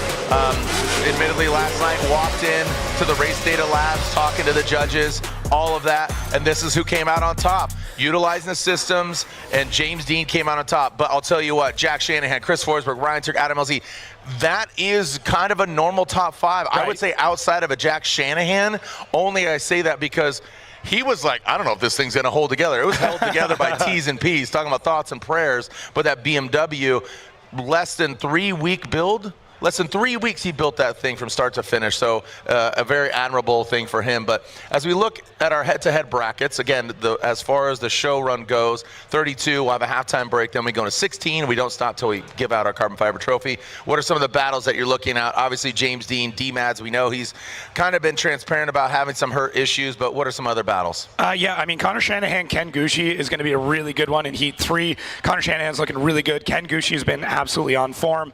Simon Olsen, Cody Buchanan. I mean, Simon, this is probably the best we've seen Simon in a long time. And Cody, of the rookies, came out swinging. He did so well. So, I mean, introduction to the sport. Here you go. There's Simon Olsen knocking on your door. So, I mean, there's so many, though. It's a really, really stacked top 32. Yeah, and you know, all the rookies, you know, these drivers coming from prospect to pro, Cole Richards, Nate Chen, and Cody Buchanan. But let's take a look back at last year and where it all began here on the streets of Long Beach. And it was Frederick Aasbo who just says, you know what, I'm going to have a lot of fun this year. His attitude seemed to shift going from 24 to 25, and obviously evidence in getting on top of the box with the Rockstar can in the hand. Yeah, I mean, he went and became a much more aggressive driver than we've really seen. He got rid of a little bit of the precision just to kind of go at it, but I mean, and it showed, and he had some insane battles, especially there in Atlanta. 2-1 more times, absolutely epic. And then we move on to Orlando, which had some of the most insane battles we've ever seen in Castro, really coming to form again. But ultimately, I mean, you can see the tire fire kid himself right there, Hiro Manoa, just putting on an insane show. Yeah, Hiroya Manoa, it's all the first family of drifting, let's call it what it is. Jonathan Castro, he did such a great job, but unfortunately, he got his first ever podium. Adam LZ in the rain and reigning with Neft Vodka as now Jack Shanahan. It was an all-Irish final, which is so poetic. It's so cool. It's celebratory of Jack Shanahan, James Deane, who's obviously made a name for himself, and eventually it was James Deane. But in Seattle, Evergreen Speedway, Monroe specifically, Matt Field and James Deane went at it, and a lot of eyeballs on Matt Field on does he have what it takes to be a champion? Always a bridesmaid and never a bride. Never get married to that big championship trophy. And then in Utah, we bid adieu to a venue that we are not revisiting, but obviously, it made a mark in drifting history. So excited to see, Utah. But then we made our way back to Long Beach after, again, another farewell of the House of Drift, Irwindale, California. And then it was Jack Shanahan's time to shine. Shining like a Shanahan, baby. Jack Shanahan wins our most recent round in Long Beach at, again, round 8, the Shoreline Showdown, a purpose-built, different track than what we see here because it just navigated, it wound through. As we take a look at our 8 stops of the Formula Drift Championship, 3 of which are brand new or revisiting different layouts. Obviously the city, Las Vegas, we've been there many moons ago, but Stafford, Connecticut and Indianapolis Raceway Park. And you could see Stafford, and I mean, look at the 3 new tracks. Yeah. They're all pro spec as well. So that's going to be interesting because, within the 8 rounds, we have 4 rounds of the Link Engine Management Pro Spec Championship. So it's going to shake things up quite a bit. I'm excited. I obviously rode Atlanta. Everybody asked me which one. I've never been to one. Go to Atlanta. Yeah. A second close to me is Seattle. I love Monroe. But I'm excited to see what Connecticut, excited to see what Indy does. And of course, this bull ring in Las Vegas. It's been utilized by Hot Pit Auto Fest. There's a lot of unknowns this season. One, the race data labs, educating you, educating us, educating the drivers. I mean, they need to know the criteria, and then new venues. Yeah, I believe it's the most amount of change we've seen in a single year between, as you said, venues, even, us now being on Racer, massive changes, all for the best of the sport. And super stoked that we get to be a part of this year because, man, it's so much to take in. Yeah, it's obviously really exciting to see, the new cars, the new builds. Everybody's like, hey, dude, good to see you. We're back, baby, we're back. And then once this round is over tonight at Pike Bar or if we're over at Steady Brewing, the official brewery of Formula Drift, that's when the gloves are off. So bringing in another member of our broadcast team. She's down there. And 2 New Hampshire lovely kids down there, Ryan Turk and Lorette Nickel. Down to you, Lorette. Oh, well, gentlemen, I am so excited to be back in the streets of Long Beach and standing next to Ryan Turk. Any news you want to talk about? Well, guys, as you may have seen, this legend right here, he is wrapping up his career at Formula Drift. But we're still going to see you. Ryan, I feel like this is going to be an incredible season and a lot of opportunity for you. What would you like to say to the fans? I just want to thank everybody who supported me throughout the last 20 years. I know I've probably went some generations of fan base, and a lot of you guys are the people who kept me going in the sport and not really getting burnt out in certain situations and years where things were tough. So it's been a long ride, and I'm excited to see what's next for me outside of the sport, but I'm not really going to go that far. I'll still have a full-time motorsport schedule of driving, and I got a bunch of cool cars at the shop, so I want to utilize those and maybe get into some stage rally stuff and just explore a little bit and see what other things I can do and see what other things are out there as far as what I can get behind a wheel in. Yeah. Was there a point maybe last year that led you to making this decision? I don't know if there was a single moment, but I've been talking about it with my wife for probably a little over a year and just didn't really know what the right timing was. And then at the end of last year, my wife was pregnant throughout the course of the year, and after we had our second son, Sonny, it kind of sealed the deal for me. And we had a great off season, or I had a very busy off season, but a great one. And our new boy is he's just so happy and full of life, and it really I really miss that. Everybody at home. So I think that gets me a little more emotional. And that's kind of one of the other reasons why I decided I want to, be able to spend more time at home and curate my own schedule of events and be able to have a little bit more of a flexible schedule with motorsports. Of course. Well, I think it's such a brave decision what you're doing, Ryan. And again, you are the epitome of a rad human on and off the track, and putting your family first is phenomenal. So we're going to see what you're going to do here in Long Beach. Jared, Jacob. And of course, thank you, Ryan Turk, for all that you've done, not only in the Formula Drift world, but drifting world. And again, it's not goodbye, it's see you later. A little solemn there because he's just getting emotional about his kids. I get it. My kids are here in the building too. One's working, one's hanging out, taking photos. So regardless, it's about a celebration of life. Cars may have brought us together, but memories will last forever, and so do legends. So let's take a look back at Ryan Turk's career as we reflect. Again, it's not goodbye, it's see you later. Let's celebrate Ryan Turk here this year. I'm going to say it's the end of the beginning, or the end of this chapter, and it'll be the second chapter of my motorsports life. It's been the longest one, 20 plus years in drifting. This is going to be my last full season in Formula Drift. It's crazy to think back on it. 20 years of doing something, you don't even think about it until you start looking at all the things that you have and have saved, and you forget half the things you did save, and that just keeps bringing back more and more memories as I go through more of it. It's been a pretty wild ride the last week or so. I'm combing through all that stuff and sharing memories. I'm not done drifting, of course. I'm just done with a full-time championship schedule. I'm still gonna have a full-time motorsports schedule, but I want to give myself time to do other things. I'm still an ambitious person, and I have other goals that I want to accomplish within motorsport, and I need to give myself time to do that. Taking this leap is definitely scary. It's something I've been doing for 20 plus years, and I just want to enjoy every moment of it this year with my family away from home at Formula Drift, the teams, the crews, the drivers, the staff at Formula Drift. I mean, I've known a lot of these people for 20 plus years. It's crazy to think about it like this and make the decision to actually stop competing full time. Yeah, it's scary, but I'm looking forward to seeing everybody and seeing the fans at every stop, just being able to drive against some of the best drivers in the world again. Yeah.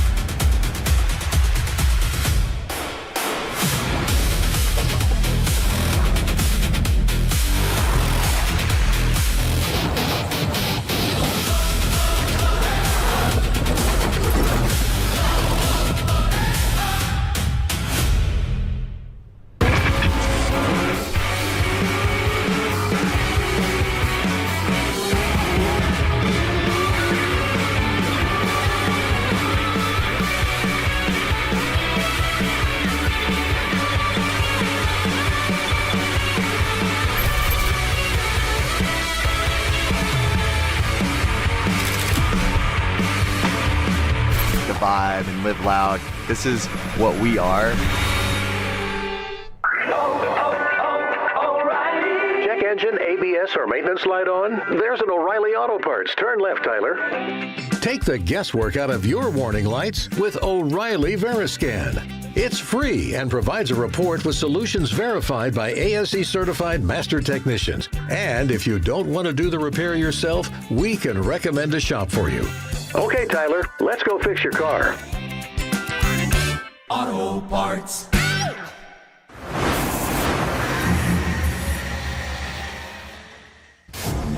We are getting the stage set. The drivers are getting prepped. They're getting fuel in the tanks, fresh tires out back, and we are about to throw down here on the streets of Long Beach. Not only we're celebrating Ryan Turk, later on we'll be celebrating Daijiro Yoshihara, Formula Drift champion that has been inducted into the Formula Drift Hall of Fame and also erected a Formula Drift Hall of Fame statue here in the shadow of the Long Beach Convention Center as we take a look at our next bets. Again, real money on FD. So please, again, refer to affiliated operators. So you can see, statistically speaking, everybody's saying James Deane, and that was different yesterday. Adam LZ was all the way up there. Now people are, taking notice. Obviously, Adam, unarguably one of the most popular drivers, just given all his content he makes. But Odie, Frederick, Jack, and look at Ryan Turk, part of the conversation. How insane, and again, I'll abuse this word, poetic. Ryan Turk winning a championship in his final season. I don't want to announce this, curse it, but yeah, that would be incredible. It's what everybody's thinking. Even if you're thinking it, it's gonna be it's gonna be part of the conversation. And that was bets as well. So you got fantasy and you do have betting. So both of them interchangeable if you don't obviously like betting on it. So take a look. All right. This year's, again, judging format and utilization of our electronic judging system is complemented by a rotating judging panel. We have 4 judges, but 3 will be active at each round. This particular round, Vernon Zvanveld has sat out, but he is assisting the Race Data Labs with their UDSM, the Universal Drift Scoring Method. But when it comes to the actual judges, we got Reese Marin, he's in the building, Brian Eggert, and from Japan, Robbie Nishida. There they are, poised atop the tower. And again, this is tandem. This is the essence of drifting. So again, we are ready to see our head-to-head battle. Jacob, what are some storylines that maybe have unearthed, not only from off-season to round 1 qualifying, but even overnight?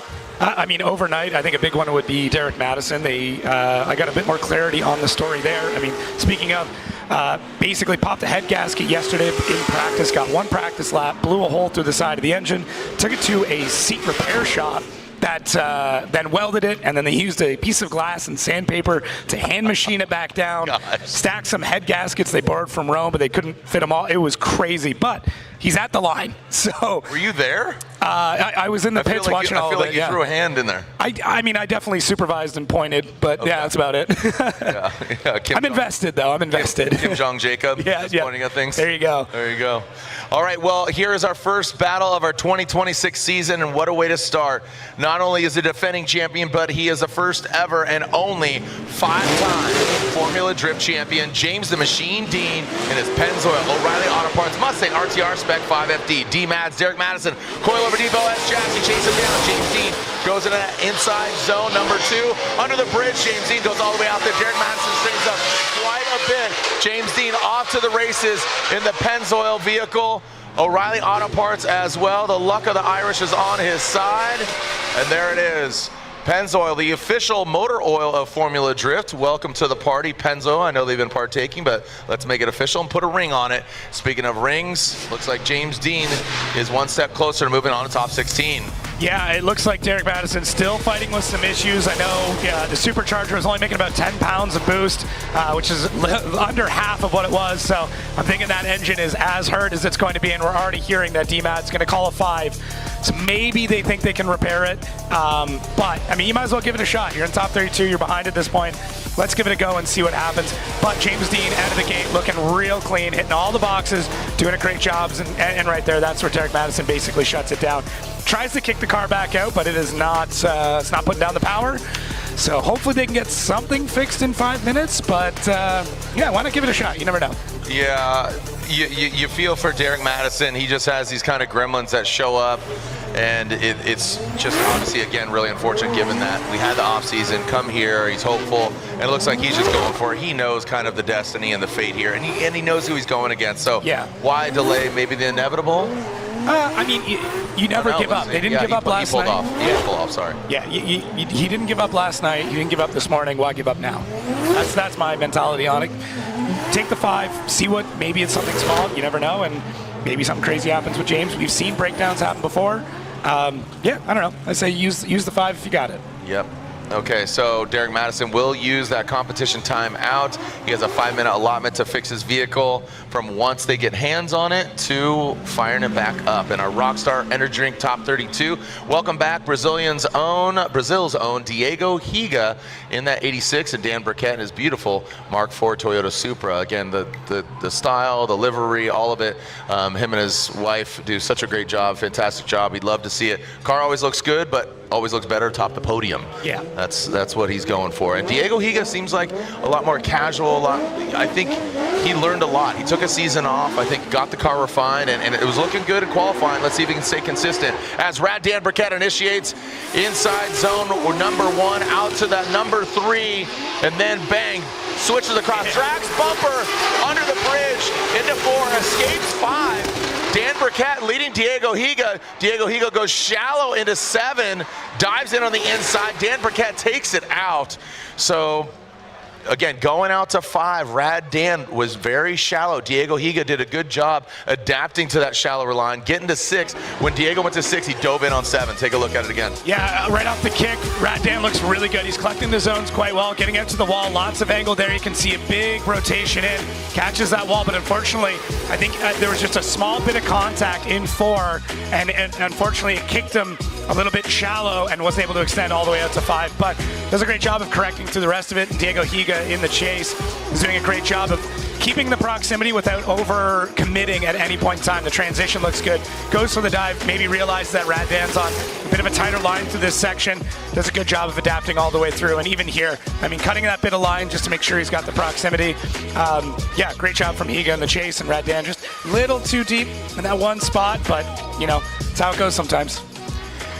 Yeah, you could just tell when it completely disrupts the attitude of the vehicle or throws off that line, because a lot of these drivers, I mean, it is so just robotic, but at the same time, you have to do that impact. So you can tell, the judges can tell when they definitely get thrown off, and by no means are they judging themselves against themselves, meaning Dan Burkett, what you expect, where you're at, all the equity and all these things, but at the same time, you know what they're capable of. So now Diego Higa will get the clean air. Dan Burkett in his Super will chase him down. You can see the lights on either side. Once they extinguish, that's when they leave the start line. If you're first time watching it, the chicane as they go through the corner, that gets them, so they are right there, door to door, wheel to wheel.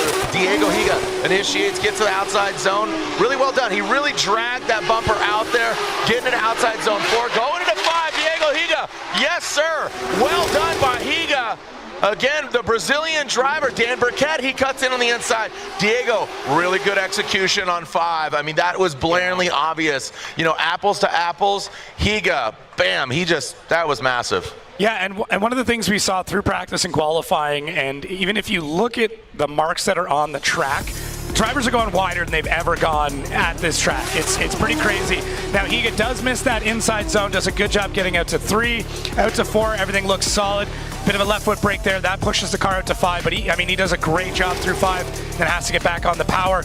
Dan looks like he's closing the gap well. He gets in there, but unfortunately maybe just overcommits just a bit into 5. Maybe thought that Higa was going to catch the wall. I know you and I both had a bit of a gasp there as he was heading towards zone 5, and maybe that's all it was, but I still really like Dan's chase. I like how committed he was through it. You can see Higa adding just a touch more angle coming out of 5, and that might have been what shook Dan in that section.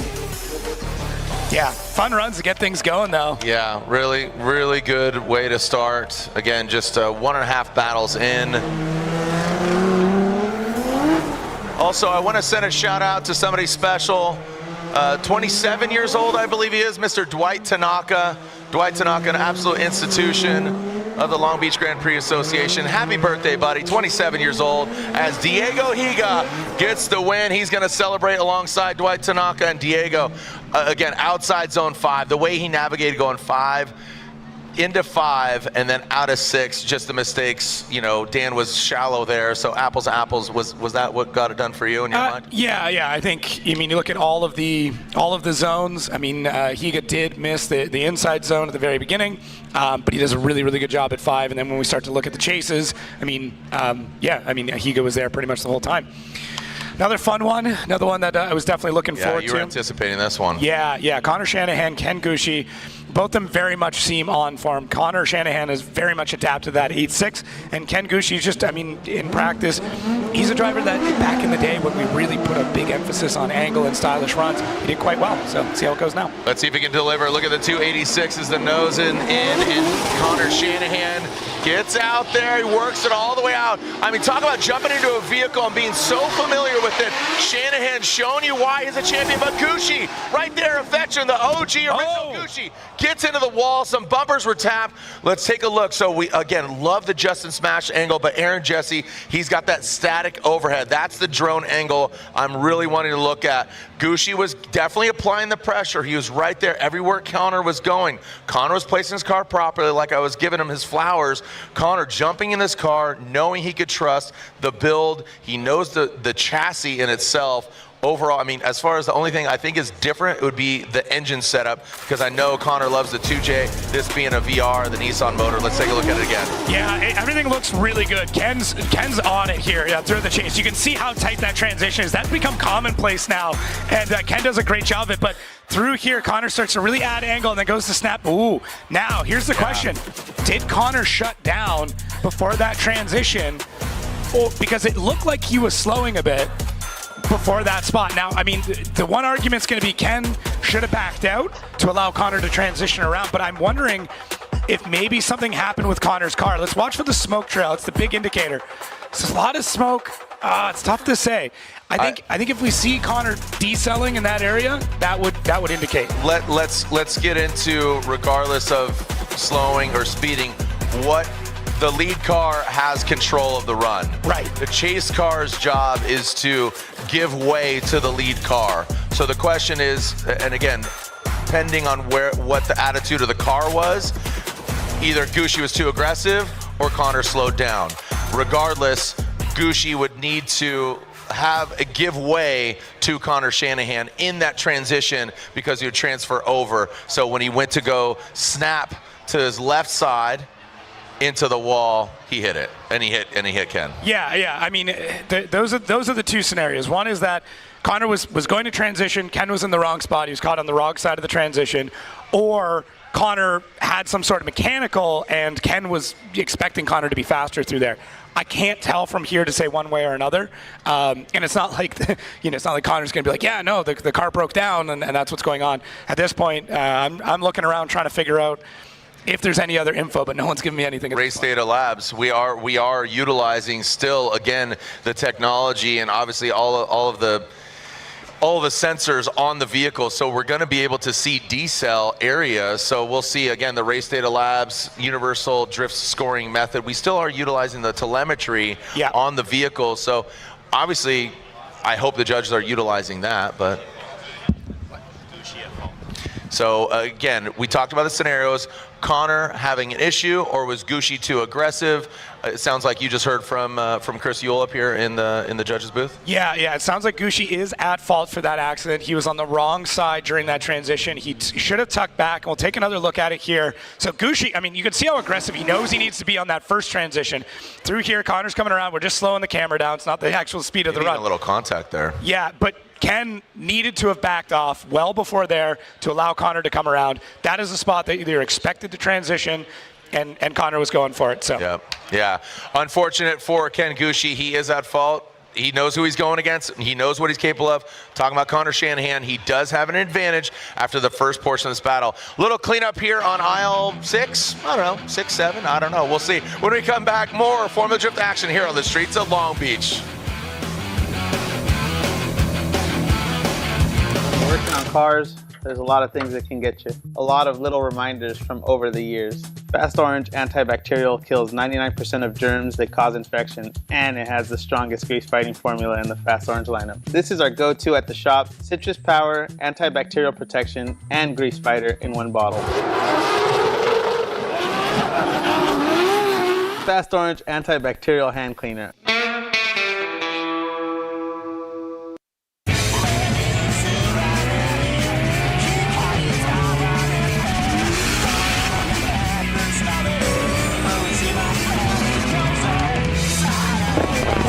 それは国境を越えて時代やメーカーを超えて趣味嗜好すらも超えて車を愛する人たちをつなぐものつなぐ感情レイズ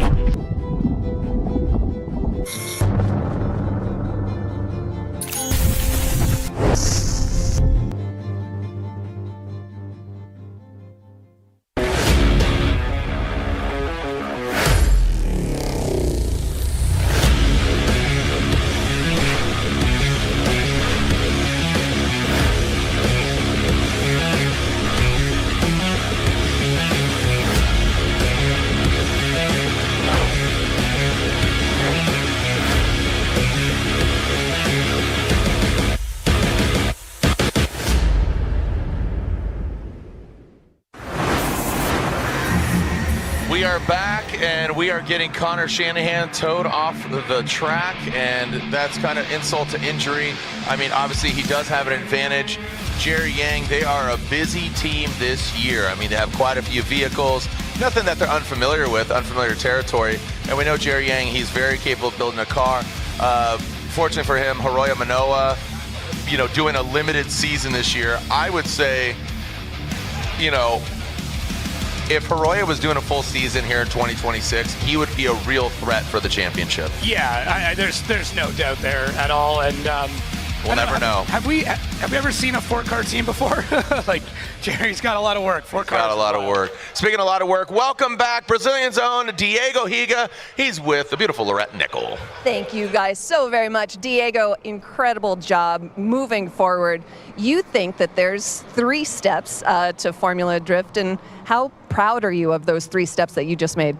Yeah, for me, stay here is super hard. And I said for everybody, FD for me, I consider it a 3-step. The first one is a qualify, the second one is top 32, and now I just will go to the top 16. I'm so happy about that. Amazing. And any word to your home country? Like I'm Brazilian? Yep. Ok. Todos os brasileiros que estão assistindo, muito obrigado pela torcida, obrigado pelo apoio que vocês sempre me dão nas redes sociais. Estamos gravando conteúdo, vamos continuar gravando. E muito obrigado. Vai, Brasil, vamos embora. Diego, thank you so much. Thank you so much. Appreciate that. Gentlemen. The Brazilian fans are just so supportive of the Brazilian athletes. We have a mutual friend, Leticia Bafani, you know, Olympic skateboarder, X-Games skateboarder, and Brazil just flies their flag so proudly. So excited to have Diego back. Yeah, very excited, very excited. And I think just every other country, you gotta step up the support. You know, that's it. You know. Yeah, where are we at? Where's my DR at? Where's, you know, obviously Ireland. I'm not challenging you. I'm sorry. You guys don't challenge Ireland. There's definitely something in the water there. So, all right. So Derek Madison, you know, calling that competition timeout. Jacob, you're pretty familiar with what's going on here, but little gremlins, little things. We got a spotter, and he's just giving the old shrug. Spotter's got no idea, or he just doesn't want to tell me. One of the two. No? All right, cool. I got the salute. He saluted us. It's just going to send it. Okay. That's all it is. All right, cool. Well, Captain Party Shirt over here is just setting the sail on the second run. Now, keep in mind, where is James Deane at? He's got to kind of tread lightly, given that, like, okay, well, I just saw what you did. His spotter, you know, Scott, who I know has set up his car to win a championship, he's gonna be like, hey, dude, just FYI, you know you got a damaged car in front of you. Oh, and there we go. Yeah, and that's exactly, yeah. So at this point, James Deane, this is a little bit of a victory, half of the lap. So James Deane will get the victory. That's a little frustrating, I'm sure, just, you know, going in. I saw, you know, D-Mads throw his hand up. Don't know if he was like, oh, why did he? But, I mean, again, he's got a cough, dude. If you're sick, stay at home. I think he was trying to put his hand out maybe to warn James Deane that the car was shutting down. You can see just not a lot of smoke. He's trying. He's pedaling the car. Yeah, you saw him. He's like, no! Yeah. Go the other way. Go, turn around. Yeah, go around. Out of the way. Yeah, he knew. I mean, it's tough. I think there's an argument to be made that, you know, the car's damaged, don't go out there and risk somebody else's car, but there's also the argument to be made that, like, just give it a shot. And there's the beautiful hair of Derek Madison. Jeez. Yeah. Whoa, save some for the rest of us. There is some fluid on the ground. That is not fantastic. Yeah. I'm hoping it is just water, but we're going to make it official here. And I think, to no surprise, James Deane gets the win. James Deane gets the win. Congratulations. James moves on into the top 16. Congratulations, as we will again have another track cleanup here, as we got, like you said, those fluids. Hopefully it's water. I know, you know, don't need to run antifreeze, so hopefully that's not there, but we'll see if it's oil. But overall, yeah, I think it was D-Mads going like, hold on, no. Yeah, please. Oh, because you saw it happen. Well, he started to pick up a bit of pace there right before it shut down, and I'm wondering if James saw that. Sorry, real quick, look at Shanahan's car. That wow. Left. Yeah. That was a lot more damage than we anticipated. Well, he caught the back end, Gucci caught his back end, and that spun the front end in. And yeah, you can see that corner is pretty messed up. Now, the upside is they'll probably unbolt the whole thing. They're going to get an extra 5 for this available. So they do have some time, and I've seen the Jerry Yang group do a lot more work with a lot less time. Good, very, very valid point. And Connor Shanahan, you know, I mean, he's one of those dudes that gets hands on the car as well. I mean, as do all the drivers, but Connor's one of those dudes. He is definitely throwing it down. Sorry, D-Mads. Sorry, okay, buddy. boy. It's a tough break there for Conditioner Depot. I mean, Coilover Depot. We gotta get him a conditioner. Oh, sponsor. dude. Someone, anyone. Pantene or Range Essentials. Yeah. We could get mane and tail. Ooh, dang, man! Yeah. Look at that Strom wheel. That Strom wheel took a hit. Seen better days. Yeah, that was definitely a hard hit. As we are getting our safety.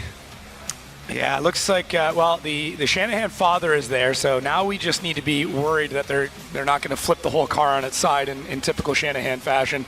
The island lift, the Irish car lift. Have you ever seen that? Oh yeah. Flip the whole thing over on a wheel. They told me it's incredibly stable if you do it correct, but I don't know. And I mean, his dad, if there's a hammer nearby, he will pick it up and start beating on stuff to get that car back on track. And you can see the stress of Connor. But I got all the faith in the world that Jerry Yang can.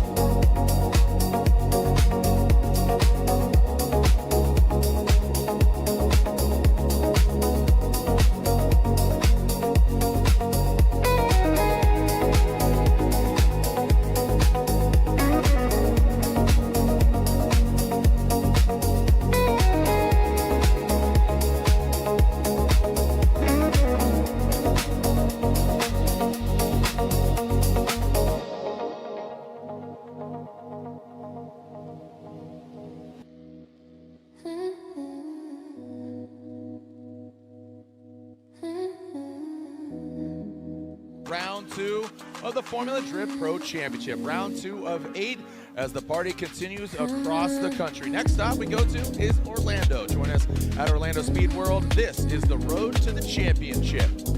What began 23 years ago, 2004. Remember it like it's yesterday.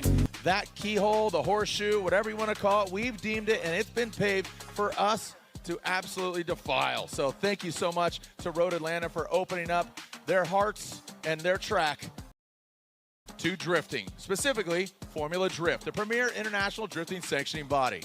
We have a packed house here to find out who's going to win here under the lights. Some notable names, some new names, but there can be only one winner where the red clay dirt meets the asphalt of this iconic track. Before we introduce you to our top 16 drivers, we'd love for you to please stand and remove your hats for our national anthem.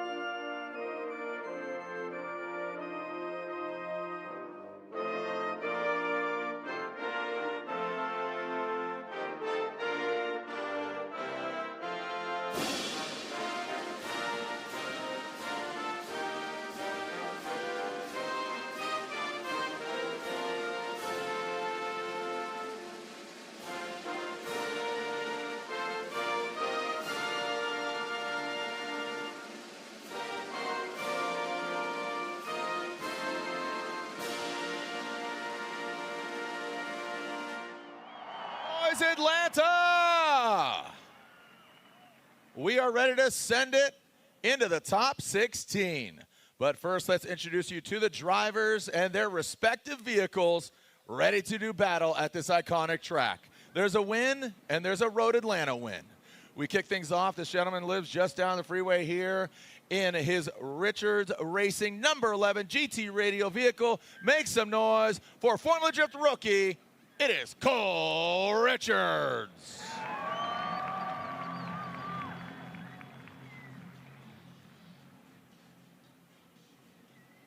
By no means is this gentleman a rookie at all, but his vehicle is entering a freshman season. With a brand new, freshly prepped Subaru BRZ field suspension, GT radials on the corner, Subi mods, it is Odi Backhis.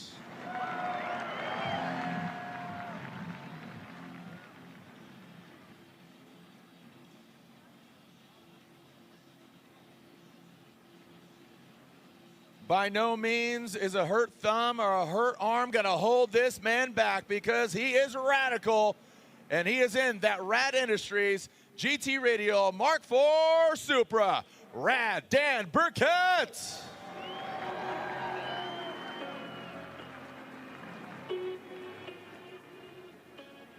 This gentleman goes one wheel, two wheel, four wheel, 300 miles per hour. He does it all. He's ready to grip and rip out here in his royal purple GT Radial O'Reilly Auto Parts. Uncross your arms and put your hands together for Dylan Hughes.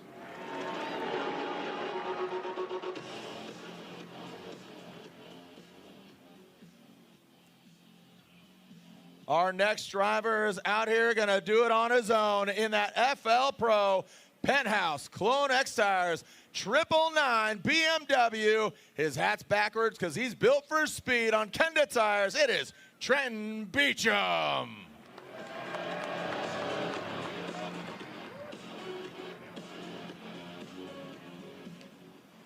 A large exhale and a big sigh for this Norwegian pilot.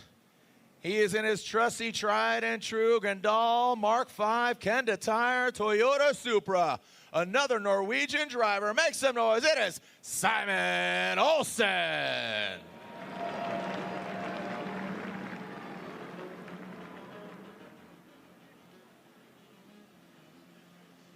Our next driver coming to us from Las Vegas, this rising talent in the Sorenson Motorsports Quad Lock BMW on GT radial tires, high flying Soren Brandon Sorenson.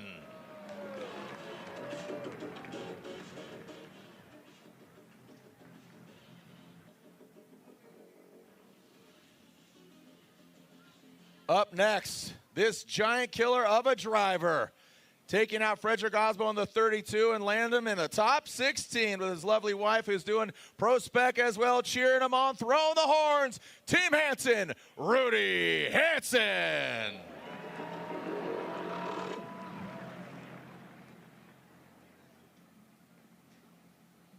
Your points leader coming into round one. He won in Long Beach, he won in Europe, he's won the championship, and he's gunning for it here in the States. Can he do it piloting his Red Bull Jerry Yang Racing and Juka Racing GT Radial 86 from Ireland? It is Connor Shanahan.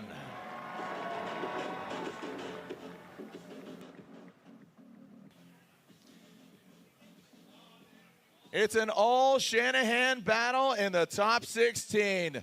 The big brother versus little brother. In that Pulsar Turbo Systems with his lady by his side. Kumo tires wrapped around some Strum wheels from Ireland as well. Big bro, Jack Shanahan.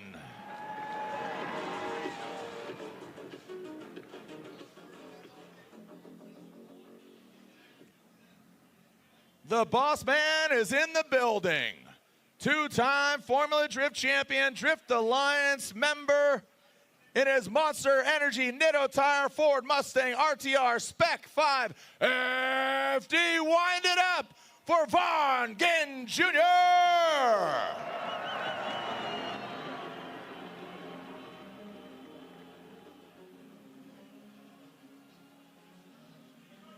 Next to him, you have your five-time and defending FD champion.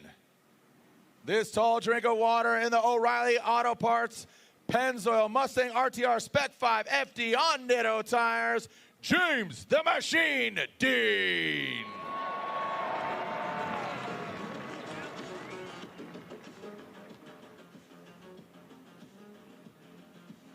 Our next driver at the top of the season, the 411, the info is that this gentleman's hanging up his helmet for an entire Formula Drift season. It's not goodbye, it's see you later, and make some noise for the Rain-X Toyota GR Corolla on Kenda tires, the Rockstar Energy Drink driver.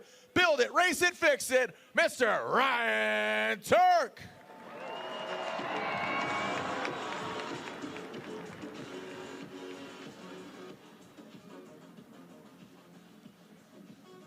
Rounding out the trio of Drift Alliance brethren out here, Vaughn Ginn Jr., Ryan Turk, and now three-time Formula Drift champion in the Destined Industries, Nismo All-New Z. Optima battery providing the charge, throwing out the shakas. It is Chris the Force Forsberg.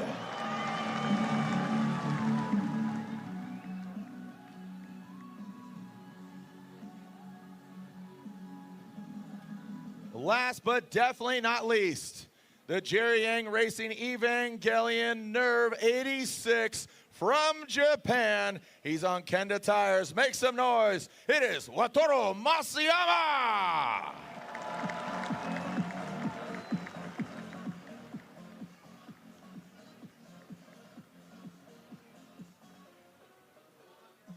There are your 15 drivers. Of course, the update going down with Matt Field previously, his car not here out on track.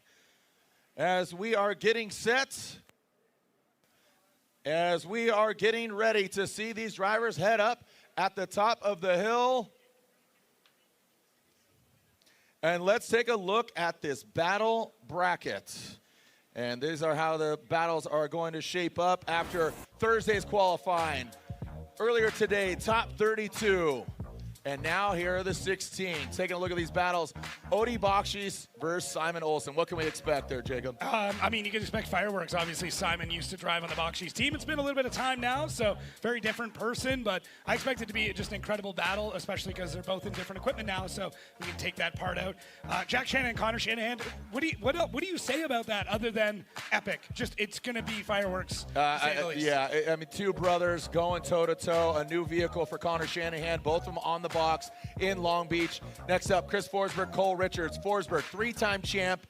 It's like Unk, right? You know, the Gittin Industries all-new Z against Cole Richards, an FD Pro rookie who did finish 4th in Long Beach. It's the ultimate, like, up-and-comer versus the OG. It really, really is. And, like, similar driving styles. There's so much about it that I think is it's just a great match. Von Gittin Jr. coming back. He's making a little cameo here. He's going against Trenton Beachum. What can we expect? Beachum is on it right now. He's got great momentum. We saw this in Utah a few years ago. When he gets going, he's a tough object to slow down. But Von Gittin, I mean, like we said, 2-time champ. Easily 300 laps here. Yeah. Like, it has to be. But a new car he's not super familiar with coming in, so maybe the lack of seat time in Formula Drift competition might hurt him. Never know. Up next, James Deane, Dan Burkett. I mean, anything against James Deane. Dan's thumb ain't working. But listen, put up against a wall, you know, it's one of those, like, when an animal's cornered, sometimes that's when they're the most aggressive. Dan's got nothing to lose. That's the best part about battling James Deane is you have absolutely nothing to lose. Yeah, up next it'd be Matt Field versus Dylan Hughes, but we understand that Matt Field is unable to run, so Dylan Hughes, he will get an automatic bye into the Great 8. Up next, who do we got? Brandon Sorenson versus Masuyama, but he was towed off. He was towed into the top 16 ceremony. They weren't even working on it. Masuyama was. So now I'm like, okay, what's happening? He was towed in. He's still sitting here right now. I'm not sure. Maybe that car is hurt, but they didn't work on it, so I'm not sure why they would have done that. So it's a big question mark for me. And the big one here to end with, as we are, again, bidding adieu to Ryan Turk. He announces at the top of the season he is no longer competing in the entire Formula Drift season. A little illusion there, and we don't know exactly what the hell it means, but he's not going to be here. But, again, he's still going to be busy. Ryan Turk versus Giant Killer Rudy Hansen. He takes out his Rockstar Energy Drink teammate. Yeah, I mean, for right now, Ryan Turk, he's got to go to bat. He's got to try and avenge that of Frederick Aasbo. So, same thing, Rudy Hansen, he's needed a break. He's needed that opportunity to make it into this part of the show, and it's kind of uncharted territory. He's made it in a couple of times, but now, I mean, we'll see how this goes. And to update, you can see in the bottom right of your screen right now, that is Wataru Masuyama being towed off again. So, I don't know. You think they would have been working on the car if it's broken. Maybe it's broken so bad that they just wanted to make sure that the logo got out there. Hard to say, but big question mark there for the Evangelion driver.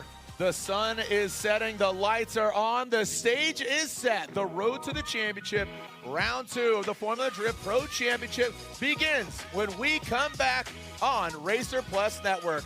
Don't go anywhere, Formula Drift Nation.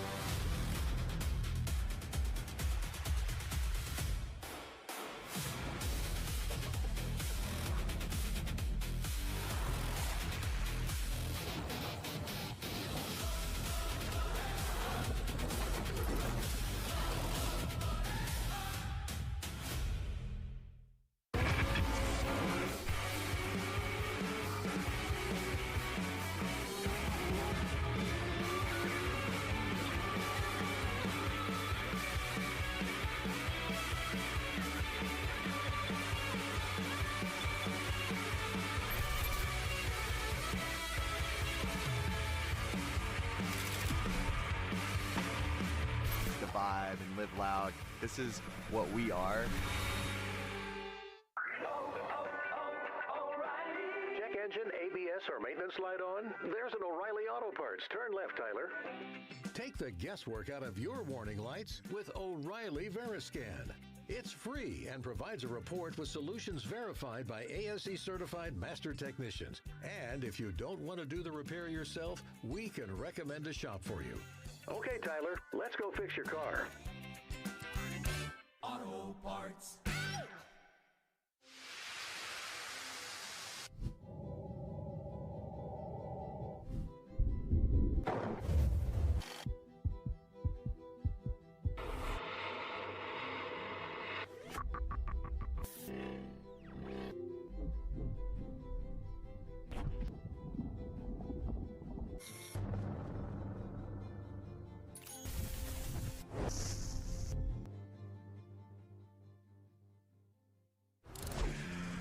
At the limit, performance tells the truth. From the drift track to off-road to the open road, Kenda engineers its tires where failure is not an option. Vesda Performance, Cleaver all-terrain. One engineering standard, professional grade. From the podium to the pavement. Kenda, find your retailer at kendatire.com.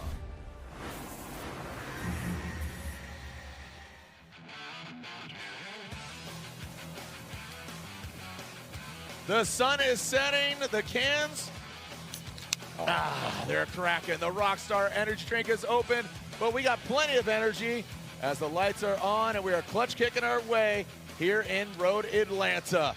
Thank you so much for joining us here as the party continues. We had qualifying Thursday, Pro Spec yesterday, and now Pro. It's going down. 32 earlier, and now whittled down to the Sweet 16. I'm Jared Deanda. This is Jacob Gittins, host of Outer Zone Podcast. For more insight and everything Formula Drift, be sure to tune in to the Outer Zone Podcast. So setting the stage here, again, just some calamity there towards the end of 16 or end of 32. You're like, man, we're really ripping through these things. That's and on all me. of a sudden, things started to transpire. And speaking of transpire, a great addition to Formula Drift, Race Data Labs. They are the lab that created Wally. Wally is the actual device that sits on the roof of every vehicle to break down basically the telemetry. We're talking about angle, we're talking about accel, decel, placement of the vehicle. This is earlier, Adam LZ approaching outside zone 5, and this is with Trenton Beachum. LZ goes off course, and it shows you that he was on a trajectory. Elaborate a little bit more. Red means decel, green means accel,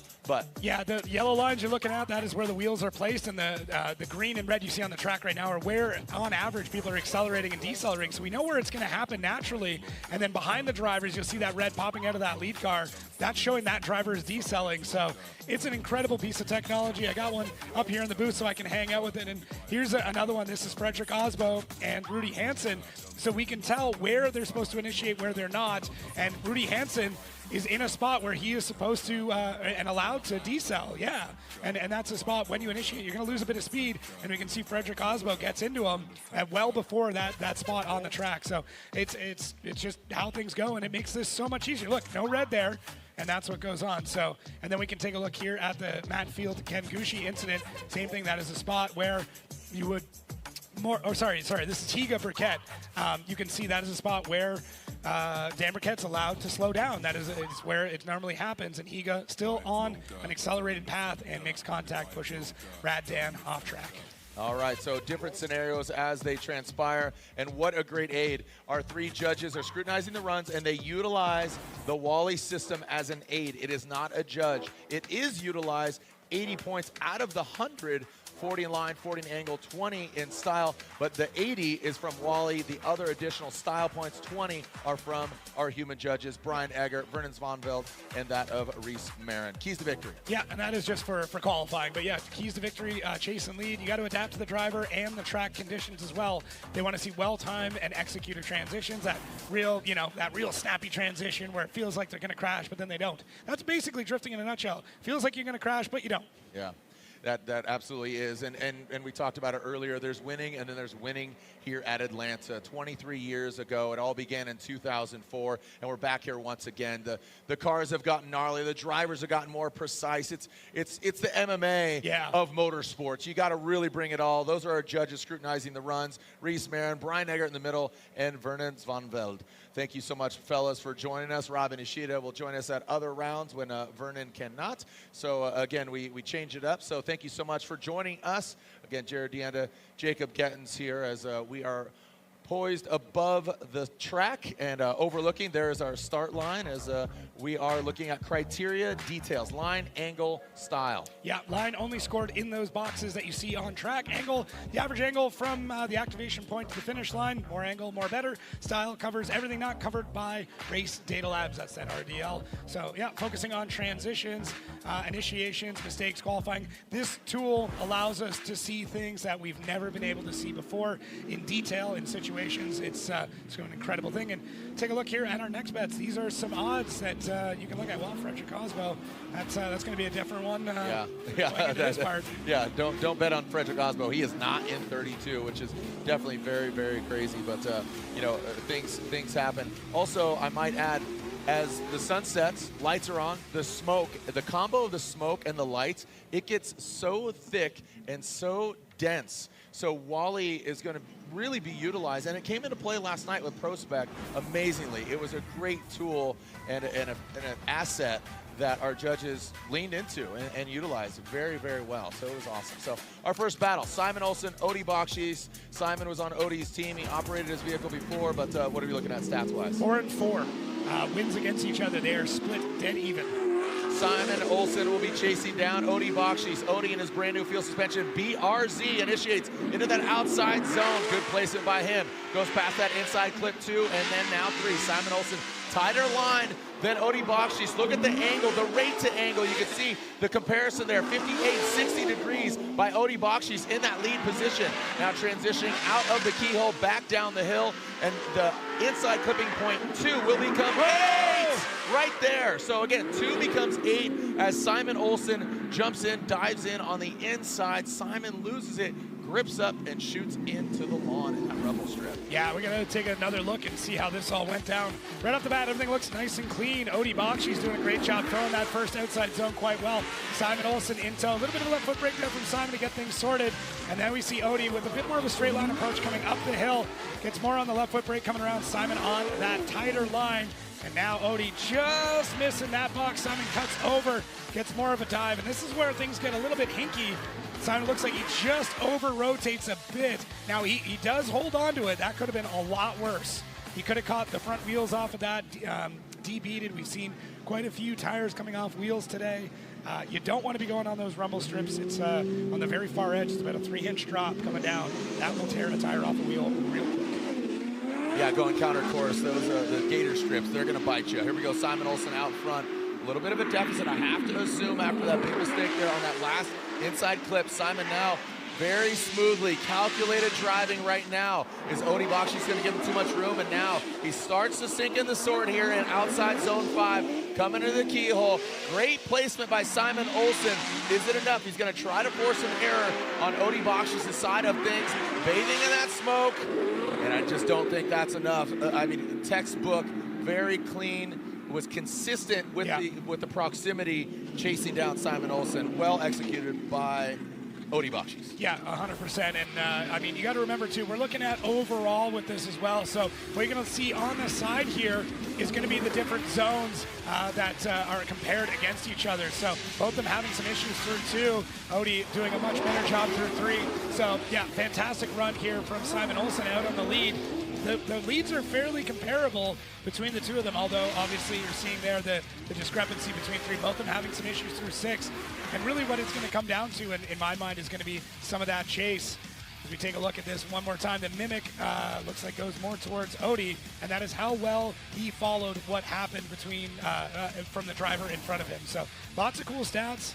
And judges coming to a quick decision on this one. Yeah, and unfortunately, Simon Olsen just gave it to him there on that last inside clip going up the hill. Odi Backhis gets the win and advances on into the Great 8. The field suspension owner, pilot, driver takes out his former teammate Simon Olsen. Odie advances on.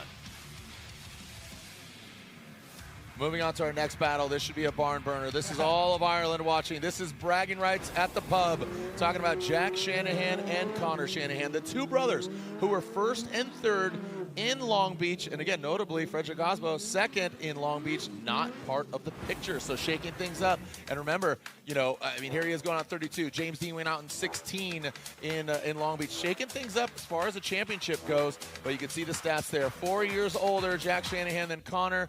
Fairly comparable cars, but Connor, again, coming off a victory in Long Beach and also a victory over in Europe just last weekend. Very similar cars, not the same, similar. As Jack Shanahan will actually lead, he out-qualified his little brother. Here comes Shanahan down the hill. Shanahan versus Shanahan battle. Jacob, I know you're excited about this one. I am too. Here we go. Jack Shanahan, that Pulsar Turbo Systems coming into that second inside clip. There goes Jack transitioning up the hill. Connor Shanahan, he's right there in the smoke. Connor definitely said we're going to have one heck of a battle, and Connor is giving it to his big bro right there. Little ankle biter coming after him. His little brother says, hey, it might be little, but I'm going to take you down, bro. Into that last inside clip, the Shanahan bros. Oh, man, that was already fun. We're only halfway through this. It was already fun as see some smoke billowing there off to the right side of the track. Not sure what that's about. It looks like Matt Sopa taking a look at it. I wonder if one of our lights had a bit of an issue.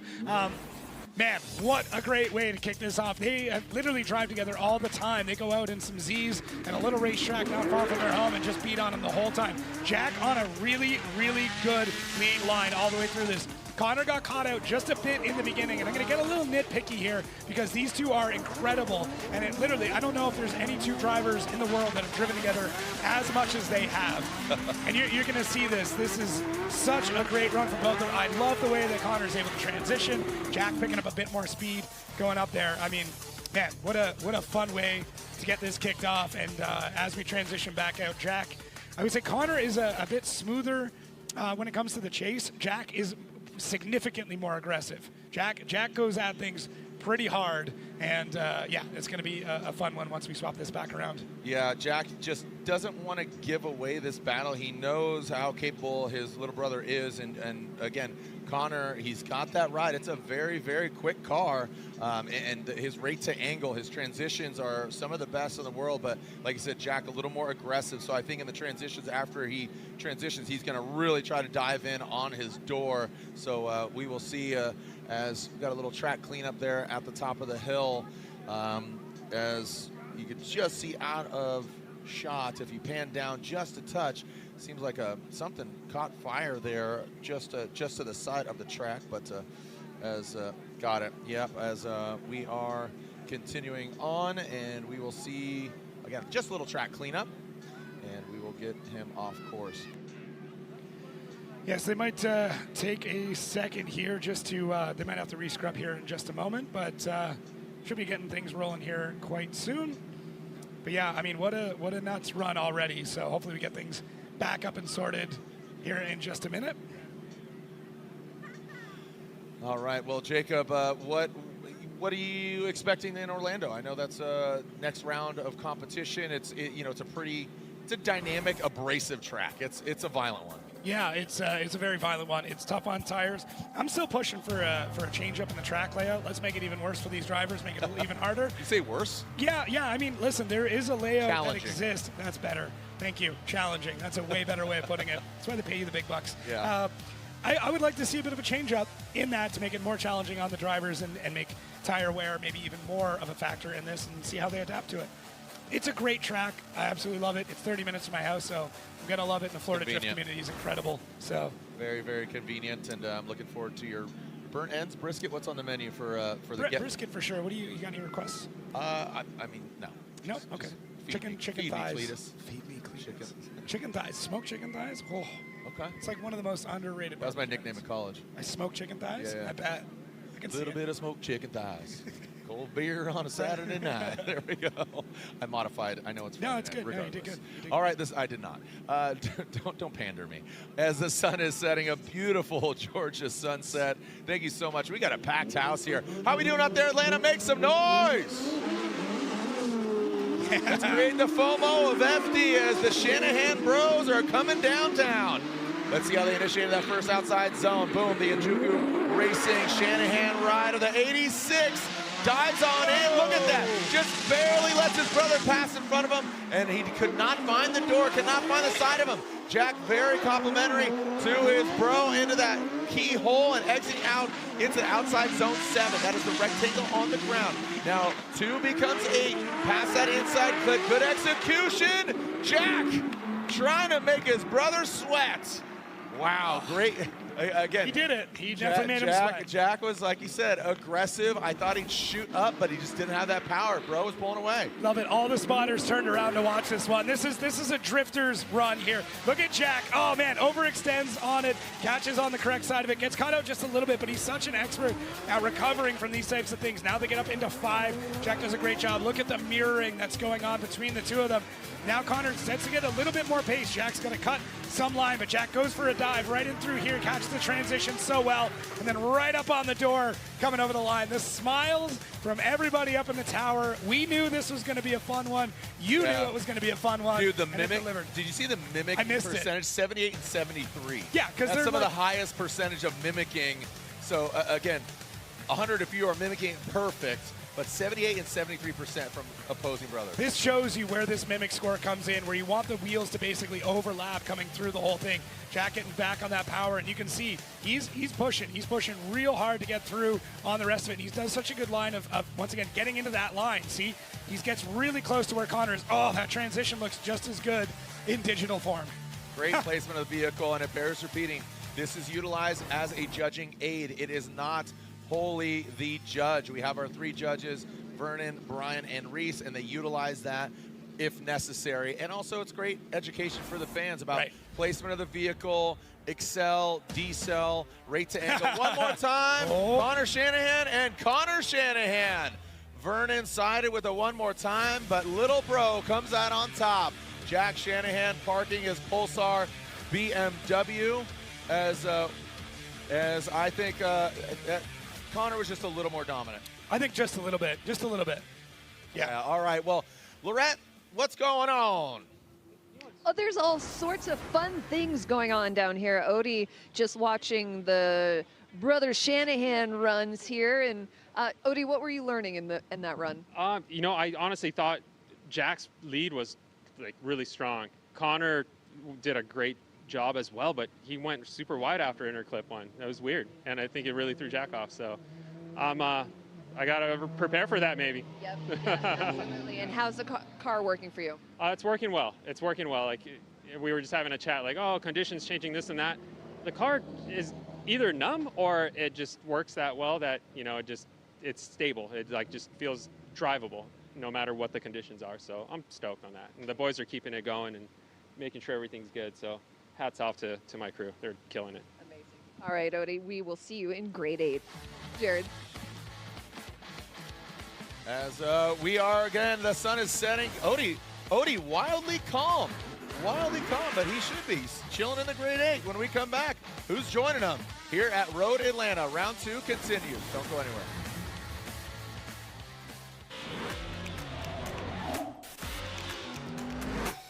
Drifting is not just a sport, it's culture, it's in our blood.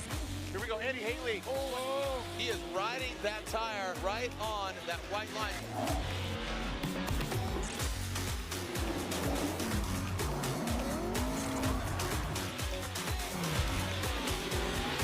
Tires are what we live and breathe in Formula D. We couldn't do this without them. Through this lens, I catch details others might pass right by. Some might see a car. I see tuners taking care of what they love. The care poured into every engine. The trust in Pennzoil to keep it running strong. This moment, these drivers, the machine under this hood, that's what lasts. Engine protection for the lifetime of your vehicle. Pennzoil. Long may we drive. Available at your local O'Reilly Auto Parts. With a Canon Image ProGraph Pro 1100 professional photo printer, my images come alive in print. What I see through my lens is what you see on the wall. Vivid, detailed, and accurate.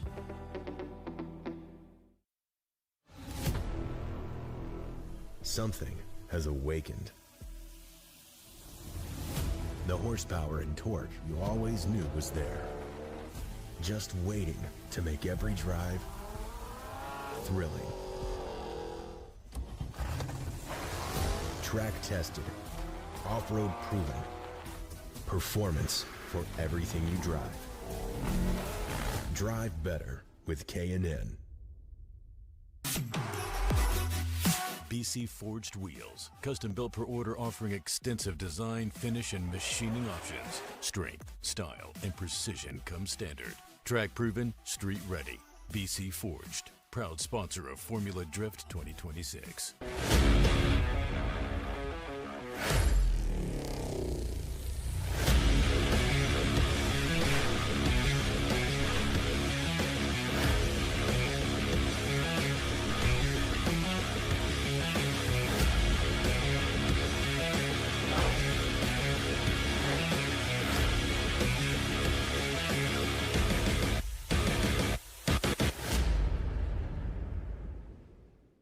Adam LZ here to tell you that motorsports has taken me just about everywhere.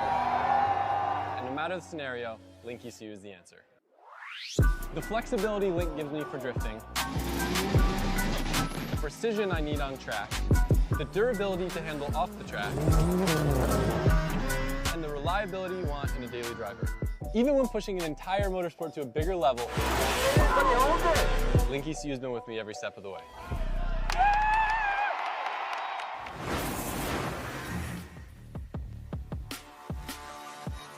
Welcome back. Oh my gosh. Dude, quit showing off, Georgia. Save some for the rest of us. Whew, what a beautiful sunset here. Absolutely iconic. You gotta love this track, man. What's going on here? Connor and Jack? We good? Hey, listen, nobody pushes each other more than those two. They have a very unique kind of way of expressing their love for each other. Let's just say that.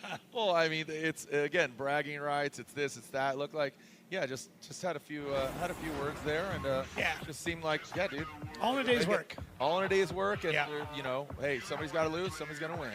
Here we go. Cole Richards versus Chris Forsberg. Like you said, an OG since day one, going against a Formula Drift Pro rookie, making the jump from pro spec to pro. We're talking about Cole Richards chasing down three-time FD champion, Destin Industries, all-new Nismo Z, Chris the Force Forsberg. Goes across the nose of that 86 into that second inside clip. Into the third, the lights are on, ripping and ripping up the hill into four. Let's see how they manage 4 through 7. The horseshoe tightens it up on the keyhole. Forsberg, Cole Richards not backing down, unfazed. Regardless of the 3 championships, Cole Richards trying to apply the pressure to Chris the Force Forsberg. Well done driving by both of these pilots. Yes. Yeah, fantastic work from both of them. I mean, Chris's initiation was massive. Look at how early he gets into this. Swings it out, gets that momentum change, wham! Right at that 1 mark, fills the whole thing. That gangster Chris is back.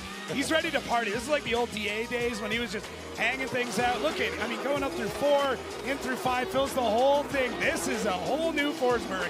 But, I mean, Cole Richards does not back down at any minute. He's in the pocket. He's keeping that proximity all the way through. Does a great job mirroring the line. Goes for this last-minute dive. Holds on to it. It's like he was on a string behind him. That's a fantastic run. That was such a good battle, and just shows you just the evolution of driving the vehicles, and again, the newcomers here. We are on the dawn of a kind of new generation of drivers, 3 rookies this year. So excited to see what Cole Richards does from here on out. He's going to have Chris the Force Forsberg in his rearview mirror nerves. We'll see if he's got him or if he can shake him off. Cole Richards initiates. Big initiation from him. Forsberg drops into formation. Big angle. Look at Forsberg tucked into the smoke. And Cole Richards with him tucking in. He has to back down. Cole goes into 4. Now 5. Chris Forsberg comes up a bit short there, unfortunately. Again, he tried to apply the pressure, but had to back off. Now Chris Forsberg drops down, tucks in on the inside, and now transition. Bumpers go flying. Forsberg, wow. That was Man, nasty. Yeah, body parts, smoke. Holy cow, we got it all. We're not in the finals, are we? This is wild. So Cole Richards lights the tires off super early, swings it out, but at the same time, 90 degrees to the track. Now he's going to come real far on zone 2. Now both of them did. You can see though that negative score. It is still a 0, but it shows you just how far inside Cole Richards is. I think it does catch Chris out quite a lot. But I mean, Cole in the rest of these zones, zone 4, 96%. He has got an absurd line all the way through. Oh, Forsberg taps him on transition too. This is a scrappy battle for both of them. And you can see that mimic. I mean, Cole Richards, that top 4 was not a fluke. Anybody who thought he won he bought a win up there, there's no way. He is earning every single battle right now. Yes, sir. Like you said, absolutely just outside on his maiden voyage of a podium finish at round 1. 4th in points coming to this round, but Chris Forsberg doesn't care at all as he is chasing down Cole Richards and the 86, formerly an FRS, obviously with a Scion badging on it previously. And Forsberg, beautiful looking, all new Destin Industries Z, shredding that bumper there as, again, looks like the Street Hunters TJ Hunt designed body kits is out there on track. Some of the hardest working guys out here in the red shirts. Let's take and utilize Race Data Labs, the Wally. Yeah, so there's Cole Richards out front, and I really think where the contention is going to be is on that second zone, that inside zone as they come down the hill, because Cole was really far on the inside of that, and it took Chris a fair bit of time to more or less get back into it. And you can see as these wheels go all the way through, I get the thumbs up from Reese letting me know that is the point that they are taking a look at. Cole's run, once again, you remove that part, it's phenomenal, but you cannot, this drifting doesn't happen in a vacuum. Chris, unfortunately, kind of got led into a weird spot because of how far inside that clip Cole was. The rest of the run's nuts, but you got to put that little asterisk up there that Chris wasn't given a fantastic run to be able to chase. Really good battle between the two drivers. Let's take a look here in O'Reilly Auto Parts top 16. And here we go, Forsberg and Cole with a one more time. They're going at it again. An OMT, and look at that. All right, let's throw it to Lorette Nickel before he's with Connor Shanahan. She's with Sean McConnell. Well, it was a family affair for the brothers Shanahan, and I can only imagine how difficult it is for you seeing your brother in battle that early, but you're able to compartmentalize it and move forward. Yeah, and first of all, it's a piece of history, two brothers at the biggest stage, getting to battle. I think it's not that common in any sport, never mind drifting. So it was very special to get to experience that with Jack. We've battled many times on the other side of the world, but our first one here, it was quite cool. I think probably a battle what we both weren't at our best. We made a setup change, almost got caught out in the first corner because of it. But yeah, overall quite happy, special feeling for us to get to share it. Of course, it's not nice no matter what way it goes, but we put it in a box and move on. I want to give a big shout out to my family back home. My first cousin Barry and now his wife Katie just got married today, and Barry was a great mentor in my life, somebody I looked up to for a long time, and I hope you guys had a great day and a great night. I'll try to give it a good reason why I missed the wedding now, but yeah, thank you to my family. They're the reason why me and Jack are here. It is so obvious how much these guys love each other and their family. What an incredible family affair, guys. Thank you so much as Vonkin Jr. is now leading and Chen Beachum chasing him down. The two-time champ going against Beachum, who has definitely progressed as a driver over the years. Vonkin Jr. making a cameo here a couple times this season, but Vaughn, great placement. Beachum, again, this new generation of drivers is unflappable. As I say that, Beachum backs off a little bit. Hear him on that red limber. Whoa, and Beachum overcooks it, hangs it out to dust. Dusting those donuts back there. Wow. That could have been trouble for Mr. Beachum, but take a look here. Vaughn going for that big wide line, gets that car floated out nice and early, fills first outside zone quite well. Now, blows it up just a bit, gets back on power. Beachum catching up on the inside. Coming up through here is going to be tough. Vaughn grabbing a bit of left foot brake there, keeping it in zone 4. Now coming through the keyhole in 5. Beachum's all over him, but it was a transition. Those RTRs can pick up speed in transition like nothing else. And it's tough. It's tough no matter when you're battling them, but love this. Until that.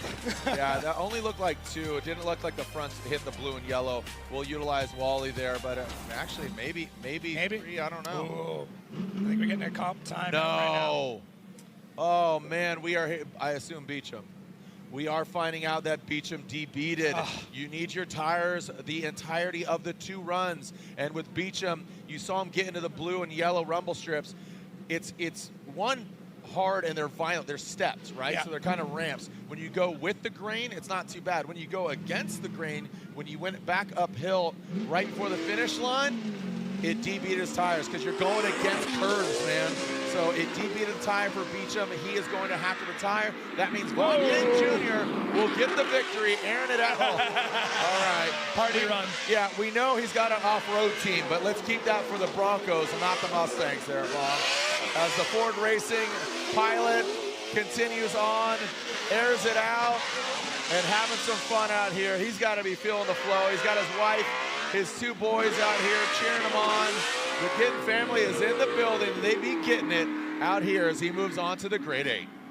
That was fun. That was. That was fun. Like I said, the off-road, let's stick to Broncos, dude. It gets confusing sometimes. You have so many motorsports. Right? I mean, King of the Hammers, you got Mint, you got this, you got that. And, yeah, definitely a busy guy. Here we have 3 drivers already in the Grade 8. Keep in mind, Forsberg and Cole Richards are staging for an OMT one more time.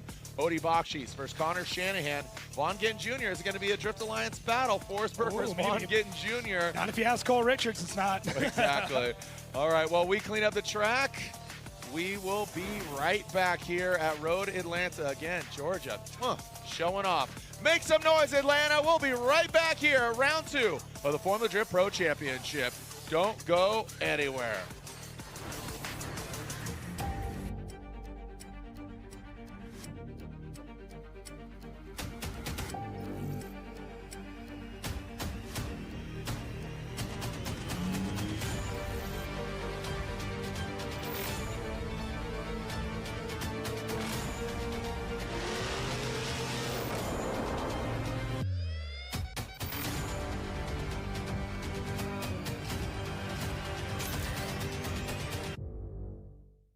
Looking for a college where you can learn by doing? The University of Northwestern Ohio puts the wrench in your hand and your future in motion. I would recommend UNOH to anybody who wants to excel in this industry. With industry connections, cutting-edge equipment, and programs in automotive, diesel, high performance, robotics, and more, this is education that works. You will come to this school and you will leave 10 times what you were when you came here. Apply now at unoh.edu.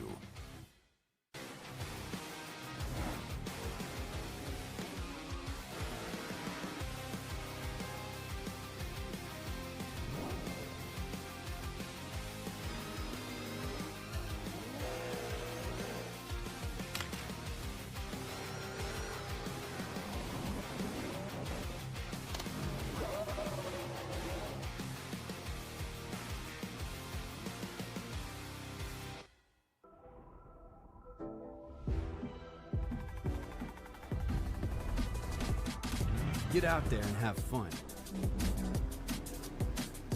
Because you've got McGuire's. And we've got your back. From wash, to paint care, to maintenance and more.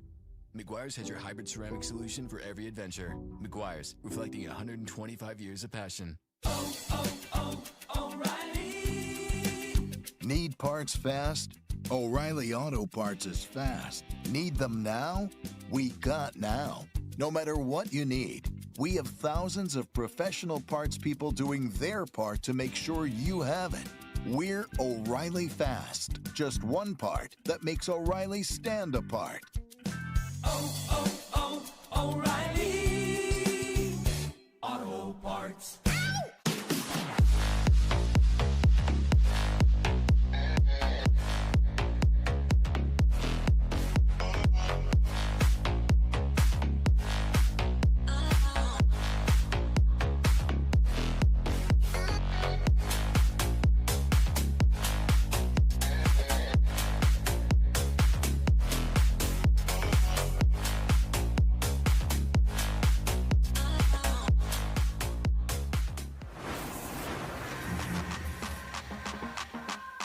Welcome back to Road Atlanta.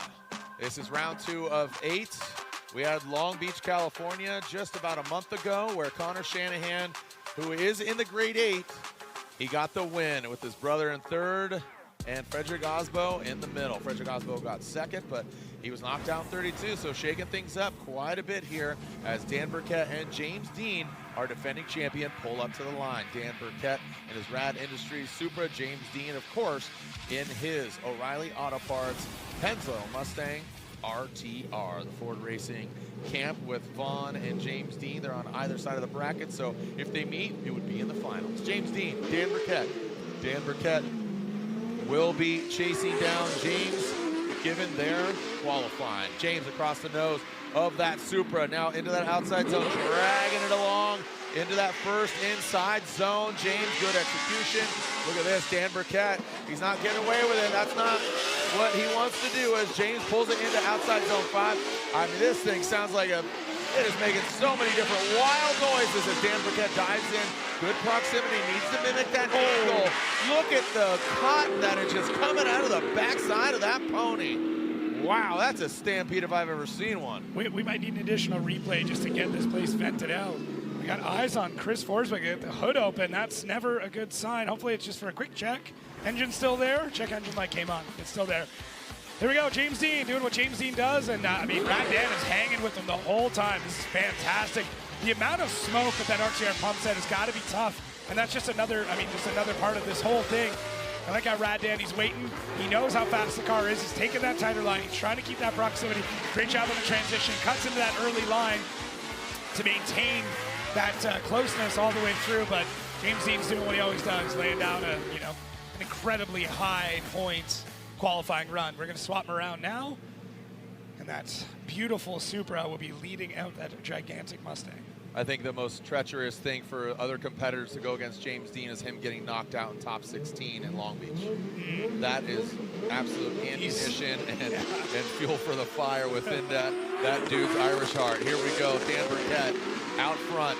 James Deane, let's see if he can chase him down like we know he can, but Dan Burkett, good, clean, solid, clinical lead position there into 3. Look at James.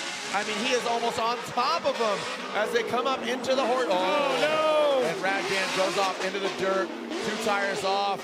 That's going to be a major deficit as the delay. Oh, buddy. And James Deane just flirting, getting that snout of a pony up into the side of that Toyota. James Deane.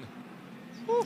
That got treacherous. Yeah, that got real sketchy. The Supra goes off, comes back on. That throws James off. That's a major deficit, and that's going to really seal the deal for James. Rad Dan's got this thing absolutely wicked up right now, which is, it's the right choice. James is going to be fast, then you got to try and at least keep up with it. Oh, my God, James Deane's transition, the way he times that coming out, going up the hill, that is incredible. Dan, unfortunately, just mistimes that transition just a bit, and it pushes him wide. A fraction of a second sooner, that would have been incredible. Outside zone 5. And Rad Dan, he's looking good through the rest of this run, but unfortunately, James Deane able to adapt all of it. That's really what it comes down throughout this entire thing is we're talking 100th of a second difference in transition is the difference between a perfect outside zone 5 and shooting that brown cloud. So James Deane going to get all 3 judges. And there it is. It's official. James the Machine Deane gets the win and advances on into the grade 8 out of the O'Reilly Auto Parts top 16.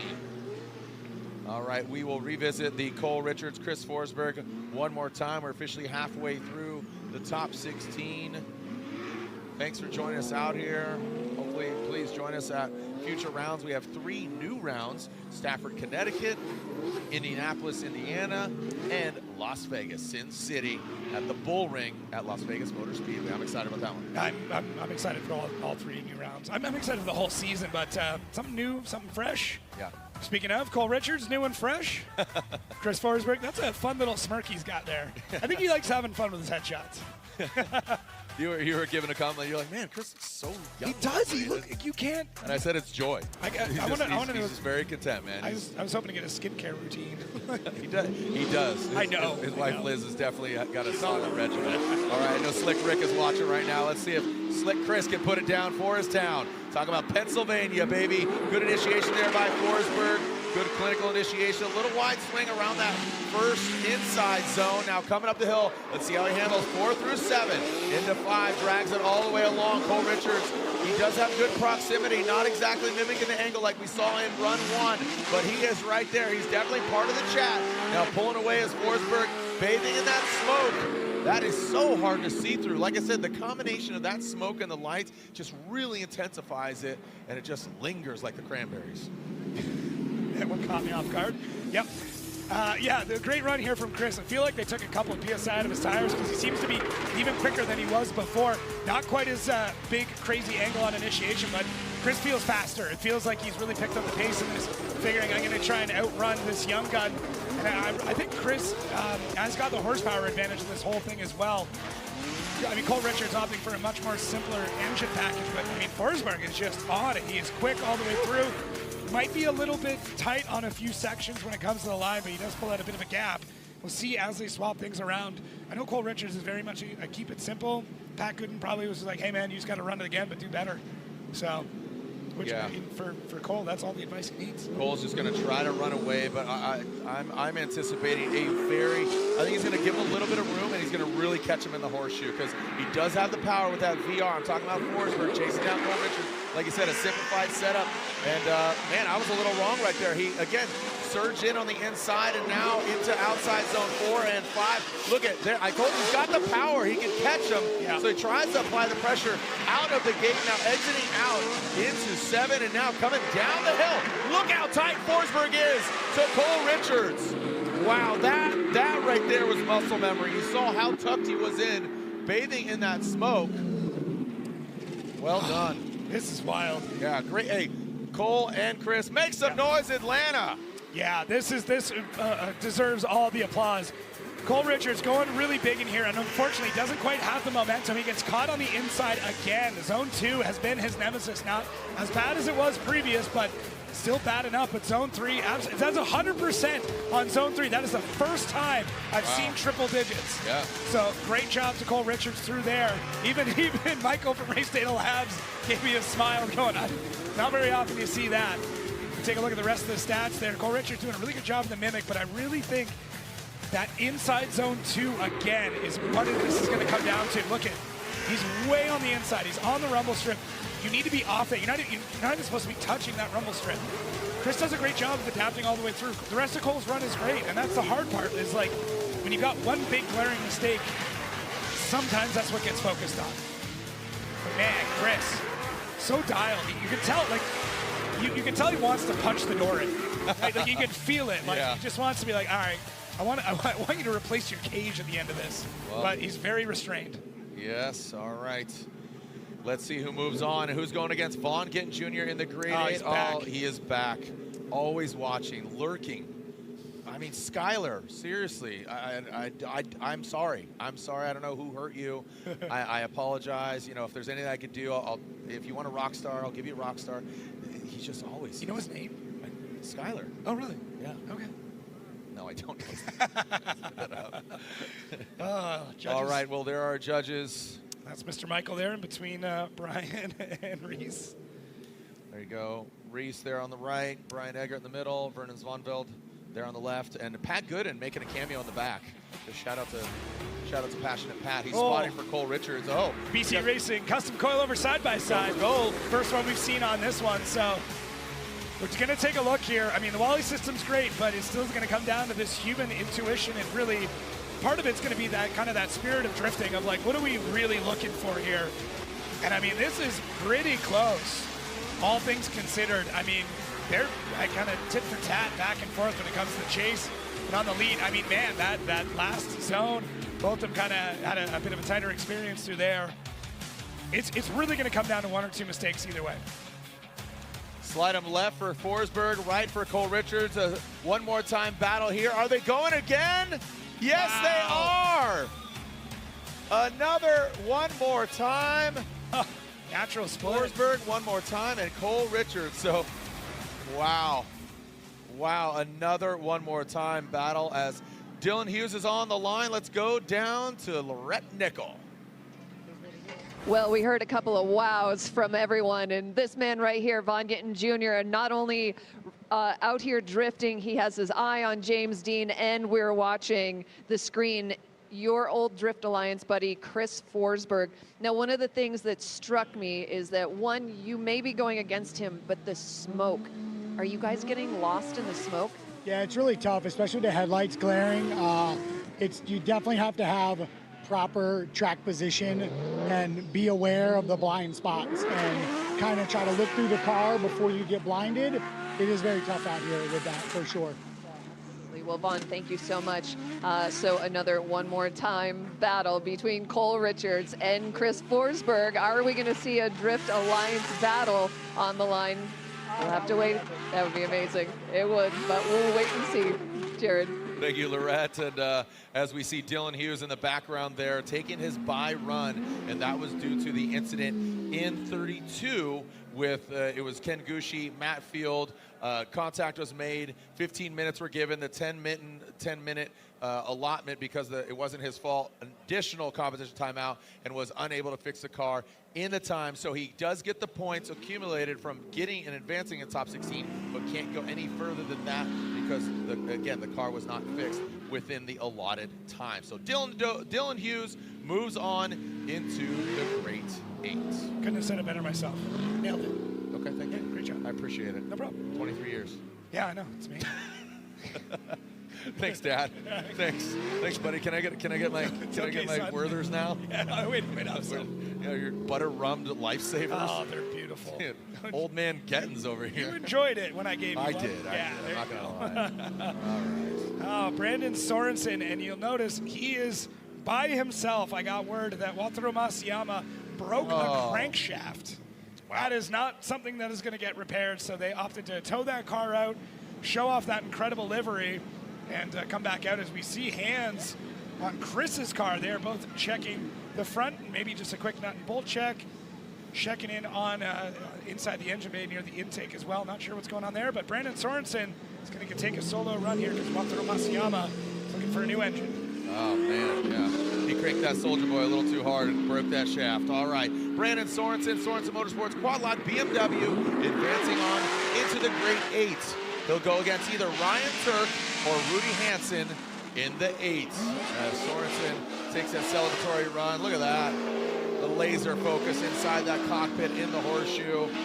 Outside zone 7 there on the ground. Keep that in mind. And again, that number 3, the only one that is used twice is that one right there. So inside 2 is utilized as 8. And when we come back, there's more Formula Drift action here at the iconic Road in Atlanta, Formula Drift Nation.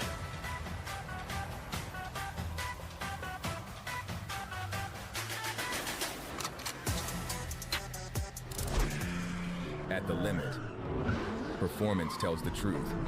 From the drift track to off-road to the open road, Kenda engineers its tires where failure is not an option. Vesda Performance, Cleaver all-terrain. One engineering standard, professional grade. From the podium to the pavement. Kenda, find your retailer at kendatire.com.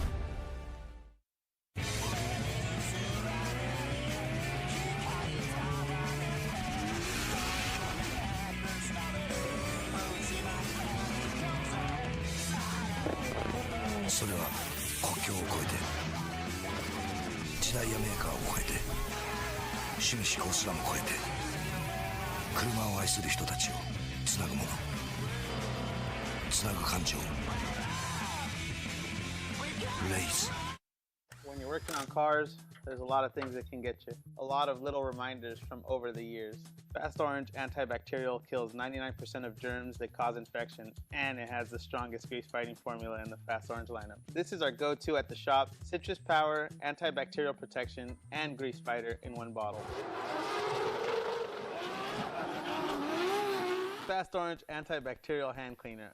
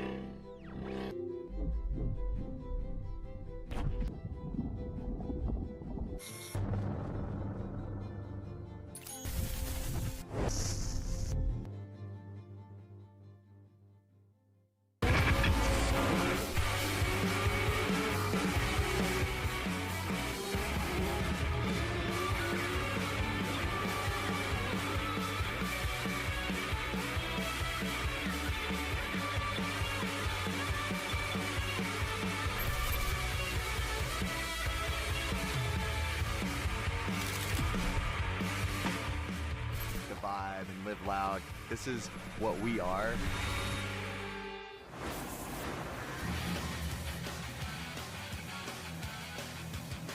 Coming in that burnout box looks like Ryan Turk and Rudy Hansen. Ryan Turk and his Rain-X Toyota GR Corolla. Oh, lighten up the night. Yeah, baby. I like it. I love it. I want some more of it. Lighten up. Road Atlanta. I usually have to ask you guys to do this. Come on, make some noise, Atlanta. This is Ryan Turk's swan song.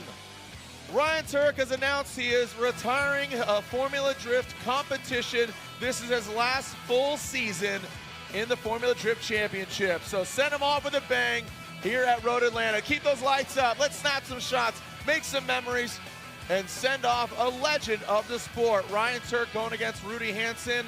Rudy Hansen took out the other Rockstar energy drink driver of Frederick Aasbo in 32, and he'd love to take down Ryan Turk. Keep those lights on, film, take some photos, and send them out. Tag Formula Drift Ryan Turk and Rudy Hansen. As here we go. Keep those lights on, keep them lit up. As Ryan Turk will lead that Rain-X Toyota GR Corolla. Team Hansen in the S chassis coming down the hill. The hot hatchback coming into the outside zone 1 with that faint entry into that first and now second and third. Coming up the hill, powering up the hill.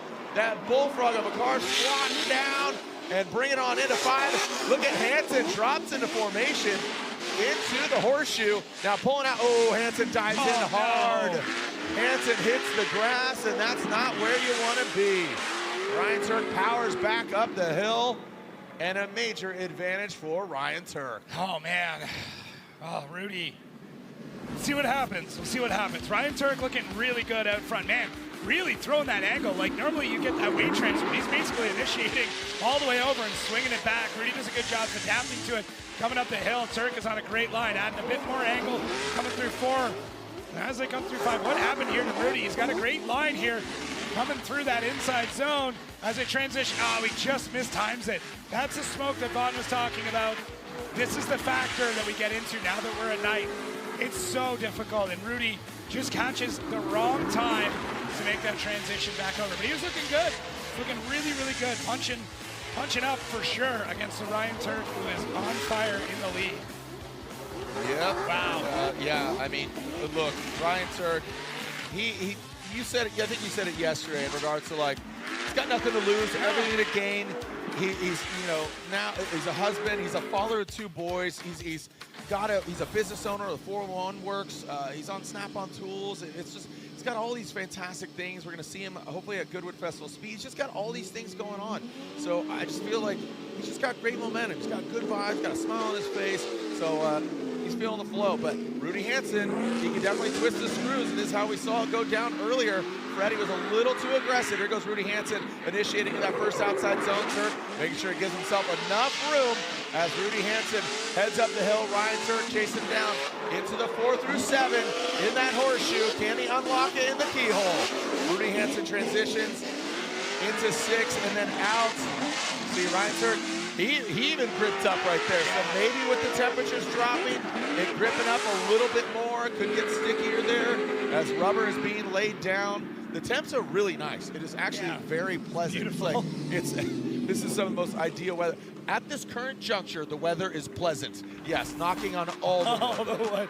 Rudy Hansen loved this, man. I'm so stoked to see him up here in competition and taking this battle to Ryan Turk. It's unfortunate with that grip up that he had, that mistime transition, but he did not let it affect him in the lead here. Look at him coming through. Could have been in 5 a little bit sooner, but it's all right. He's doing a great job and having a ton of fun out here. And you see Ryan Turk once again gets caught in a very similar spots, which is interesting. And that might be it's going to be something the judges are going to have to think about for sure, but it's a great run here for Rudy Hansen, and stoked to see him up in top 16. Ryan Turk doing a great job of adapting to everything that's being thrown out in front of him. That smoke, though, the amount that it's lingering right now is pretty crazy. We got a little bit of a gust, a little bit of a breeze, if you will, coming across. But look at this, you're basically blind punching through that. Absolutely blind. I have no idea how these drivers are navigating this track right now. Yeah, that's muscle memory. That is showing you just the veteran moves that these guys got. And Ryan Turk, that's all signs are saying that the controlled chaos driver, Rockstar Energy Drink pilot, is moving on build it, race it, fix it. He doesn't have to fix it because he's advancing on into the Great 8. Ryan Turk and that Rain-X Toyota GR Corolla moves on, and Rudy Hansen in that S chassis is knocked out. The Kenda tires on the corners of Ryan Turk. All right, not once, but twice. Are we gonna get a victor? Is it Cole Richards in this corner? A brand new Formula Drift Pro rookie going against a 3-time and OG 23 years, Christopher Forsberg. Here we go, send it for Christopher Forsberg, the Destin Industries all-new Z coming down the pipe. As Cole Richards' tempered approach drops into formation, that first outside zone, coming into the first inside clip, transitioning back. I'm telling you, that smoke is just so thick you could cut it with a knife. Coming into 4 through 7, Forsberg into 5, drops into 6. Look at those things, popping and locking, exiting out of the keyhole. Again, that grip is changing when you're exiting out of that horseshoe. Into that final inside clip, looks like Chris dives in, using that course's edge that really, I mean, again, really, really good. Clinical, nothing crazy. Solid. I think it's just one of these drivers is going to have to make a mistake in order to get a winner. No, that's where we're at. It's just a war of attrition between these two drivers. Chris with a big initiation does a great job. That's key right there. Inside zone 2 does a great job of nailing that. That's where Cole has struggled. And a great spotter is going to tell him that. They beat him at the spots that he's struggling, and he does a great job through there. Cole, I mean, he is not backing down. You can even see through the drone it gets difficult to start spotting the cars. So Cole gets bathed in smoke coming through the last section. Really tough going, but he hangs tight. You kind of got to just squint and bear it. Yeah. And you know, Cole, just when Lorette was talking to him, just chill. I know. Just absolutely Jake chilling hard, dude. He is nothing but chill vibes right there. So let's see what Cole Richards got for the veteran, 23 years in the making, baby. Let's see what Cole Richards, again, 4th in Long Beach. He'd love to be back, and he'd love to get on the podium. Let's see what Cole Richards in that Richards Racing 86 coming down. Big angle there from Cole. Now comes on through into that second inside clip, and looks like Cole pulling away from Forsberg. Cole goes into that. Oh, man, I thought for sure he was going into the dirt. He definitely saved that one, but Chris Forsberg dives back to the side of the 86, exceeding that of Cole Richards. Now transitioning back. What was that? Forsberg was like ahead of him and dropped out. He is a wizard. What kind of sorcery was that? What was that, dude? That was insane. This is sick. This is a night to be remembered for sure. This is one of those battles we're going to be talking about for a long time. Remember when the rookie Cole Richards just took it to Chris Forsberg, but he's beating him down. Cole still struggling with zone 2. It might come back to haunt him. Cole's just trying to fly through this. Our drone is having a hard time keeping up with Cole Richards right now. Chris Forsberg does not get phased at any point in time. Forsberg's dealt with this before. He's had so many laps. Look at this. He's pushing the pace like the old James Deane model. Just try and win from the back. Ah, man, that was sick. Is there bits of car flying off there? Yeah, I don't even know. Dude, that was so good. And again, keep in mind, this is the 3rd battle between these guys. It went 1 more time, 2 more times, and here we are, the 3rd battle between these guys, and absolutely justified. Absolutely justified. The beautiful Destin Industries, all new Nismo Z of Forsberg. Cole Richards, again, 4th place, just outside of getting a carbon fiber trophy at round 1. He knows his track. He lives here in Georgia, again, from Naples, Florida. Just definitely a rising star. Let's look at our BC Racing Go for Gold custom coilovers side by side. Yeah, I'm going to be definitely looking at the leads on this one and counting zones. Right now, fairly even through 1. I mean, oh man, Chris caught just a little bit. I'd say Chris absolutely nailed our 3rd zone. Going up into 4th is pretty even, but you can already tell by the pacing of how fast Cole Richards is, how he's hustling through this track right now.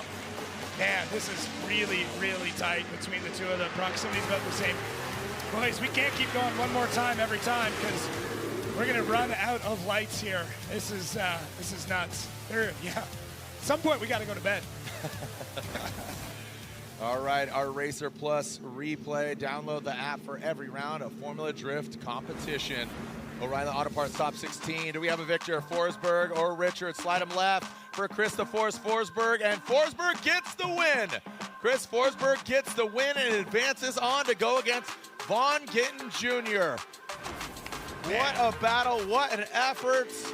And Lorette Nickel with a very happy Ryan Turk. What an absolutely incredible battle between Chris Forsberg and Cole Richards. That was amazing, and something also really amazing, Ryan Turk moving on. How is this night shaping up for you, Ryan? It's shaping up really well. I had a struggles on Thursday for practice and qualifying. We just weren't feeling it. We didn't get many practice laps, which kind of hurt us. And then coming into practice this morning, we started gaining more momentum, and we were on an upward trajectory with the car and the feeling of it and the setup on it. And as this track has come around, my driving has as well as the car. So I'm really excited where we're at. I can finally, like a monkey off my back, I'm driving to the expectations of myself and I think the car. So having fun out there. On the up and up, Ryan Turk. We'll see him do battle in the grade 8, guys. That really encapsulates what we were talking about. Just the monkey off his back, just making sure. I like that. He's driving to the expectations he knows he has and the car is capable of. That really encapsulates Ryan Turk and his momentum and that Rain-X Toyota GR Corolla. I know Joe Yank is excited, so he will be advancing on, and our grade 8 has been forged. All 3 Drift Alliance OGs are in the building. Odie Bacchis for Shanahan. Whoa. Chris Forsberg versus Von Gittin Jr. What is this, 2004? James the Machine Deane, 5-time champion against Dylan Hughes. And finally, the young buck, Brandon Sorenson, going against the vet, Ryan Turk. Team Rowdy, living up to their name. What's going on? We got a boom box. Is back, the baby. boom box is back, baby. Say anything. Making some noise. We got gears.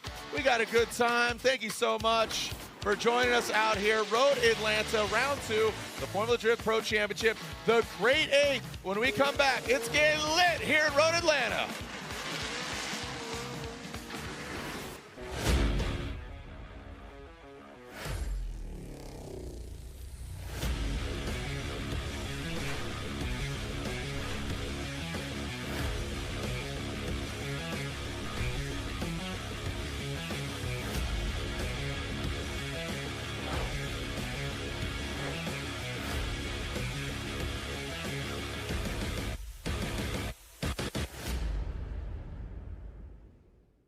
With a Canon ImagePrograph Pro 1100 professional photo printer, my images come alive in print. What I see through my lens is what you see on the wall. Vivid, detailed, and accurate.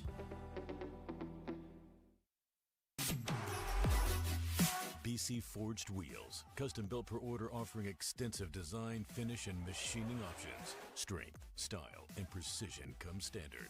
Track proven, street ready. BC Forged, proud sponsor of Formula Drift 2026. Something has awakened. The horsepower and torque you always knew was there, just waiting to make every drive thrilling. Track tested, off-road proven, performance for everything you drive. Drive better with K&N.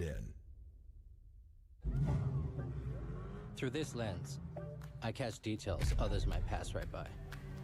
Some might see a car. I see tuners taking care of what they love. The care poured into every engine. The trust in Pennzoil to keep it running strong. This moment, these drivers, the machine under this hood, that's what lasts. Engine protection for the lifetime of your vehicle. Pennzoil. Long may we drive.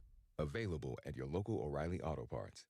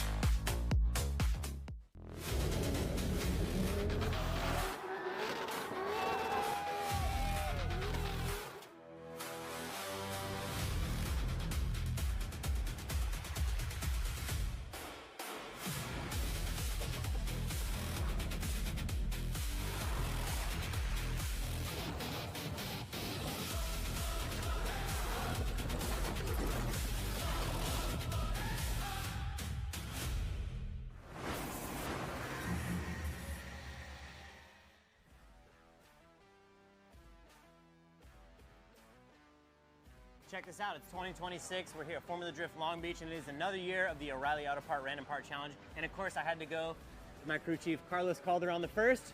Carlos? Hopefully I get this. What is that? You got to dig into it yourself, dude. It's a box. He wins! It's a box. It's got to be a sensor in here, I hope. Okay. Okay. Washer fluid reservoir. Oh, it's blue, right? Is Yeah. But see, usually there's like a little floater on it. I'm still gonna say washer fluid reservoir level sensor. I second that because I haven't seen this yet either. Yeah, so. dog. I won it. Did he win? Dude, we really should've done that was yeah. We don't work on stock Yeah, cars. come on. Hey, nicely done, hey. dude. You nailed it. Way to start it off, buddy. I know some stuff. Yeah, he knows about stuff. Yeah. This is JC from O'Reilly. JC. Yes. Can you tell me what that is? It looks like something that is in my toilet, maybe. Okay. Okay, I'm gonna give you a little bit of a hint. This is a part for a car.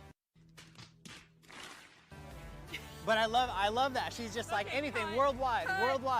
Our next victim, Brandon Sorenson, for our 2026 O'Reilly Auto Part Random Part Challenge. What that he is? 2 wires, a sensor of some sort. Correct. It's got holes in it, maybe some sort of map sensor. Level. Hey. For the real important stuff that our race cars never have. Oil level? Oh, it's this side, isn't it? It's like a transmission? Windshield washer. Windshield washer. level. Off of actually our car, a BMW E46. I've never seen one of these things in my life. I know, this is the stuff that we don't play with at all, but thank you. All right, I failed. Our next victim for the O'Reilly Auto Part Random Part Challenge, Derek Madison. What that is? We're gonna go with a coolant level sensor. Dude, nicely done. Close. Damn it. Washer fluid level sensor. Same thing. I'd consider that a win. This is kind of cheating. I ran at O'Reilly's for like 8 years, so. Daddy, chill. Come on. It's a microphone. Microphone. This guy's never interneted before ever in his life. Greg, we're doing the 2026 O'Reilly Auto Part Random Part Challenge. Oh, I love these. I love these. What is that? It's not a part, first off. You handed me something really stupid. This goes to a light bulb. But it doesn't light up. It doesn't work. Greg wins. Kinda. It's actually a fluid level sensor. Oh, it's windshield washer fluid level sensor. Guess the car. Saab 9.3. Dude, nobody's ever guessed that before. That's fantastic. Wild. Also goes in airplanes and road vehicles. No. Universal tool, and you can put it straight in your headlight if you want to. Put 12 volts on it. Was it close? Was I close? Was it a Saab 9.3? BMW E46. Oh. I know. That's a little bit brutal, right? I think you're gonna give me a good one, an easy one. None of them are easy. Hello, everyone. Welcome back. We are at Road Atlanta. The weather has been amazing, and this man has been quietly fighting his way into the Grade 8. Brandon, is it a bit of a detriment to not be driving as much as some of these other guys have been tonight? Yeah, I mean, it's definitely hard with the limited amount of practice laps. We've only gotten 1 chase lap in today because we only had an hour. The venue mixed with grid light, all of these amazing things going on. It really limits our track time. So having like an extra battle in the 16 to give you more confidence into the 8 is always nice to be able to know, how hard you can push, what the track is doing. But we had our bye run. The track is changing so quickly right now. The sun is set and it's so fast. The speeds are just ramping higher and higher. So we're gonna go into our top 8 battle with Ryan Tuerck, and he's gonna want revenge more than ever, especially after our 2 hard-fought battles in Long Beach. So this one is definitely gonna be one to watch. Well, best of luck. And as we look at all of these OGs, Brandon Sorenson also looking to make a name for himself here at Road Atlanta. Jared. Yeah, and very articulate. Love Brandon. Just love how he's progressed. At his shop, he's an engineer. He's constantly tinkering, not only with his driving, but building parts, developing things. I mean, they're the trio that is Cameron, Brandon, and the older sister Amanda. They do a great job. Their dad Randy has thrown them behind the wheel of many different cars. As we are finding out that a competition timeout from Connor Shanahan. Oh, wow. Okay. So pulling off the line, Shanahan called a competition timeout. What's going on? We don't know. So, again. It won't start. It wouldn't start. Oh, interesting. All right, so Connor Shanahan, the car would not start. That is not a good thing. Time for a push. Yeah. All right, here we are in the Pennzoil Great Eights. Oh, look at that, 5, 10, 13. Okay, so people are split there. Skyler, seriously, again? No way. Just living in our dreams and nightmares. All right, moving on to our next battle, a drift along. Like I said, is this 2004? Yeah, what year is it? Vaughn prior, 1 year he did drive not a Ford Mustang. I will just say that. He's very loyal to the Ford, but that 2004 he did not drive a Ford Mustang. What car was it? RX-7? 240 SS. 240. Oh, no, Chris had the RX-7. Chris had a 350Z. Who am I getting for the RX-7 then? Tony Angelo eventually drove an FD RX-7. No, Tony Angelo drove an FC RX-7. Oh, is it? Okay. Yeah, sorry, non-DA. It's all good. This is why you're the true historian here. You got those years down, man. It's all good, but Chris Forsberg, Vaughn Gittin Jr., what a battle of the ages. Chris Forsberg has nonstop, baby. He's been here since 2004. Vaughn taking a little hiatus here and there, but making a little cameo. This should be a fun one. Bragging rights at the bars, boys. Here we go. Chris Forsberg, Vaughn Gittin Jr. across the nose of that Ford Mustang goes to Destined Industries, all new Nismo Z. Now coming up the hill, powering up. Look at firing off as Vaughn Gittin Jr. Those Nitto tires gripping and ripping as the Kenda tires of Forsberg comes on in to the outside zone 5, exiting out of 6 goes Chris, and now back down into that final inside clip. Yo, that was perfect placement. That was nice. Really good placement there by Forsberg. Look at this, 64, 55. I gotta say, spotters get loud up here. I know. What I will say is the driving's gotten a lot closer since when they first started. Yeah. This is nuts right off the bat. Chris looking really good. Catches that inside clip or inside zone just a little bit. Vaughn throwing a bunch of flames as that car pops off. That RTR just absolutely crushing through this run. Chris doing a great job. Vaughn mirroring him really well. That correction for Vaughn, very, very high level to not get caught out because it's very easy at that point to make the wrong move. And man, Vaughn with that transition. Damn. Damn. Woo. 2 events a year and he still drives like that. Woo. Yeah, he's getting used to it. Like he said, he's like, new setup, new car. I was in the driver's meeting yesterday, and Chelsea and him were talking. He's like, yeah, man. Chelsea was watching him just kind of work it out. He's like, yep, you're back, man. You're having fun. And Vaughn's got a smile on his face the whole time. It's great to have Vaughn just come in and make a cameo and compliment, his obviously his drivers, James Deane, and that of Ben Hobson. Unfortunately, Ben Hobson did not qualify, but we'll see him in Orlando, ready to throw down. All right, here we go. Vaughn Gittin Jr. out front. Chris the Force Forsberg chasing him down. Ready to rock. The Monster Energy driver rips it on the outside zone. And Vaughn past the inside clip coming up the hill. Forsberg gets right to the door of the Ford Mustang. Oh, we got contact. And Forsberg just stayed in it. What's up, bros? Fight, fight, fight. Fight. That'd be epic if the first ever, blows thrown were with Vaughn Gittin Jr. and Chris Forsberg. Bam. Right? Yeah. I'm sure there's been a few thrown that we just didn't catch on camera.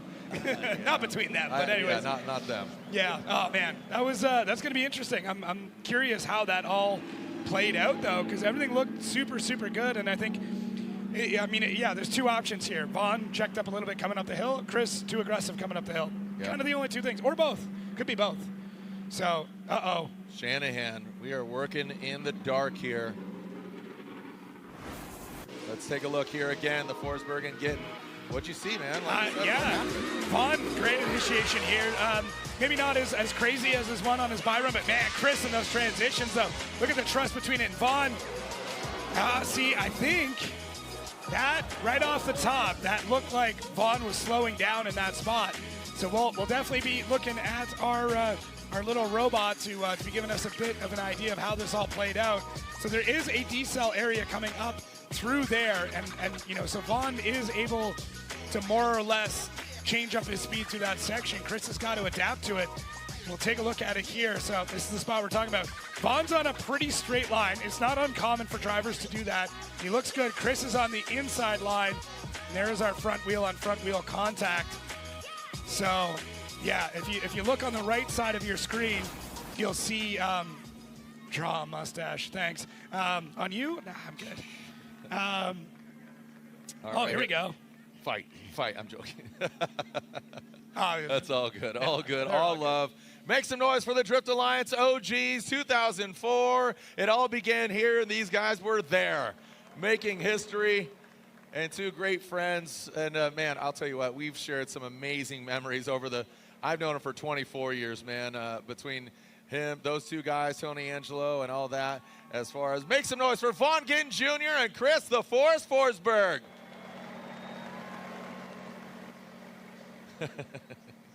This is so cool, man. These guys, I mean, they've traveled the world. They've seen a lot of things. And let's take a look here as hopefully we get some insight from the judges as slide him left or slide him right. Vaughn Gittin Jr. gets the victory and advances on past Chris Forsberg. Vaughn, what's going on? You're talking to Reese? Yeah, Vaughn decelled in an area you're supposed to decel. Chris just came up that hill real quick, and they made contact. So Vaughn was in the right to do that, and Chris is on a tighter line. It's just one of those perfect storm situations, but Vaughn was doing what he was supposed to do. All right, well, we got an update here from Lorette. Oh, what a bummer. What's going on with Connor, Lorette? Well, Connor, I wanted to hear from you. Can you tell us what's happening here? Yeah, I went to go into gear to go into the burnout box, and clutch pedal to the floor. Release bearing failed, so sucks. You couldn't write that. It's an unlucky thing to fail. Just goes to show the highs and lows of drifting, right? Sucks. We were just getting back in the groove. Bit of fun on the radio with the team before the battle. Was struggling to find myself a little bit all day, and one more battle, we were back on the podium again. So it's a little bit frustrating, but yeah, not the worst points for the championship race. We would have probably got a good jump on Aasbo. James is probably going to catch up now, but yeah, we keep pushing. Top 8, good job. To Odie, it would have been nice to get to battle him, but that's the joys of the game, I guess, sometimes. Connor, thank you so much. Got it. He said it. He called it the highs and lows, just that victory. He's gone back to back. He competes here in the States. He competes over at Drift Masters. He won last weekend. You were there, Jacob, in Italy. And that's just, I mean, shoot, how much does that bearing cost? Oh, man, it's, $20, $25 part. That's nothing, that's, dude. That's how it goes sometimes. That's how it goes. So here's Odie Bacchis. He's going against Vaughn Gittin Jr. in the Final Four. And keep in mind, with him in the Final Four, he's guaranteed a podium. He's our #1 qualifier. Can he make it a perfect event? If he takes out Vaughn, he goes to the finals. That would be absolutely ideal, especially given it's a brand new car, a new build for Odie Bacchis, the field suspension, Subimaj, GT Radial, Subaru BRZ. Congratulations to Odie Bacchis. When we come back, we'll find out who joins Odie Bacchis and Vaughn Gittin Jr. in the Final Four. So don't go anywhere. When we come back, we continue the Great 8.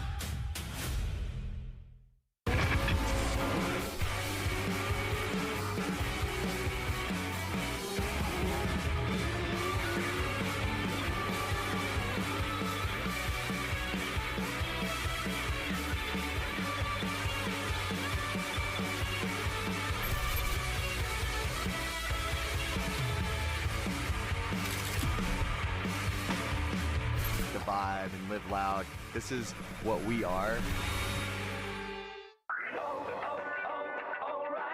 Check engine, ABS, or maintenance light on? There's an O'Reilly Auto Parts. Turn left, Tyler. Take the guesswork out of your warning lights with O'Reilly Veriscan. It's free and provides a report with solutions verified by ASE certified master technicians. And if you don't want to do the repair yourself, we can recommend a shop for you. Okay, Tyler, let's go fix your car. Auto Parts.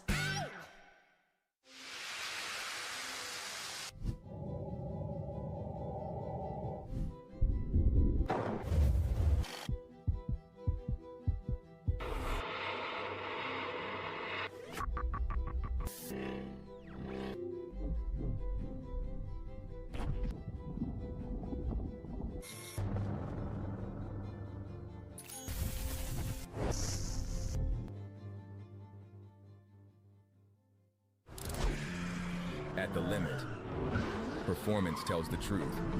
From the drift track to off-road to the open road, Kenda engineers its tires where failure is not an option. Vesda Performance, Cleaver all-terrain. One engineering standard, professional grade. From the podium to the pavement. Kenda, find your retailer at kendatire.com.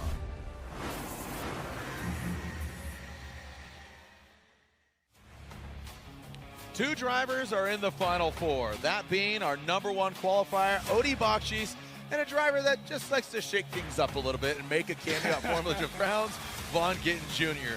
Two drivers will join him, 4 remaining drivers to do battle. We're talking about James the Machine Deane. I talked about if James and Vaughn would go against each other, it would be in the finals. Honestly, would love to see that. He's going against Dylan Hughes from the Pacific Northwest. And then that we have Brandon Sorenson against an OG vet, Ryan Turk, who says goodbye to Formula Drift competition. And I realize they're both 34. There you go. Who looks older? Don't say it. You're not supposed to say it. I know. You're not. Don't say it. I do. You look older. 35. So yeah, yeah, definitely. Yeah, now I'm looking, going like they're a year younger. What am I doing with my life? Look at these guys. Talking to Vernon, the judge, I was like, how old are you? He's like, oh, dude, I'm old, 46. I'm like, I'm 47, dude. Shut up. Oh. All right, well, here we go. All joking aside, the age, the numbers, regardless, it doesn't matter because right now, here we are in the O'Reilly Auto Parts Grade 8, and both these guys, O'Reilly Auto Parts, O'Reilly, O'Reilly, send it! Here we go. James the Machine Deane in that Pennzoil Mustang RTR, and it looks like Dylan Hughes, he's going to drop in, not mimicking the angle too well exactly, but good proximity, but now he does. Yes, sir! Oh! Dylan.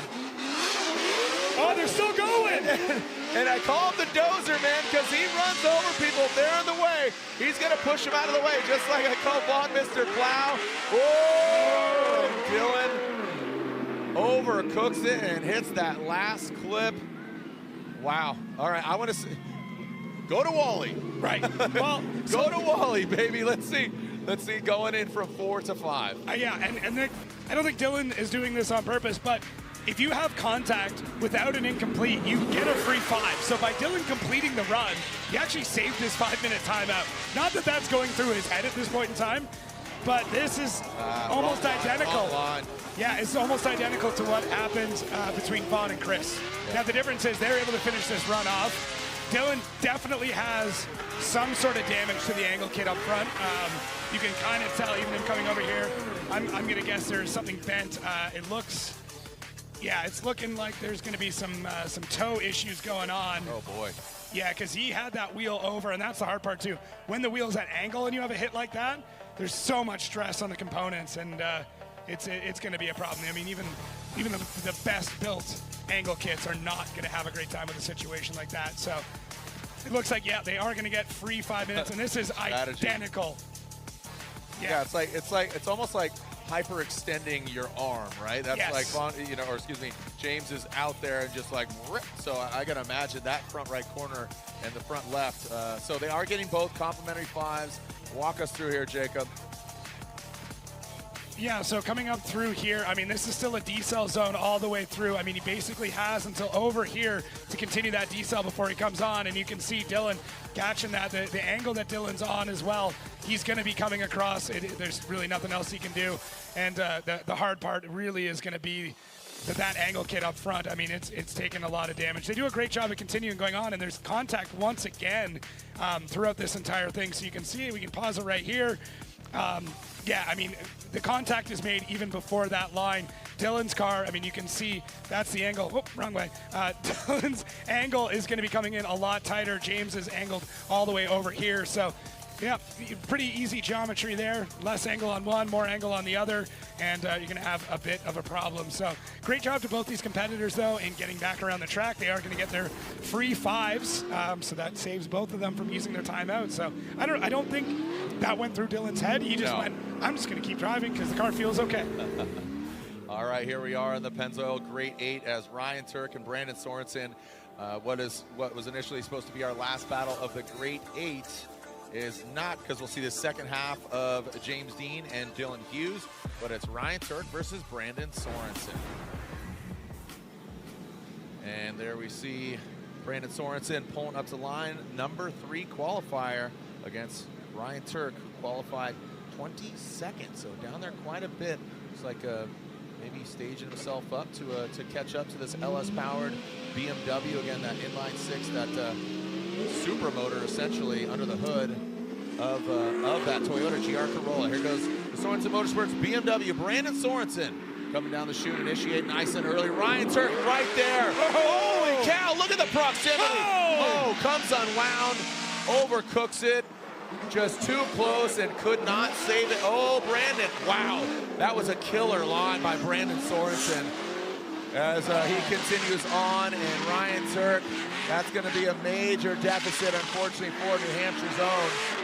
Oh, man. Ryan Turk, he dropped right into formation, dude. He was like sick. Maverick and Goose, baby. That's full commitment. That's a game of chicken, which, I mean, listen, the way Brandon Sorenson's driving right now, that's kind of what you got to do. All right, let's take a look at this. So, Brandon looking good. It's not even a feint. He just kind of drives over, gets the initiation done. Turk's in there, and just on transition. And now maybe there's a chance that there was some sort of contact before that, and maybe there was a bit of a steering issue with Turk because of that. So he's right in there. I don't know if they made collision, but on transition, Turk, yeah, it looks like the wheels of Turk don't really come around in time, and he just spins it out. Doesn't even spin it out. He's able to regain it, which is fantastic. But at that point in time, that run is pretty much over for him. So it was like bound up, and then it came unwound. Yeah. And just like tank slapper. So very unfortunate for Ryan Turk. Crazier things have happened with Ryan Turk out front. The clock is on 3 minutes. Again, this is a 5-minute allotment. You can see Shelby there working on that front right corner as she is crew chief there for James Deane, and cleaning up the track as Ryan Turk brought some debris out there. Let's take a look at the Race Data Labs, the Wally technology. Look at the closing speeds here. So Brandon's speed is in blue, Turk's speed is in blue, Sorenson's is in gray, but yeah, really close. And this is going to show you as well that transition. Look at, they got the liveries updated on here too. That is wild. And Turk's car just so much energy that when it decides that it's going to release that, it's like a coiled up spring. It just cranks back over on angle. So I don't think anything mechanically on it. He got held out for a really, really long time trying to hold that angle out, and unfortunately, when it finally released, it just shot him the other way. So track staff getting that cleaned up. Yeah, thank you to our great Road Atlanta hosts opening their doors and their hearts to us over many a years. Again, this horseshoe, the keyhole, was paved 23 years ago just for Formula Drift, and now this place is absolutely iconic, not only in Formula Drift, but in the drifting world. So thank you to Road Atlanta, definitely expediting and getting the track right for us. And it's great to have the homies Grid Life be part of our event as well. And like Brandon Sorenson said, just so many cool things going on here. I know Spezia was out here, talking about Ellis Spezia racing the Rat, obviously the different cars, the Rush vehicles, and I know, Jacob, you were calling the action over there in the racing. You got Time Attack, you got GLTC, you got so many different traditional racing, and you got drift trains. So it was a party throughout the weekend, man, from yesterday to today. Yeah, it's been fantastic. I mean, you and I both go pretty far back with Grid Life. I mean, I was at the first event. I think you were second year. Yeah. You were there very early on, but I remember you and I actually, believe it or not, back in the day, hanging out. I was just kind of nearby because I was like, oh man, it's Jared Deanda. I don't want to bug him.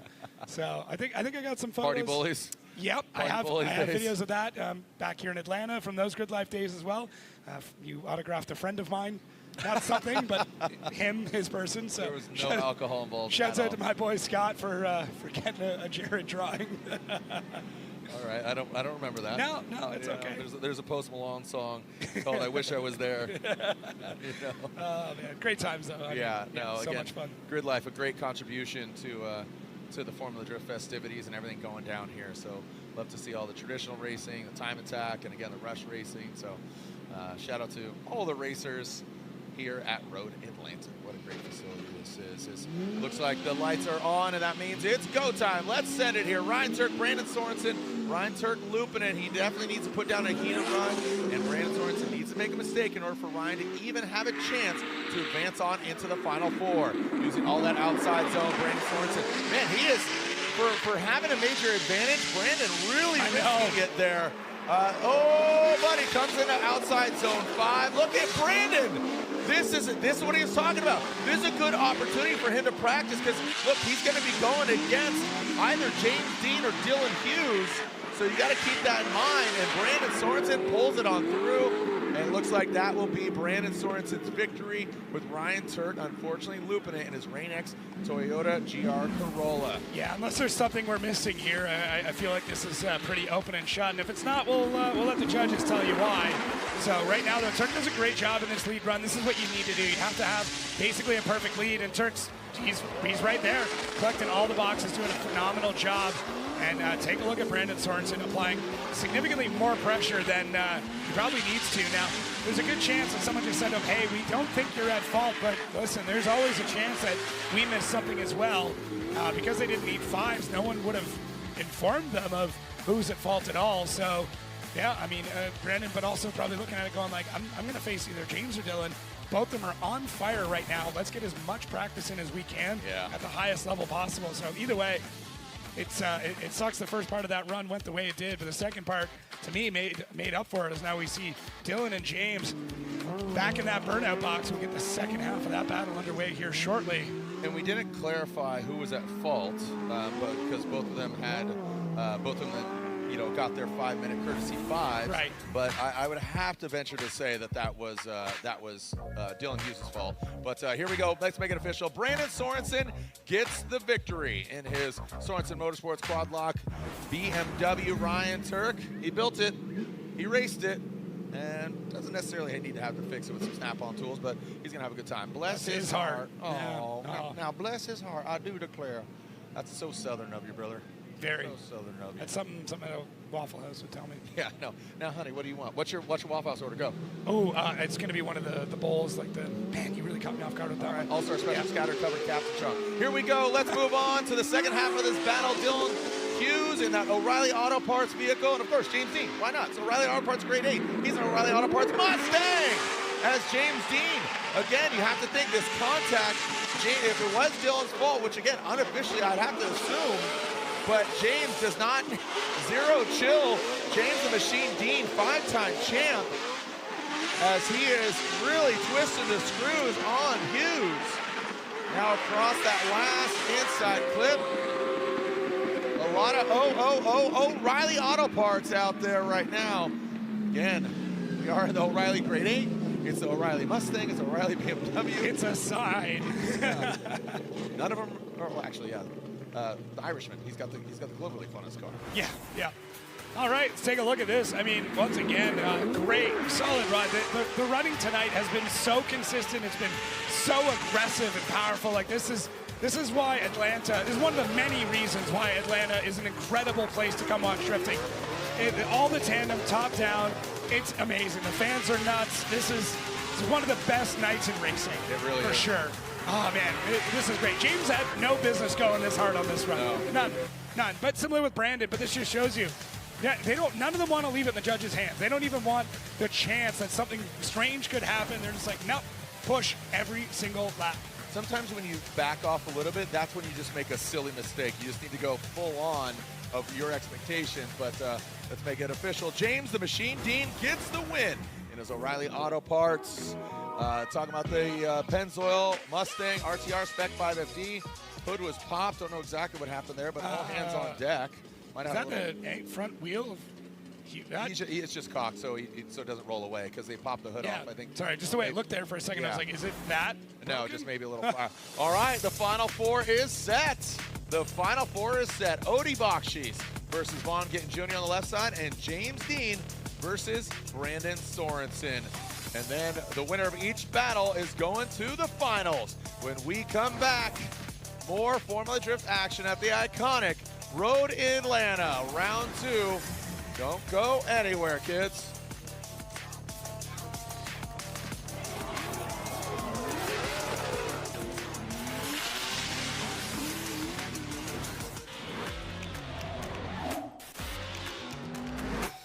Drifting is not just a sport, it's culture, it's in our blood. Here we go, Andy Haley. Oh, he is riding that tire right on that white line.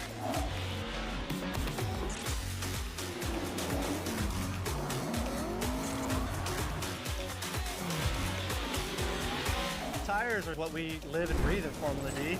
We couldn't do this without them. Through this lens, I catch details others might pass right by. Some might see a car. I see tuners taking care of what they love. The care poured into every engine. The trust in Pennzoil to keep it running strong. This moment, these drivers, the machine under this hood, that's what lasts. Engine protection for the lifetime of your vehicle. Pennzoil. Long may we drive.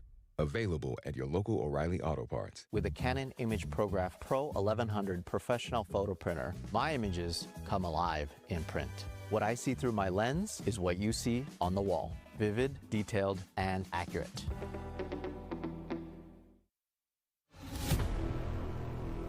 Something has awakened.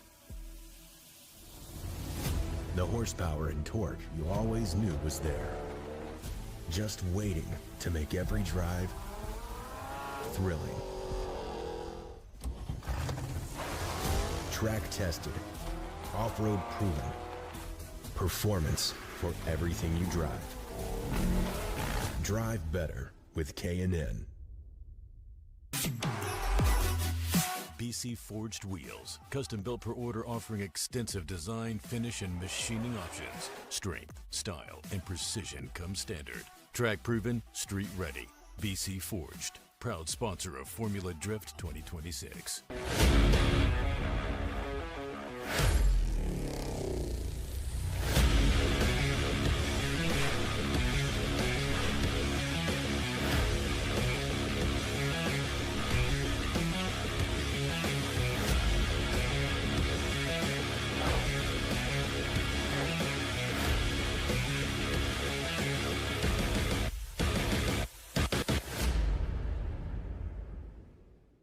Adam LZ here to tell you that motorsports has taken me just about everywhere. And no matter the scenario, Link ECU is the answer. The flexibility Link gives me for drifting, the precision I need on track, the durability to handle off the track, and the reliability you want in a daily driver. Even when pushing an entire motorsport to a bigger level, Link ECU has been with me every step of the way.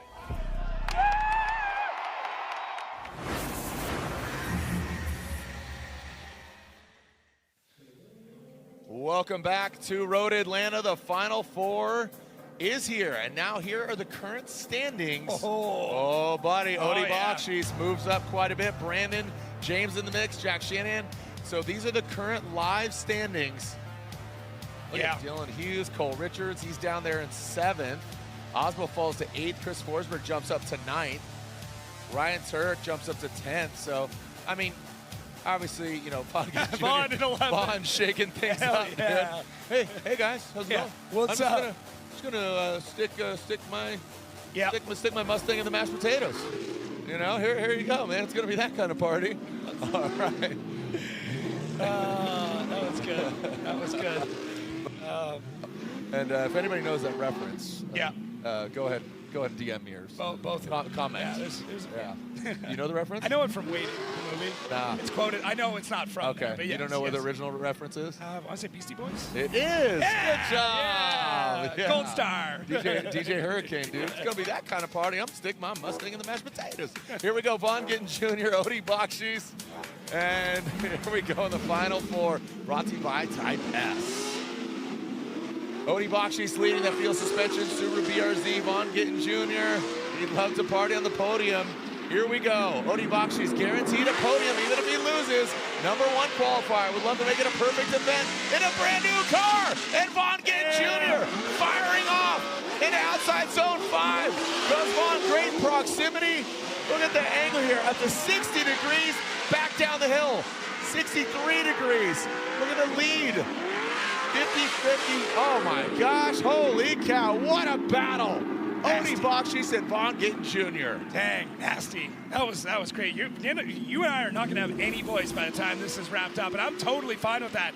This is crazy. Look at this initiation. Both of them. Von slowly closing the gap. That's so hard to do. Another incredible transition now. Von looking to push. Odie Backhis up the hill, catches that left foot brake. Great timing. Surging back in. Odie Backhis on an incredible line through 5. This is it. Look at Von. Through another transition. Punches through the smoke. And now he starts to reel in that field suspension BRZ. Man, that is wild. That was nasty, man. We're having some commentary sidebar over here, and yeah, that was massive, man. Yeah, I know. Yeah. That was sick. Action speaking for itself now. Yeah, but I'll tell you what, Odie is one of the best, and and in chasing and the way he's driving this car out the gate is really, really admirable. And he's going to be confident going against Von. He knows what to expect. So here we go. See if he can drop in a formation as well in that first outside zone. And then inside clips. Boom. 2 and 3. And there goes Odie.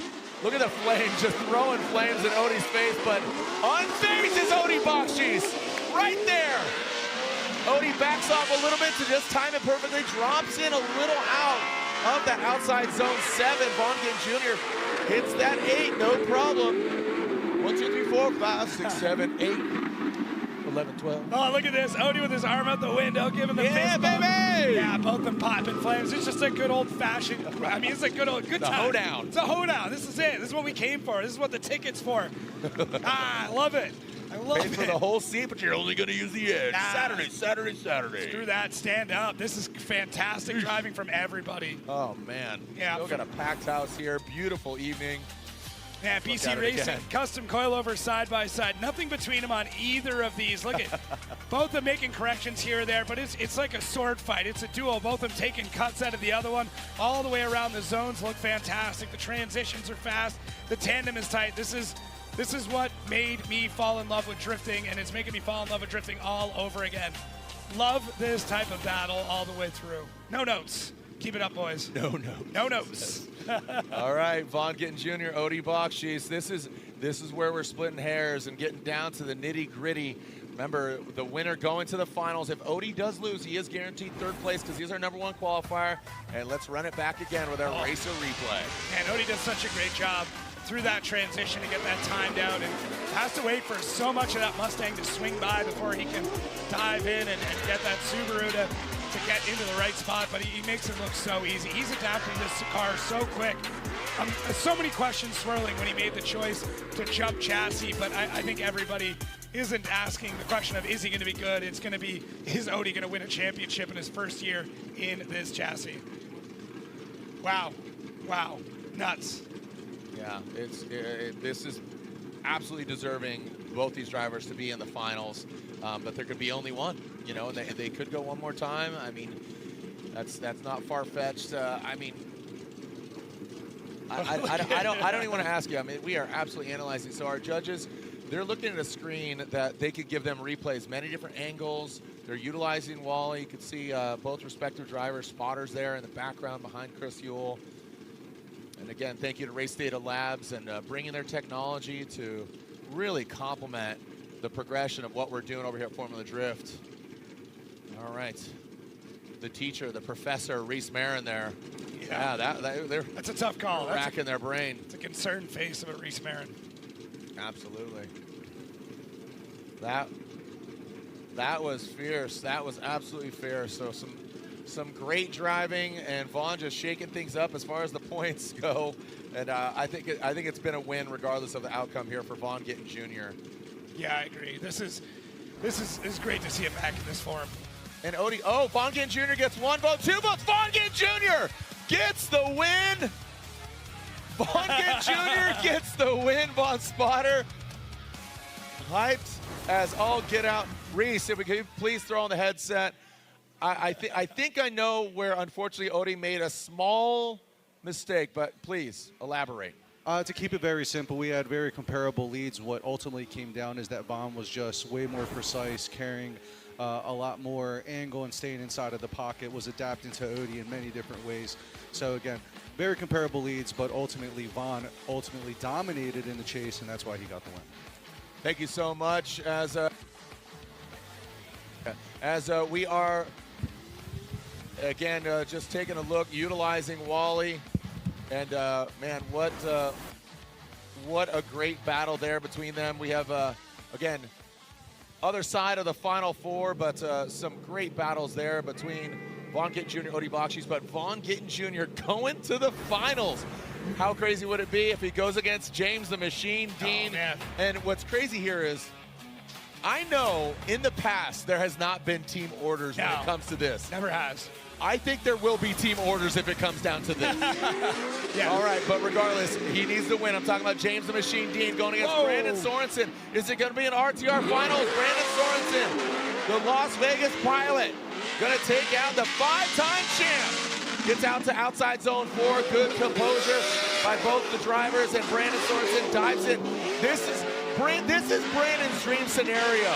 He knows what James is going to do. He is dang near flawless, so that gives him the opportunity to really push it to him. And he does.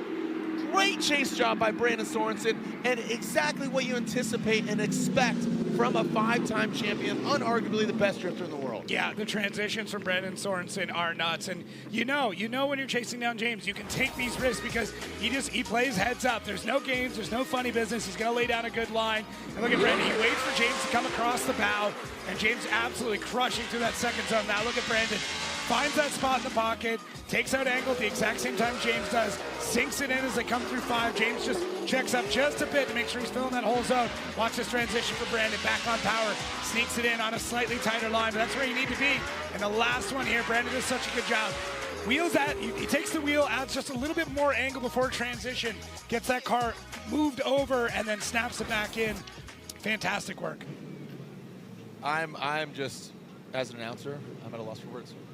Wow, let's mark this on the calendar. May 9th, 2026. It's just phenomenal. This is so good, guys. I mean, seriously, everybody watching at home, around the world, in the building. Are you having fun, Atlanta? That was a little quiet. Atlanta, make some noise! That's better. That's what we're looking for. James Deane's door is open. Don't know exactly what's cooking, what's going on here. All right, just checking it out right now. Maybe waiting on that smoke to clear a little bit. All right, cool. So, so clearing the smoke. If you got some fans, now's the time to start waving. So. All right. And again, the last 2 years, James Deane has actually beaten Vaughn Gittin Jr. in the top 32 here at Road Atlanta. Great stat there. Here we go, Brandon Sorenson out front. A little slow trickle into that first outside zone by Brandon. He was kind of pedaling it there, but unfazed is James the Machine Deane. Outside zone 4, going into 5, and there goes James right there on the door into outside zone 6. James losing a little bit of angle here, coming into that last inside zone. Good proximity by James. Wow. All right, so again, and wow, that was interesting. Am I correct in saying it seemed like Brandon was kind of a slow roll out of the gate, wasn't it? A little bit. You can see James, I mean, he's on his tail. James actually has to initiate before Brandon does to kind of keep it in the pocket there. Brandon doing a really good job up front. James, once again, just absolutely crushing these transitions. A little bit of angle pulled out there, but I mean, Brandon's back on the power so early, well before they even gets into 5. And then as we get through this transition here, look at James once again. Brandon's on a solid line, so I don't know, might have been just a small misshift there from Brandon on the run-up, but both drivers adapt to it. James Deane, I mean, he doesn't even need to be that close in the end. No. Runs over. He didn't get that memo, apparently. And the angle at first glance, it looked like James missed that outside zone 6 exiting the keyhole, but he did not. That overhead view really indicated he was right there. I mean, both these guys are driving really, really well. Yeah, this is just another display of how phenomenal the driving in FD has gotten over the years, and it's only getting better. I mean, man, just a little boop there at the end. That Great was respect booping the between them. snoot, dude. Yeah, a lot of respect between these two drivers. Yeah, he was railing the tailing as Brandon Sorenson and James Deane wait. Who's going to the finals? Slide him left for James Deane, right for Brandon Sorenson, and it's James Deane, 1 vote, 2 votes. James Deane gets the win, and it's an all RTR final. It's an all Ford Mustang RTR final. James Deane and Vaughn Gittin Jr. Brandon Sorenson, you should be definitely proud of where you're at. Unfortunately, just outside of a podium spot. And James, just that slight edge as far as chasing. I think that's really what it got it done and placement overall. But here it is.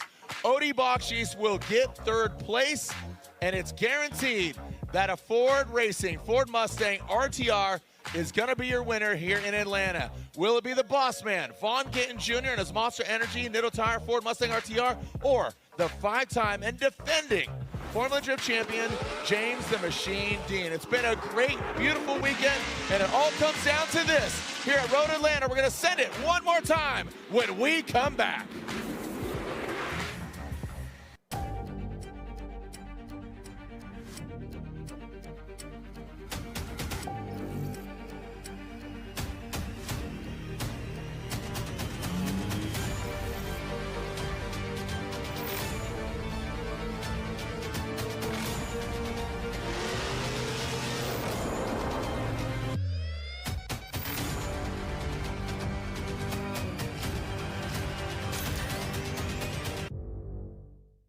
Looking for a college where you can learn by doing? The University of Northwestern Ohio puts the wrench in your hand and your future in motion. I would recommend UNOH to anybody who wants to excel in this industry. With industry connections, cutting-edge equipment, and programs in automotive, diesel, high performance, robotics, and more, this is education that works. You will come to this school and you will leave 10 times what you were when you came here.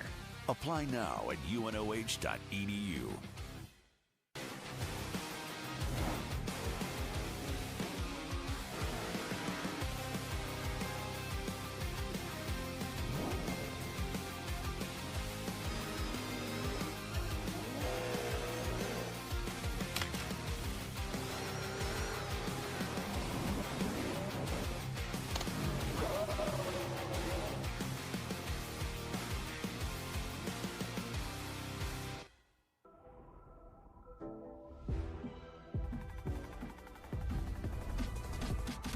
Get out there and have fun. Because you've got McGuire's. And we've got your back. From wash, to paint care, to maintenance and more. McGuire's has your hybrid ceramic solution for every adventure. McGuire's, reflecting 125 years of passion. O'Reilly. Need parts fast? O'Reilly Auto Parts is fast. Need them now? We got now. No matter what you need, we have thousands of professional parts people doing their part to make sure you have it. We're O'Reilly Fast. Just one part that makes O'Reilly stand apart. O'Reilly Auto Parts.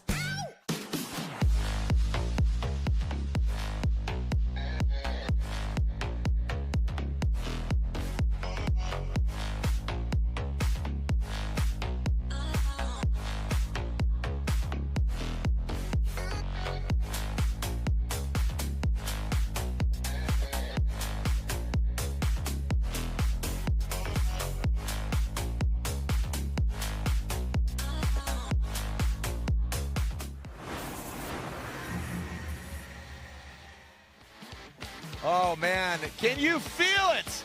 Can you feel it, Atlanta? Make some noise! An icon, a legend, Von Gittin Jr. against his RTR teammate, 5-time champion, a champion all across the world. The boombox is out. We can feel it. Oh, yeah, baby. Say anything. Look at Daddy. Oh, they're saying that Daddy Gittin is going to get the win. And I don't know. And I'm telling you, Skyler again. Who are you pulling for, Skyler? Oh, I saw a smirk in there. Oh, we got smooches for the pooches. Look at that little lip wig. Lip wig. The last 2 years, James Deane has beaten Von Gittin Jr. in the top 32 here at Road Atlanta, and now here they are in the finals. Fresh set of Nitto tires, Pennzoil synthetics running through the veins, Optima batteries under the hood, Type S lights underneath, Monster Energy in the hand of Von Gittin Jr. James Deane got the heat waves on his face. I mean, this is a storybook finals. Von Gittin Jr.'s got his family here. James Deane, you know, had a lackluster Long Beach, got knocked down 16. You know, this is storybook, man. Yeah, this is awesome. This is what Atlanta is built for. Yep. This is it. Every event, it feels like we are just putting another page in the book of drifting, and tonight is no different. This is equal equipment. The only difference between these two, left-hand drive, right-hand drive. And there it is. Lights go on. RTR grill lit up. Oh, man. Yeah, the signature RTR lights are on. And, man, it's about to get lit. And this is going to be a fun one, man. So let's take a look back at who won at Long Beach in a month ago. As we take a look back, it was one heck of an event. Everybody was there, and there could be only one. Yeah, unfortunately for James, the run did not go the way he wanted to against a really strong Diego Higa. And James said it himself, I gave him a little bit too much, and he ran away with it. So, yeah, it didn't go the way he wanted, but he's got a chance to make redemption now and go for it. Brandon Sorenson, who we just saw, unfortunately, go out to James. He had an incredible run as well. Manoa versus Aasbo, some epic battles. Manoa not here this weekend, and Aasbo going out really early. So this points and this championship is up for grabs right now. And there it is, Connor Shanahan, who went out tonight with a clutch failure. And, I mean, yeah, once again, what we thought this championship was going to look like is now completely different because of everything that has happened here in the red dirt. Such an amazing event, man. I'm just over the moon. The vibes are so high here in Atlanta. The fans are some of the best in the world. I mean, we've been coming here for 23 years, and if this is your first time or your 23rd time, thank you. Thank you for tuning in. Thank you for being here in the building. We have so much appreciation for you. Let's take a look at the standings here as they are pulling to the burnout box. Ford Racing's gonna win. Connor Shanahan still sits in first. James Deane jumps up to second. Odie Bakshi's third. Brandon Sorenson, Jack Shanahan. This is how the top 5 stands. Dylan Colt LeBon jumps up to 9th. Forsberg sits in 10th. And when we come back, it's the finals. Mustang RTR ready to rock. Don't go anywhere. Von Gittin Jr., James Deane, when we come back.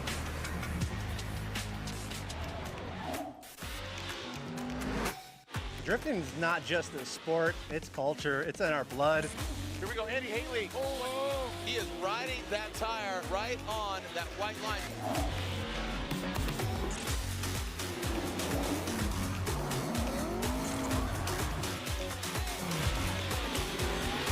Tires are what we live and breathe in Formula D. We couldn't do this without them.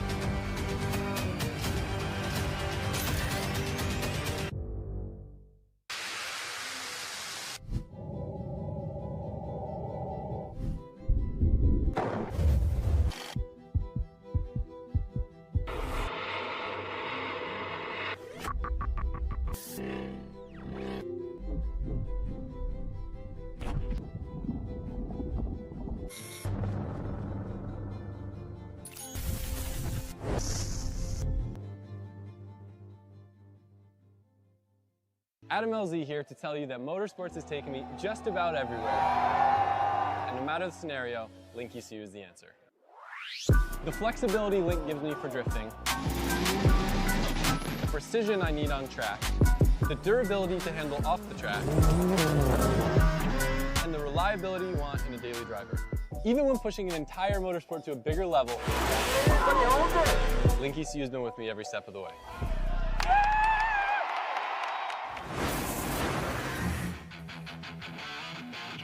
All right, are you ready, Atlanta? Let's light up the night. Get those lights going again.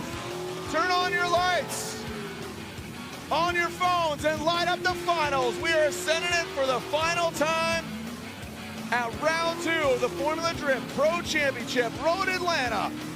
Get on your feet, light up the night, and let's find out which of the Ford Mustangs is gonna get the victory. Von Gittin Jr., the 2-time champ, the boss man of RTR, or 5-time and defending champion, James the Machine Deane. Are you ready, Atlanta, to send it? Here we go. James Deane will lead first. Von Gittin Jr. chase him down. 1, 2, 3. Send it! Out of the start chicane we go. James Deane is 3-0, undefeated against the boss man. James across the nose of the Ford Mustang into the outside zone. Past an inside clip, headed up the hill. Past 3, coming up to the keyhole, the horseshoe, the ponies go in. The stable is ready, the stampede is on. Outside zone 5. Into 6, exiting out of the keyhole. The key to success, bringing it back down into the last and final. Inside clip 8, Von Gittin Jr. comes in shallow on that last inside clip. What a spectacle and a show for RTR, ready to rock. And look at this, even the crew, everybody just waiting on bated breath. What an incredible run to kick this off. Equal equipment. You've got the GOAT versus the OG. Von Gittin has driven this car so much. He understands how these Mustangs move, but James is that new coming in, absolutely crushing this out. Look at Von charging all the way through, catching that line. And James Deane once again doing what he does best, which is drive a perfect run. Von in the back, popping off the flames, catching the transition. Man, what an epic run from these two RTRs. Von going for that crazy Irish transition, not able to pull it off at the end, and that might be the difference maker here. We're gonna swap them around and see how this goes. Jacob, interesting stat. If Von Gittin Jr. wins, he ties the amount of wins that James Deane has, but he did it in 2/3 the time. And they both have currently 31 podiums in total. Holy cow. So Von wins. They are tied across the board as far as podiums, and if Von wins, they would be tied with both 14 wins. But Crazy James stat. did it in 1/3 of the time. Dang. Here we go. This is it. Von Gittin Jr. out front. Can he take down? Old guys rule. They're yelling up here. All right, let's see what we got. As Von Gittin Jr. will lead RTR. Eagerly anticipating, waiting, watching. Look at the baby, look at the baby. Who's coming out on top? The smoke lingering, and the lights are on and they extinguish. Send it, fellas, make some noise, Atlanta! Von Gittin Jr. headed down the hill. The OG going against one of the best drifters in the world.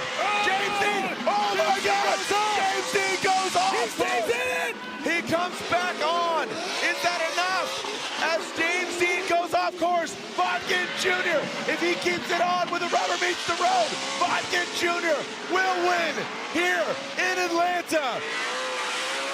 And that is, again, unofficially, Von Gittin Jr.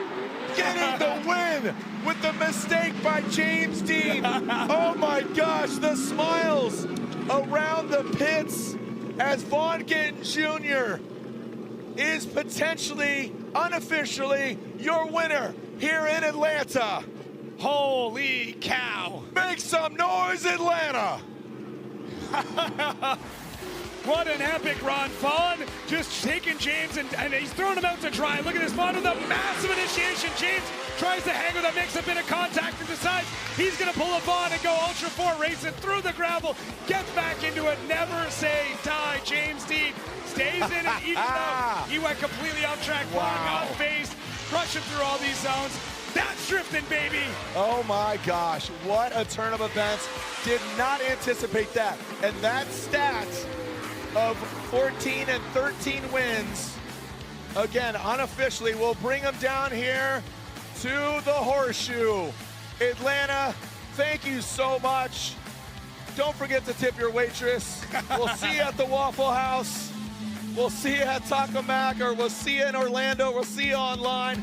What an amazing event. Thank you to our judges, Vernon, Brian, and of course, Reese, Race Data Labs, the Wally. What a great tool. What an event. What a turn of events. Going off-road, on-road, all of it.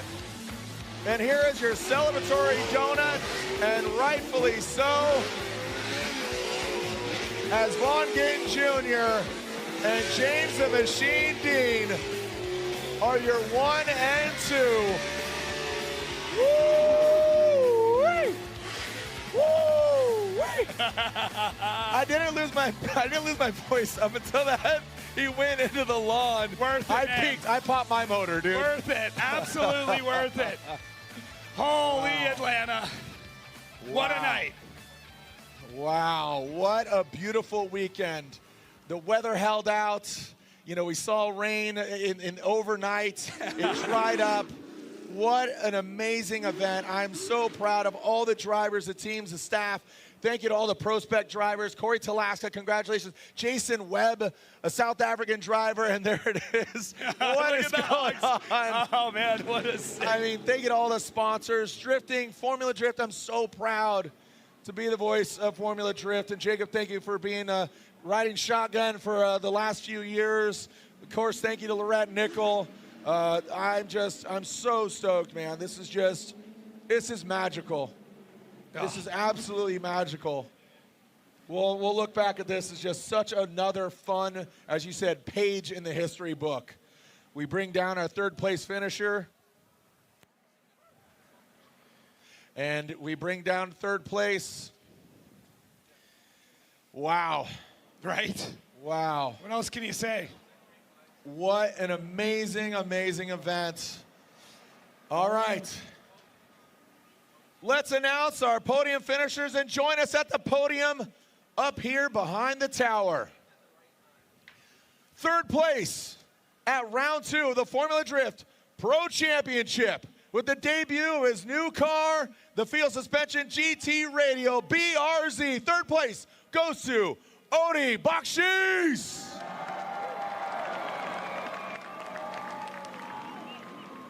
And your winner at the iconic Road Atlanta, because there's wins and there's wins here at the iconic Road Atlanta. Unanimously, your winner, driving a Ford Mustang on Nitto tires, multiple championship holder, very handsome, and he is ready to rock. Your winner at round 2 of the Formula Drift Pro Championship at Road Atlanta is Vaughn Gittin Jr. gets the win. Yeah. James Deane gets second. Shout out to the old guys. Old guys still got it. Salt and pepper, baby. Jacob, so stoked. Lorette, I'm throwing it down to you. Again, gather both those two dudes. What an experience. I could smell it from up here, man. Wow. What an absolute experience. Vaughn Gittin Jr., you great disruptor. You absolutely came in. You called it earlier today in our top 32 interview, and you said you've been driving, but you came here to win. You did exactly that. How courageous did you have to be tonight? I had no idea how to drive this car when I showed up, straight up. This is an unbelievable new animal. I've been hearing James and Ben and the team talk about the things they're doing. And when I fired it in for the first time this week, I was like, oh, yeah, I don't know how to drive this car. And I just stayed fully committed and just focused and just worked on my marks. And Hayden, my spotter, did an unbelievable job. I mean, my family's here, Gunnar, Grayson, my amazing wife, Abby. And I just stayed focused, kept my head in the game. Eric Davis, you know, one of my best friends ever on the planet was on my team this weekend, and he just brought the vibe. And, this RTR team, Ford Racing, it is just an unbelievable team, and it's an honor to be a part of America's race team. And, we are rocking and rolling. I had such an absolute blast. I'm going to tell you straight up, this car right here is the type of car that make you come out of retirement, because this Mustang is unbelievable to drive. You guys have done an unbelievable job, and a lot of it is this man's feedback, working with Scott and our entire just team of believers and passionate humans that make up our TR. So it's an absolute honor to do this in Atlanta, to be able to battle Forsberg. This happened in the first year in 2004. Forsberg and I battled here, so to be able to battle him, I wish he wouldn't have got so greedy going into that keyhole so we could have a clean battle. But it was unbelievable. Big love to everybody that came out. I'm just super grateful and very proud to be in a position to keep doing this and believing in myself to perform. Yeah, and Vaughn, I was going to ask you exactly that, because you can see the emotion in your face. Is it pride bubbling up to the surface? Yeah, the reason why I love this sport so much is because it forces you to bring everything that you have. Man, machine, team. And it is such a cliche, but this sport is like no other, because you can become your own worst enemy. You don't have time to warm up. You just go. And it takes a lot of digging deep and just being in the present moment. And I just really enjoy that challenge. So to get a result at this level with this caliber of drivers, it means so much. And, it just feels good to be here and to have done that. This whole weekend is a thing, and it's a constant struggle in here with that, just in general. And then you got to face 5-time champions in the finals. At least it's already past my bedtime. You know what I'm saying? Hey, you know what I was going to say though? If you did get me, I can't even beat a guy when he's got a migraine, you know what I'm saying? When he's not feeling good, I can't even get him, so I'm glad I got this done, But anyway, it's all love. It's an honor to be teammates with him. He calls me boss, but he's a brother. And I'm really excited to watch Ben's rise, his ultimate rise that will be coming soon. And we just got an amazing group of humans, and I love life. Let's go. Amazing. Ladies and gentlemen, your winner, Road Atlanta round number 2, Vaughn Gittin Jr. Oh, well said. So well said, Vaughn. And just such an ambassador of drifting, motorsport, and all of it. And like I said, I didn't lose my voice till that last battle. I was good. You said we were going to lose them, and I did. Here's the standings. Shanahan, Deane, Odie, Sorenson, and Vaughn Gittin Jr. sitting in 5th. What other round are we going to see Vaughn at? I know. What a mix. What a mix. He said this is the kind of car that makes me want to come out of retirement. I want to get that rumor mill cranking right now. I'll be asking him on the Podium show later on. We're going to see you in Orlando. What a night. That's it. Holy what cow. a weekend, man. What a weekend. From Thursday to Saturday night. All killer, no filler, baby. Thank you so much. On behalf of the Red Nickel, Jacob Getz, thank you, sir. Appreciate you. We'll see you in Orlando. As, again, congratulations to Vaughn Gittin Jr., your winner at the iconic Road Atlanta. The road to the championship continues in Orlando. Round 3 in just a little bit. Be sure to download that Racer Plus app and tune in for every round of the Formula Drift Pro Championship. We're going to Orlando, Connecticut, Indianapolis, Seattle, Las Vegas, and it ends in Long Beach in October. Tune in for every stop of the Formula Drift Pro Championship. Thank you to our judges, thank you to our staff, thank you to our sponsors, and thank you to the fans. My name is Jared Deanda. We'll see you online, and we'll see you another time. Send it, Formula Drift Nation.